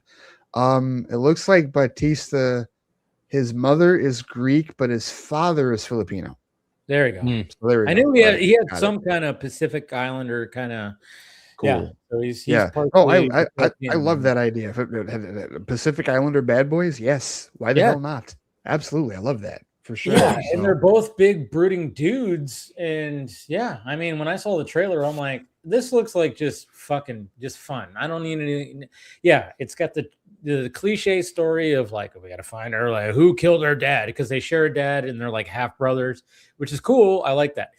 But it was like, when they started off and you have Stephen Root. Root? Is that what his last name is? Yeah, Stephen Root. Yeah. Yep. Yeah. You have him being basically the Joey, the Joe Pants. The Joey Pants, yes. Yeah. Totally, yes. And if you watch Wonder Man 2, by the way, he makes an appearance in there. I'm just saying, and it's great. Who does, Stephen Root or Joey Pants? No, Joey Pants. Joey Pants, is it? Oh, yeah. Yes. I'm telling you. Yes, right. You got to watch Wonder Man. I was like, and I remember hearing about that, and I totally forgot. And then because I'm only 2 episodes in, and then like I said, he showed up, and I was like, oh yeah. I was like, and it's a great fucking scene. Okay. I'm telling you. Wonder Man really impressed me, and I'm gonna try to finish the whole thing off at least get more episodes in this weekend because very impressed. But I'm just saying, like when it comes to this, and I've even seen people online go, "Oh yeah, this is just that kind of movie where it's just it's nothing serious. It's two likable fucking actors who are big brooding and." They're working together. They have great chemistry, and the action is insane. And it's just that kind of fun, kind of buddy cop movie. And I'm like, that's all I needed from it. I'm a sucker for a good buddy cop movie. So totally sucker for a good buddy cop movie. I mean, definitely. What I grew up on, man. Fuck. Oh yeah. You know, I mean, it's all about the pairing of the two, how opposite they can be. And Momoa and Batista, you could see how opposite they could be because Batista is now, he's the older one. He's got the gray beard. He's more of like the serious type. And then, Batista is more of that. And then Momoa is like the more, I'm more loud and obnoxious. Our muscles good. Yeah, right. Exactly. He's like, I didn't fucking blow up your car. I fucking did, and all this kind of stuff where it's like they're bickering. The bickering is always the greatest part of a buddy cop movie. And so you have that like dynamic, and then you flip it with the rip, and it's Matt Damon and Ben Affleck, and it's like, well, yeah, why wouldn't I watch them as cops? Dude, they're great. Like, they're so fucking good in that movie, dude. They're good because again, they have different strengths because Ben Affleck's more of the I would say he's more of like, oh, I'm gonna go check this out. He's more of the he's more of that, and Matt Damon's more of the fuck, man, kind of thing, like but he's more of the problem solver. Yeah. And I would say Ben Affleck's character is more of the I'm gonna go check this out and make sure everything, he's more of the frontline, kind of like I'm gonna go check this out. And Matt Damon's character is more of the I'm gonna figure things out kind of thing. I love how, and mind you, I am no fan of Joe Rogan at all, but I love how when they were doing the press tour for the RIP, everybody either discovered or was reminded how much those two fucking know about movies. Oh yeah, and like how much. I love that podcast. I was like, when I saw it, I went, oh my god. I'm like, click. I gotta fucking watch it because, I knew that they were gonna like dive into so many things, and they did, and I covered it on my show, and I was like, talking about how Netflix does movies when it comes to like reiterating the plot and then of course when it comes to the streaming model and AI and all this kind of stuff, and I was like, I loved and I get it. I know that people, Joe Rogan's not everybody's flavor, but what was good about Joe Rogan is why his podcast is number one is like when he knows he needs to shut up because he doesn't know the things, he'll shut up. At least during the podcast, and he let them speak. He let them speak and talk. And I will say that. I mean, aside from the other shit that he does, of course, I get it. I totally get it. But there's definitely like I feel like most of the time when you see a clip from his show, it's never him; it's the guests. Yes, because the guest has said something profound, or or has revealed some type of knowledge or whatever. And that's what it was here. But the funny thing about it to me was just that it's like, well, Affleck gets this reputation. He and Damon kind of he's a big dummy or something. Right. And it's like, anytime you actually like listen to him talk about the industry, it's like, no, he fucking knows. Yeah. Dude, he knew where it was all heading back like 25 years ago. Like there's an old interview where he talks about like where it's all heading. Yes. So like, and I remember on Twitter, like I specifically, there was a viral tweet that went, who knew that Ben Affleck was this smart? And it was it was a clip about him talking about AI. Yep. And how people is like, no, it's not going to take over the industry, but it could be utilized as a tool because no matter what you could do with AI, you're still going to need that human element to, work with it. You can't just like hit the button and just be like, yeah. And I know there's like this whole thing, and I haven't really talked about it in whatever, but Darren Aronofsky, I don't know if you saw the 1776 series that he's trying to release, that's all AI, but they didn't use AI voices. They actually brought in people to do the voices, but everything you see on the screen is AI. I haven't really. I was like, I saw it and I went, no wonder that looked like doing, shit. Dude? Yeah. What are you doing? And I saw some people comment about it. I watched some videos and they're breaking it down. And yeah, there's things where I'm like, oh fuck. I mean, like it doesn't. It's like what? Like why? But yeah, this is what people are fearing, but at the same time, it's like this shows you right here that it's never gonna, and that's what I really loved about them on Rogan's podcast is like even when Matt Damon talked about he talked to Dwayne Johnson about the Smashing Machine, and when he was trying to because I don't know if you guys have seen the Smashing Machine, that's Dwayne Johnson's best performance of his career. Regardless of like it didn't make gangbusters money or whatever the hell in the box office, I really hope that a lot of people visit that because it is his best. You're actually seeing Dwayne Johnson going like acting, and when there is a scene in the movie where he's in the hospital and he cries, and Matt Damon said he like asked Dwayne, "Is like where did you summon like that scene because it's so good." And Dwayne Johnson, said where it came from.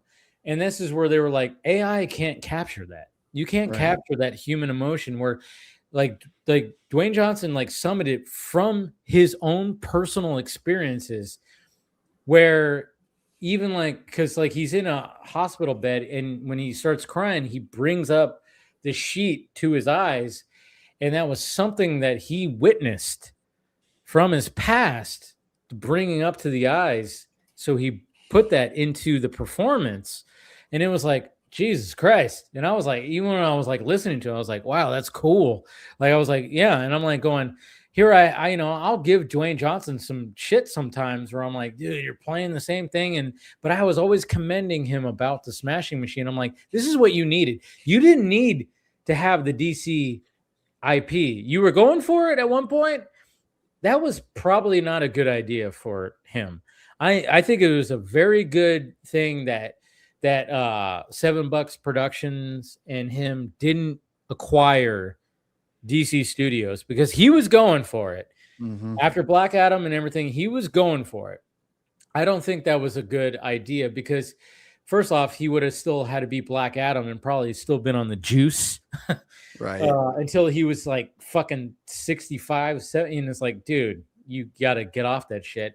And he has, if you've seen him, he's shrunk down just like Dave Bautista. It's like, oh yeah, they've got off some of that stuff where it's like, yeah, you got to bring it down. You got to worry about your health now that you're in your 50s. And I think the Smashing Machine, is really showed people holy fuck, this guy can actually act. He can actually do this thing. We've always seen him as this big brooding, superhero or action star. But I think, and when Matt Damon brought that up, I was like, I love that. I love that he used that performance as a comparison of what AI cannot accomplish when it comes to a performance. And it was really cool and on the, one of the biggest podcasts in the world to say that, awesome. Yeah. Oh, and he's 100% correct. And, like that, I think we're all better served, fans and otherwise, we're all better served that $7 did not win that battle for a number of reasons. Cause even the cultists that were convinced that we were going to get Snyderverse, it's like, no, we were going to get $7 Snyderverse, which would have been Black Adam versus Superman, saga, basically, and it it wouldn't have worked out all that well. But I agree with you. I feel like a lot of certain actors that have a reputation, comedic actors, a lot as well. They always need. Not always, but a lot of times they get that one movie. like with Adam Sandler. Like I know people love Uncut Gems, but for me, it's Punch Drunk Love. Yeah, Punch Up. Yeah, that was Right. the first one And that really. That's the big one where it's like, oh shit, okay, Yeah, he can act. Yeah, or like with Jim Carrey. A lot of people will say Truman Show, but I say Eternal Sunshine. Yes, Eternal Sunshine of the Spotless Mind. Like that's. I think Eternal Sunshine is so much. I mean, that's my favorite. That's one of my. Well, it's one of my favorite movies altogether. That's that movie is. That movie is in my top. If I had to put a top 20 out there, Eternal Sunshine would be in it. Yeah, and because I've watched that movie so many times. And I mean, Jesus Christ, when you watch that after a breakup, holy shit, does it hit even harder? Oh my God. That's, I mean, that's a tough one to, that's a tough one to watch after a breakup. Oh yeah. And I've done that.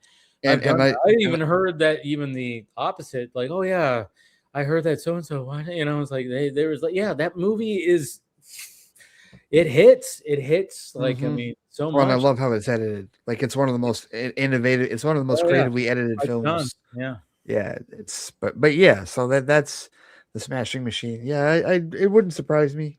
Yeah, you got to watch it. You got to watch it and just see that. But Ronan, I know you got to take off.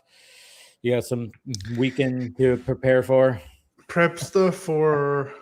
I can't even talk about it, but like, yeah, prep a lot of stuff for the weekend.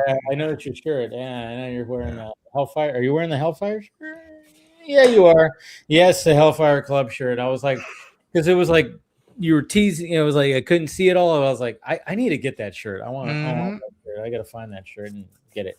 But thanks for joining, man. Thanks, man. It was fun chatting with you on Friday. Yeah, always, man. All right. Have a good weekend. Take care, boys. Subscribe to Ronin. But yeah, I know, and it's so funny because one of the things that when I listen to podcasts, especially like when it comes to comedy podcasts, comedian podcasts, and stuff like that, is one of the things that is recognized is because there has been movies, from the 80s even to the 90s and stuff like that have tried to show stand-up comedy. And they never really get it right. And I've when I listen to some of these podcasts, when they talk about movies that try to talk about stand-up comedy, it's like, oh yeah, there's certain ones that they didn't get it right, and it's very difficult to get it right. But what's funny is like when you have like a dramatic actor that tries to do comedy in a movie, it might not work, but it seems like what always works is when a comedic actor goes to drama. It seems like it fucking just always works because I don't know what it is. It's just because they're always supposed to be naturally like funny. And then when they get into a dramatic role, they just, because they're so like, I guess when it comes to trying to be funny and like, maybe if it's a stand-up comedian and they get so immersed into their material that they just know how to just immerse themselves into being dramatic. I don't know. It's such a weird thing where like you have like somebody like Jim Carrey or Robin Williams who like they could be so funny and just be this crazy character. I mean, those two are like the goats where you get their comedic presence, whether it's stand-up, when you see their stand-up and how animated and how crazy they were. And then in their comedy movies, how crazy they are. But then when they get in their dramatic roles, you go, holy shit, this is like a whole different person. I feel like comedians have talked about this before with respect to the range that you still have to have as a stand-up comedian. Not only that, an observer of human behavior. So it's almost like in many ways, like the training that they have to really be an effective stand-up comedian also trains them to be an actor with wide range because they are observing. And that's what a lot of stand-up is. I mean, that's really what stand-up is in general. It's just observational humor, observing human behavior. And so you've got students of human behavior that are not only watching how other humans act, but they also have to know how to, get laughs out of them, how to manipulate the crowd, how to work the crowd. And like, and mind you, these are comedians that have been through the ringer, right? They weren't always good. They sucked. at times and got booed out of clubs and dealt with that rejection, dealt with that depression, dealt with all of those emotions, right? So they've kind of seen it all. Yeah. Like the successful ones. And you know what I think it is? You know what I think it is like when a comedian bombs and how that can be probably like, I mean, I'm not saying that, you know, certain actors have never, but like when you're like a renowned actor and, you know, you put a movie out and maybe it'll bomb, but it's not completely on you. Exactly. Right. It's like, oh yeah, the movie didn't do well. But when you're a stand-up comic, I mean, this is probably, I mean, you know, I've even thought about like, hey, I would, you know, I've even thought about, even friends have said like, hey, you should try stand-up comedy. And I'm like, yeah, but everybody bombs. You're like, it's inevitable to bomb on stage. Like every comedian has talked about their worst bombs and that it's been multiple. Like you're up on stage, you have a crowd of people and nothing is working. And I think that's probably what is part of it, is like they know what it's like when like eyes are on you and you're just like nothing. Mm-hmm. So maybe that's like there's something about that just like that a regular actor who's trying to pretend to be a comedian will never understand. You know, that's why I want to see that movie that Bradley Cooper just directed that came out this month with Will Arnett, that has to do with you know, the Will Arnett plays a guy who just like is going through a divorce and he decides to do stand-up comedy. And it's based on and Scott saw it and he said it was great. And I'm like, I want to see it, you know, because apparently, like, because, you know, Bradley Cooper, he even went on Rogan also, and Rogan was like commending him, was like, yeah, you really found it. Because not only did, you know, Will Arnett is a funny dude, he is a comedic actor, but he's never done like really stand-up, but he, you know, delved into that. And then supporting cast members of that movie are stand-up comedians, which is what I forgot who the director was of that. Oh no, he directed that. Bradley Cooper did, but he wanted that. He was like, because Bradley Cooper said he loves stand-up comedy, and especially when it comes to going to these small clubs and everything and watching it. So when he was like casting for this movie, he wanted to have legit, like, yeah, Will Arnett was writing it, apparently. I think it was just like Will Arnett's idea, if I remember correctly. Mm-hmm. And so when they were putting it all together, he was like, no, like Bradley Cooper was like, we have to have actual stand-up comedians be the supporting cast. And when I saw the trailer, I was like, oh yeah, I recognize her and him. I was like, those aren't actors. They're actually stand-up comedians. So he like had the supporting cast be more of that. So I'm very curious to see that movie. And it's like, that's what's cool about filmmaking, is like, and Bradley Cooper recognized that because he appreciates the craft of stand-up comedy, because it is not easy. It's not, no, it's definitely not an easy craft. It's not an easy art at all. And I appreciate it. I mean, because like I said, I listen to, you know, comedian podcasts a lot, you know, mixed in with other podcasts, and I'm just like going, So when I even listened to that Joe Rogan podcast with Bradley Cooper, and he was talking about that, I was like, you know, and I was like, cool, this is definitely going to be a movie I'm going to definitely enjoy.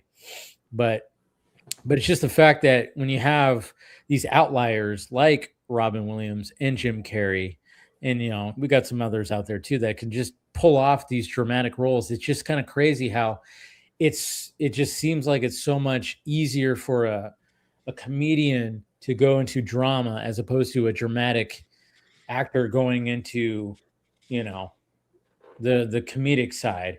But then, you know, you'll also get those too. I mean, you know, even Robert De Niro and Meet the Parents and other things too, where it's like, oh yeah, he's got some timing. He's funny, you know, but it's not as strong. It's not as strong, you know. Right, because he's not a comedian, but he's still like, you know, I mean. And he did him and Martin Scorsese, they did that one movie. What was it called? Fuck. Can't remember what it was called. They did like a movie. What the fuck was it called? I mean, I know they were both in Shark Tale. I forgot what it was called, but they like actually not only were they both in Shark Tale, but the anthropomorphization that DreamWorks did for all of the fish, like this remains the king of comedy. The king. Yes. 1982. Well, because that was because they were saying that was like part of that inspired Joker, that movie. They say, yeah, definitely. But no, because he was a puffer fish in Shark Tale, and they gave him his mole that he has, right, and then they gave him the glasses that he wears, right. Yep, they gave De Niro his mole. When you look at Will Smith's fish when he's standing up, like the pattern on his head looks like his fade haircut. They gave Renee Zellweger her facial features. Yes. They also gave Angelina Jolie her facial features. Of course. Yeah. So, but yeah, I don't know. I mean, like stand-up comedy. I love stand-up comedy, but that's terrifying, utterly terrifying. Because good and damn well that like it's sink or swim, and you probably sink a lot more than you swim with stuff like that. Especially at first, and it's and I remember when Judd Apatow did Funny People, right? Yes. With Adam Sandler.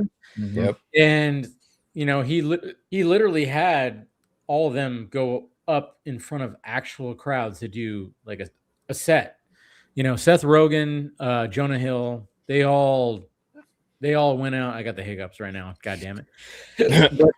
But they all went and did literally that. And even Judd Apatow has done, he's done, stand up too. And it's like, yeah, I mean, when you want to catch that yeah.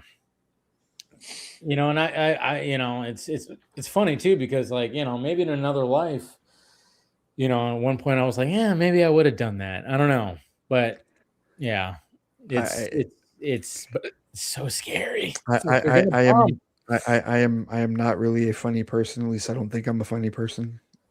You've had funny moments. I'm told I'm funny, but I don't believe it. Right. You feel like you have funny.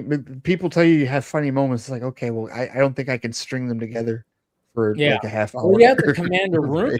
You have to literally command a room. Right. Exactly. Yeah. And that's no. I don't even think I have the temperament to do that, to be honest with you. I feel like that would, like it, because some of my favorite, like I one of my favorites, Titus, yeah.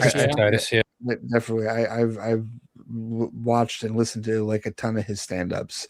I've seen him live. Yeah. Oh, he is darkly hilarious with a lot of his shit, but it's just like, damn, how does he like what does he tap into in order to like, to command a room like he does? It's like, damn, like this, and a lot of his stories are just like, a lot of his stand-ups are literally like, it's an hour of him failing. Yeah. And then at the very end, he's like, well, here's the 20 minutes of triumph at the end of all of the failure that I have outlined in this stand-up. And then you got the comedians that like I like Mark Norman, who's like God damn these hiccups. Yeah, it's all happening. Well, we'll probably end this stream after this whole segment right here. We're only going 4 hours, so but I was listening to Mark Norman. Mm-hmm. If you know who he is, look him up. He's one of those where he's a zinger guy. He's a zinger kind of guy, and he was on Julian Edelman's podcast, and he talked about certain things where it's like, how do you find the funny when it's like trying to find the funny on serious things that people are like, in the news are going like, oh my god, there's this. And he's like, well, what if I tweaked it where it's like, I'm gonna try to make you laugh at least when it comes to this. And he and he even said like a joke in the moment, and when it was like, wow, that was a beautifully crafted joke. How he even said that, I was like, and it's that's a talent.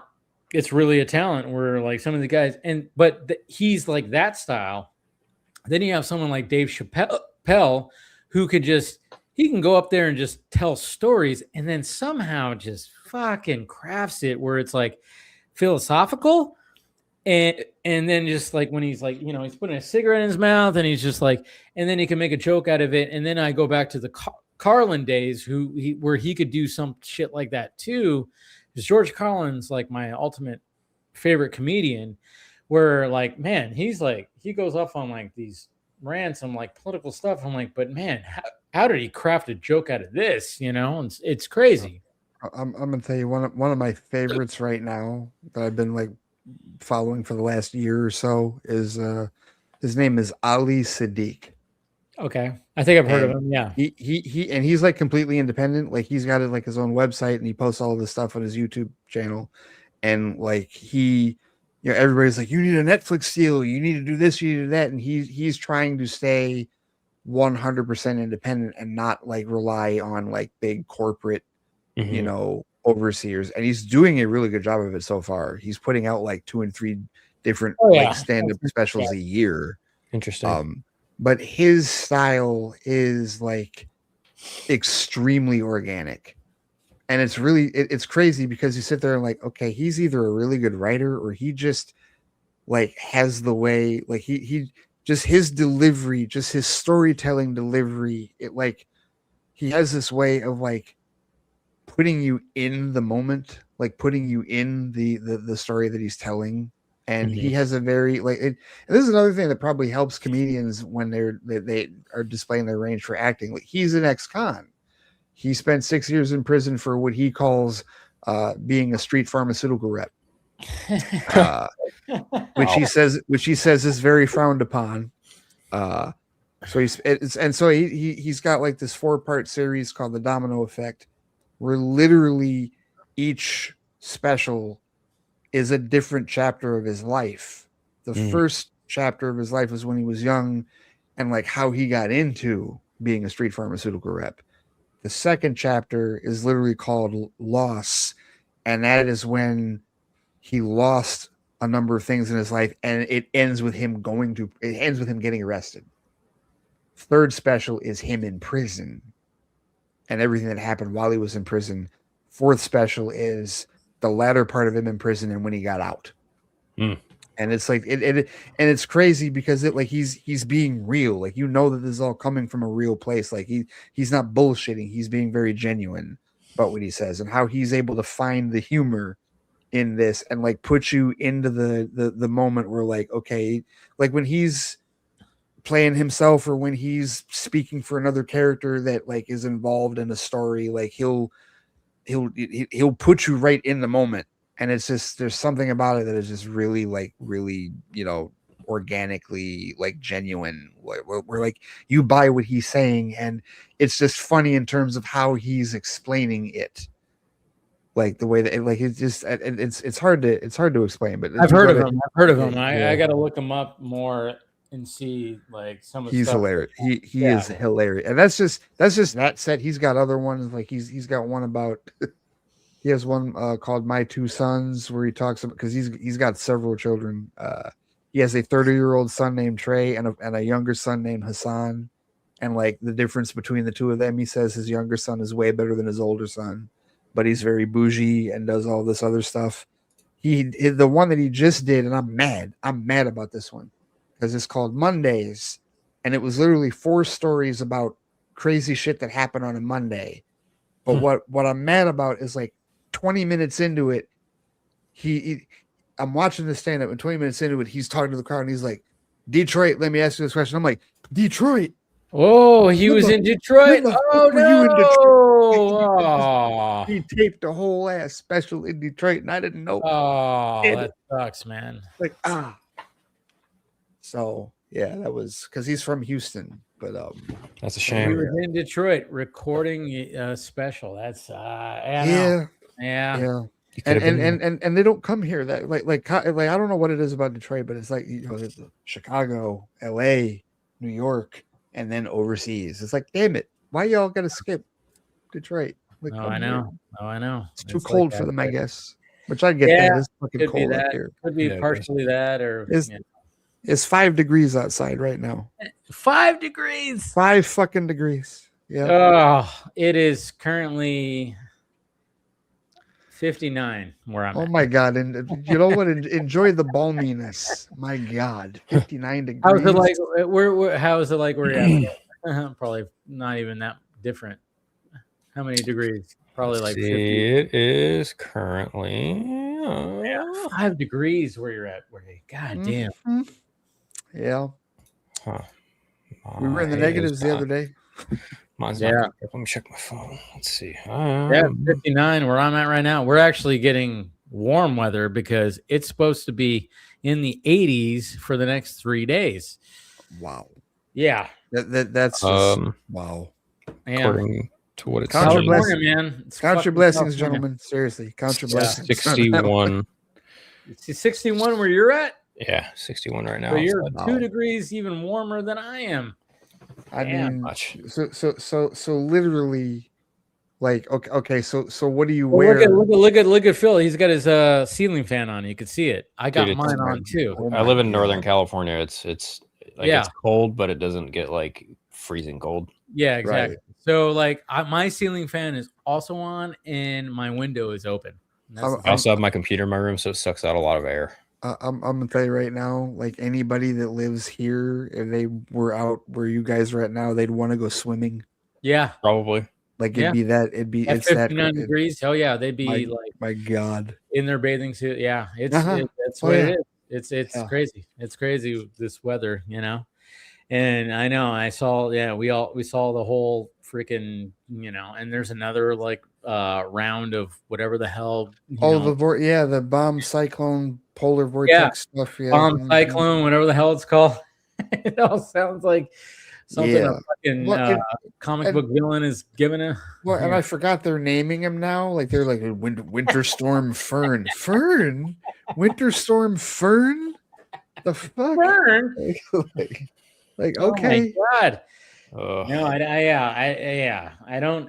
It was funny too because like last week we kind of talked about it and Scott was on, but when we did DC Fanimated and they were like, that was when the first round it was like, oh shit, we're gonna get these ice storms, and even Chris, who lives in North Carolina, he was like, but you know, it ended up being not as bad as they were making it seem. But you are up there. You were up there, man. So yeah, I'm fine. Well, it was like a year ago. I remember like it snowed down where Scott is at, and we were kind of having like we're going to hell moments because we were watching video of people in like Bama and Georgia trying to drive on icy roads. Now they were told, "Do not drive. You are not equipped. You are not capable of driving on icy roads." And of course, not everybody followed that. And just watching these cars jump off the road because they have no idea how to drive. Like I shouldn't know how to drive on ice. I do, and I can. And ice, snow, whatever. Like a couple weeks ago, I'm driving to work, and I'm like, I can't see the road. Nope, it's all snow. All snow. Yep. It's terrifying. It's fucking terrifying. Absolutely. But like a whiteout kind of thing where it's like completely. It just and on the ground because because plows and salt trucks are like, I mean, because I'm going to work at like 3 a.m. and it's like, you work ridiculous hours too. Yeah. So it's not really all that conducive. I mean, there's times when we get a pretty heavy rain pour down here where I'm like going, fuck, I'm like gripping the wheel, like, and I can't even imagine like, especially California drivers, if it got to conditions where you're at here, it would be bad. I mean, I remember nightmarish. Yeah. I remember one time, and this was when this was like, you know, back in 2020, when I was still, you know, I wasn't working remote and I had a commute to an office, and I remember we had a really bad rainstorm. I got up and it was like, you know, 5 something in the morning, and I'm like, fuck, it's pouring rain. I get on the freeway. I probably saw 4 or 5 accidents on the way to, this is like a half-hour commute. It's about 30 something miles, you know, and it was supposed to be a half hour, but of course it took like, you know, almost an hour to get in. And that's why I was like, I got to leave early because, you know, fuck. And I probably saw 4 or 5 accidents on the freeway just from rain, you know, and it was like, you know, you're driving, I'm sitting there just 2 hands on the steering wheel, just fucking going. And then I'm seeing lights, you know, emergency, and I'm seeing, oh, there's an accident. Oh, there's another one. Oh, we're slowing down. Oh, we got another accident. Jesus Christ. Yeah.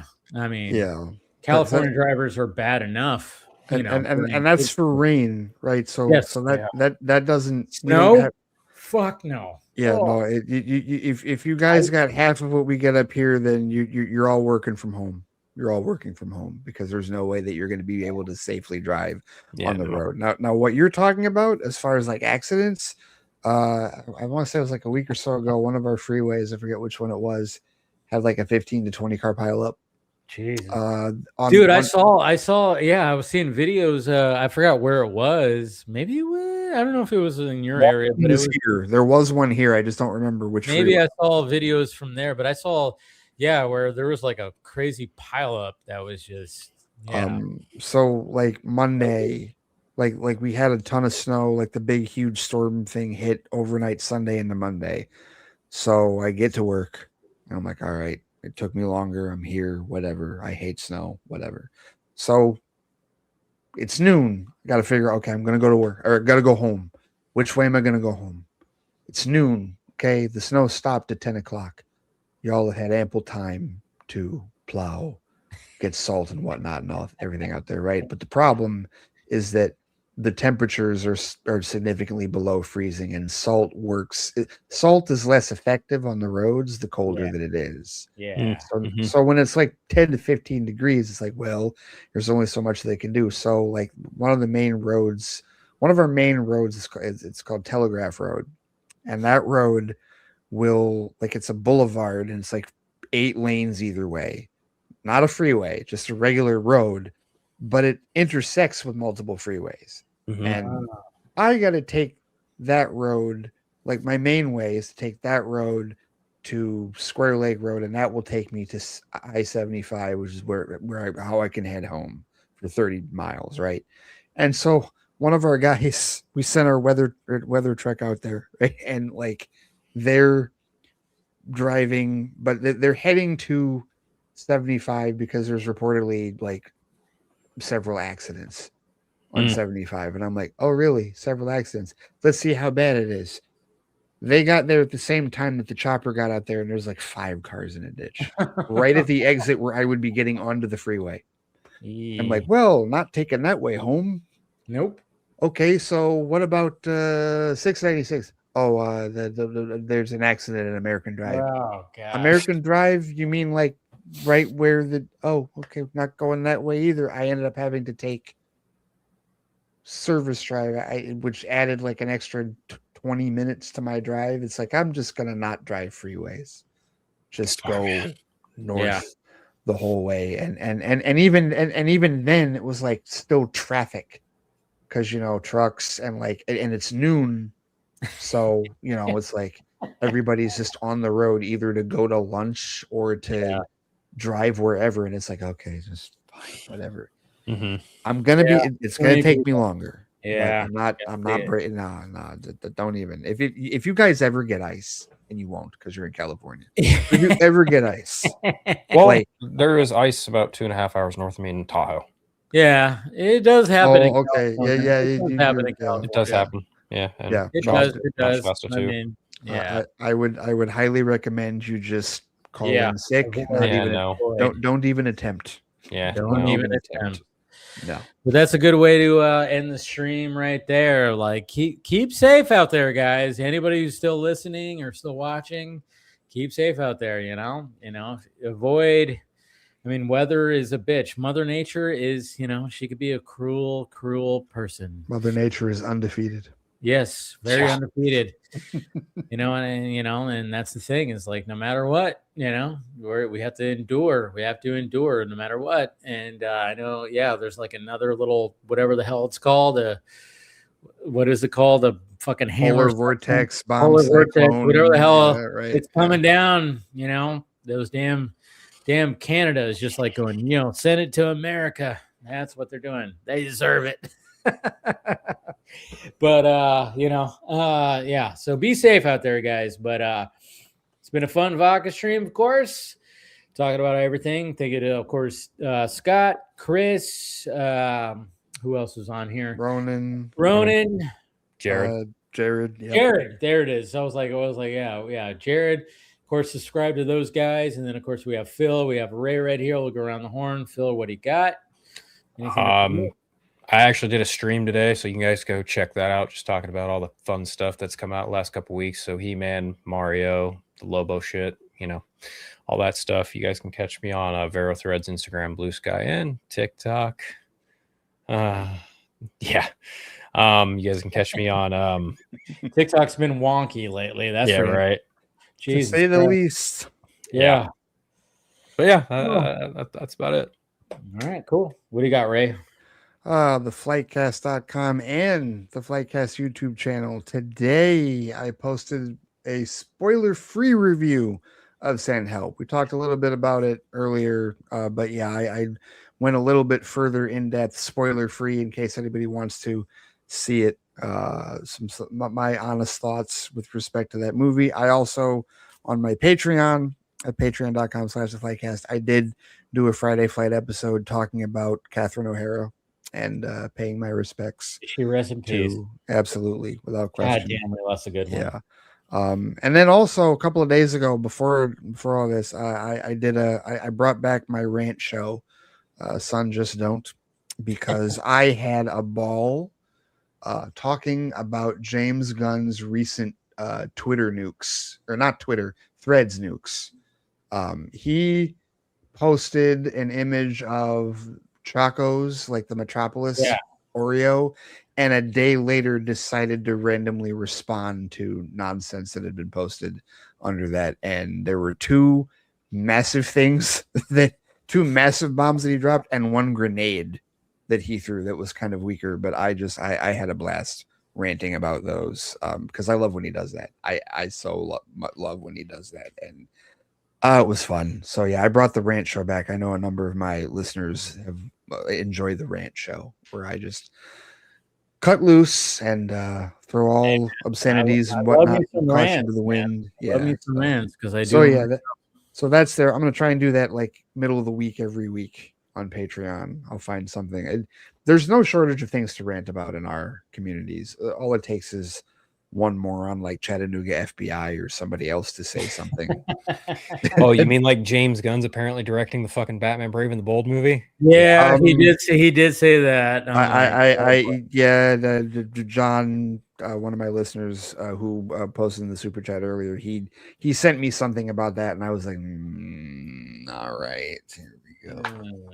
Yeah, exactly. So yeah, I hope that's not the case. I'm like, I don't think it's gonna be the case. I don't think it's gonna be the case either. I would not believe that fucking guy at all. No, but he said that probably because a broken clock is right twice a day, and he's probably trying to play. And like I said, he's been right before. He's not batting 0, but he's not batting 1,000. And he's batting he might have, because Gunn still hasn't confirmed this, he might have just gotten a hit with this whole Christina Hodson thing. Yeah, he might have. So that's what he's trying to capitalize on. Yeah, because I think he did report that.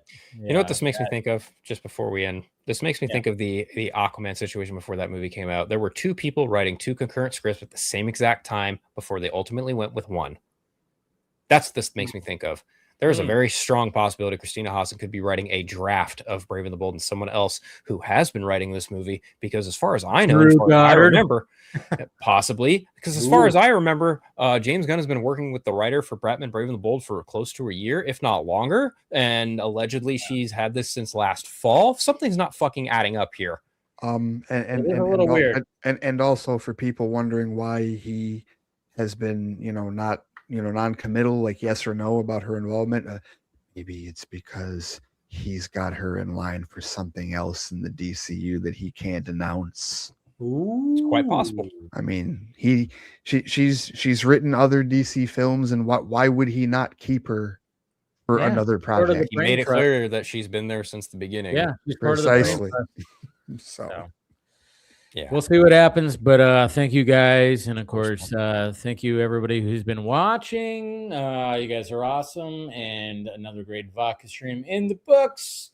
And yeah, guys, we love you. Subscribe, hit that like, thumbs up. Hey, if you're still here, put a comment down below for the, it helps out and everything like that. How'd you like the show? Anyways, all right, guys, we love you. We will talk to you Take later. care.